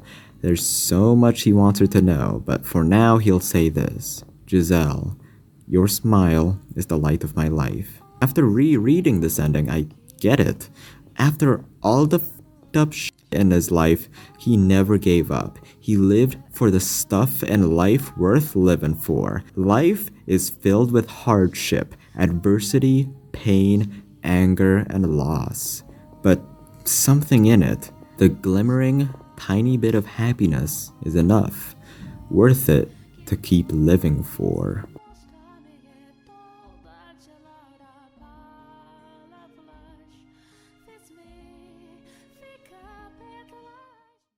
Okay, so extras are unlocked. Art gallery, music is there too, that's cool. I do like how the music has lyrics and translations and a special page for each song, that's great. I don't even know what language this is. Getting all the endings, there's a reward. The prologue before Michel arrives at the mansion. Here's the best extra of all. The backstage. It's all the characters faffing about, and that sounds incredibly fun. It's a great reward if the reader enjoyed the story. They'd want more story and, more importantly, being with all the characters more. After reading it, it's the writers and creators of the game making fun. All the characters making fun of each other and the plot in a meta sense, and it's just dumb, goofy hilarity. It's basically the carnival phantasm of Fata Morgana. They bring up character synopsis, the development process for the game, how characters were portrayed in promo material, and at the end, an announcement for their spin-off, Requiem for Innocence. The house in Fata Morgana redefines the classic Shakespearean tragedy. I'll probably not put that pretentiously, but I think I at least understand more about why these drama pieces hit as well as they do. The aspect I want to focus on is the inevitability of a tragedy. A tragic event is only built up by every related piece, whether unconsciously or not, causing it to happen.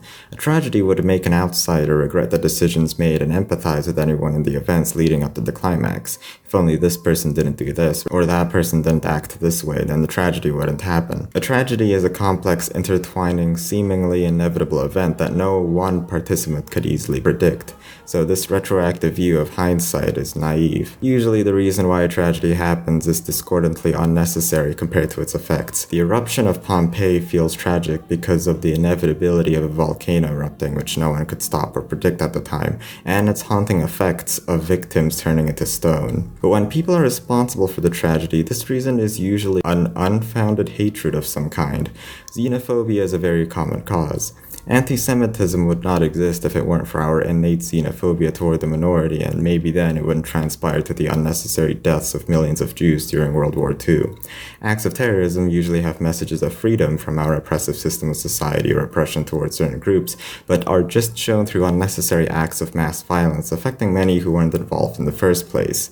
School shootings are similar, but caused by children and students who aren't raised or treated properly, so they feel driven to show that in the most effective way possible.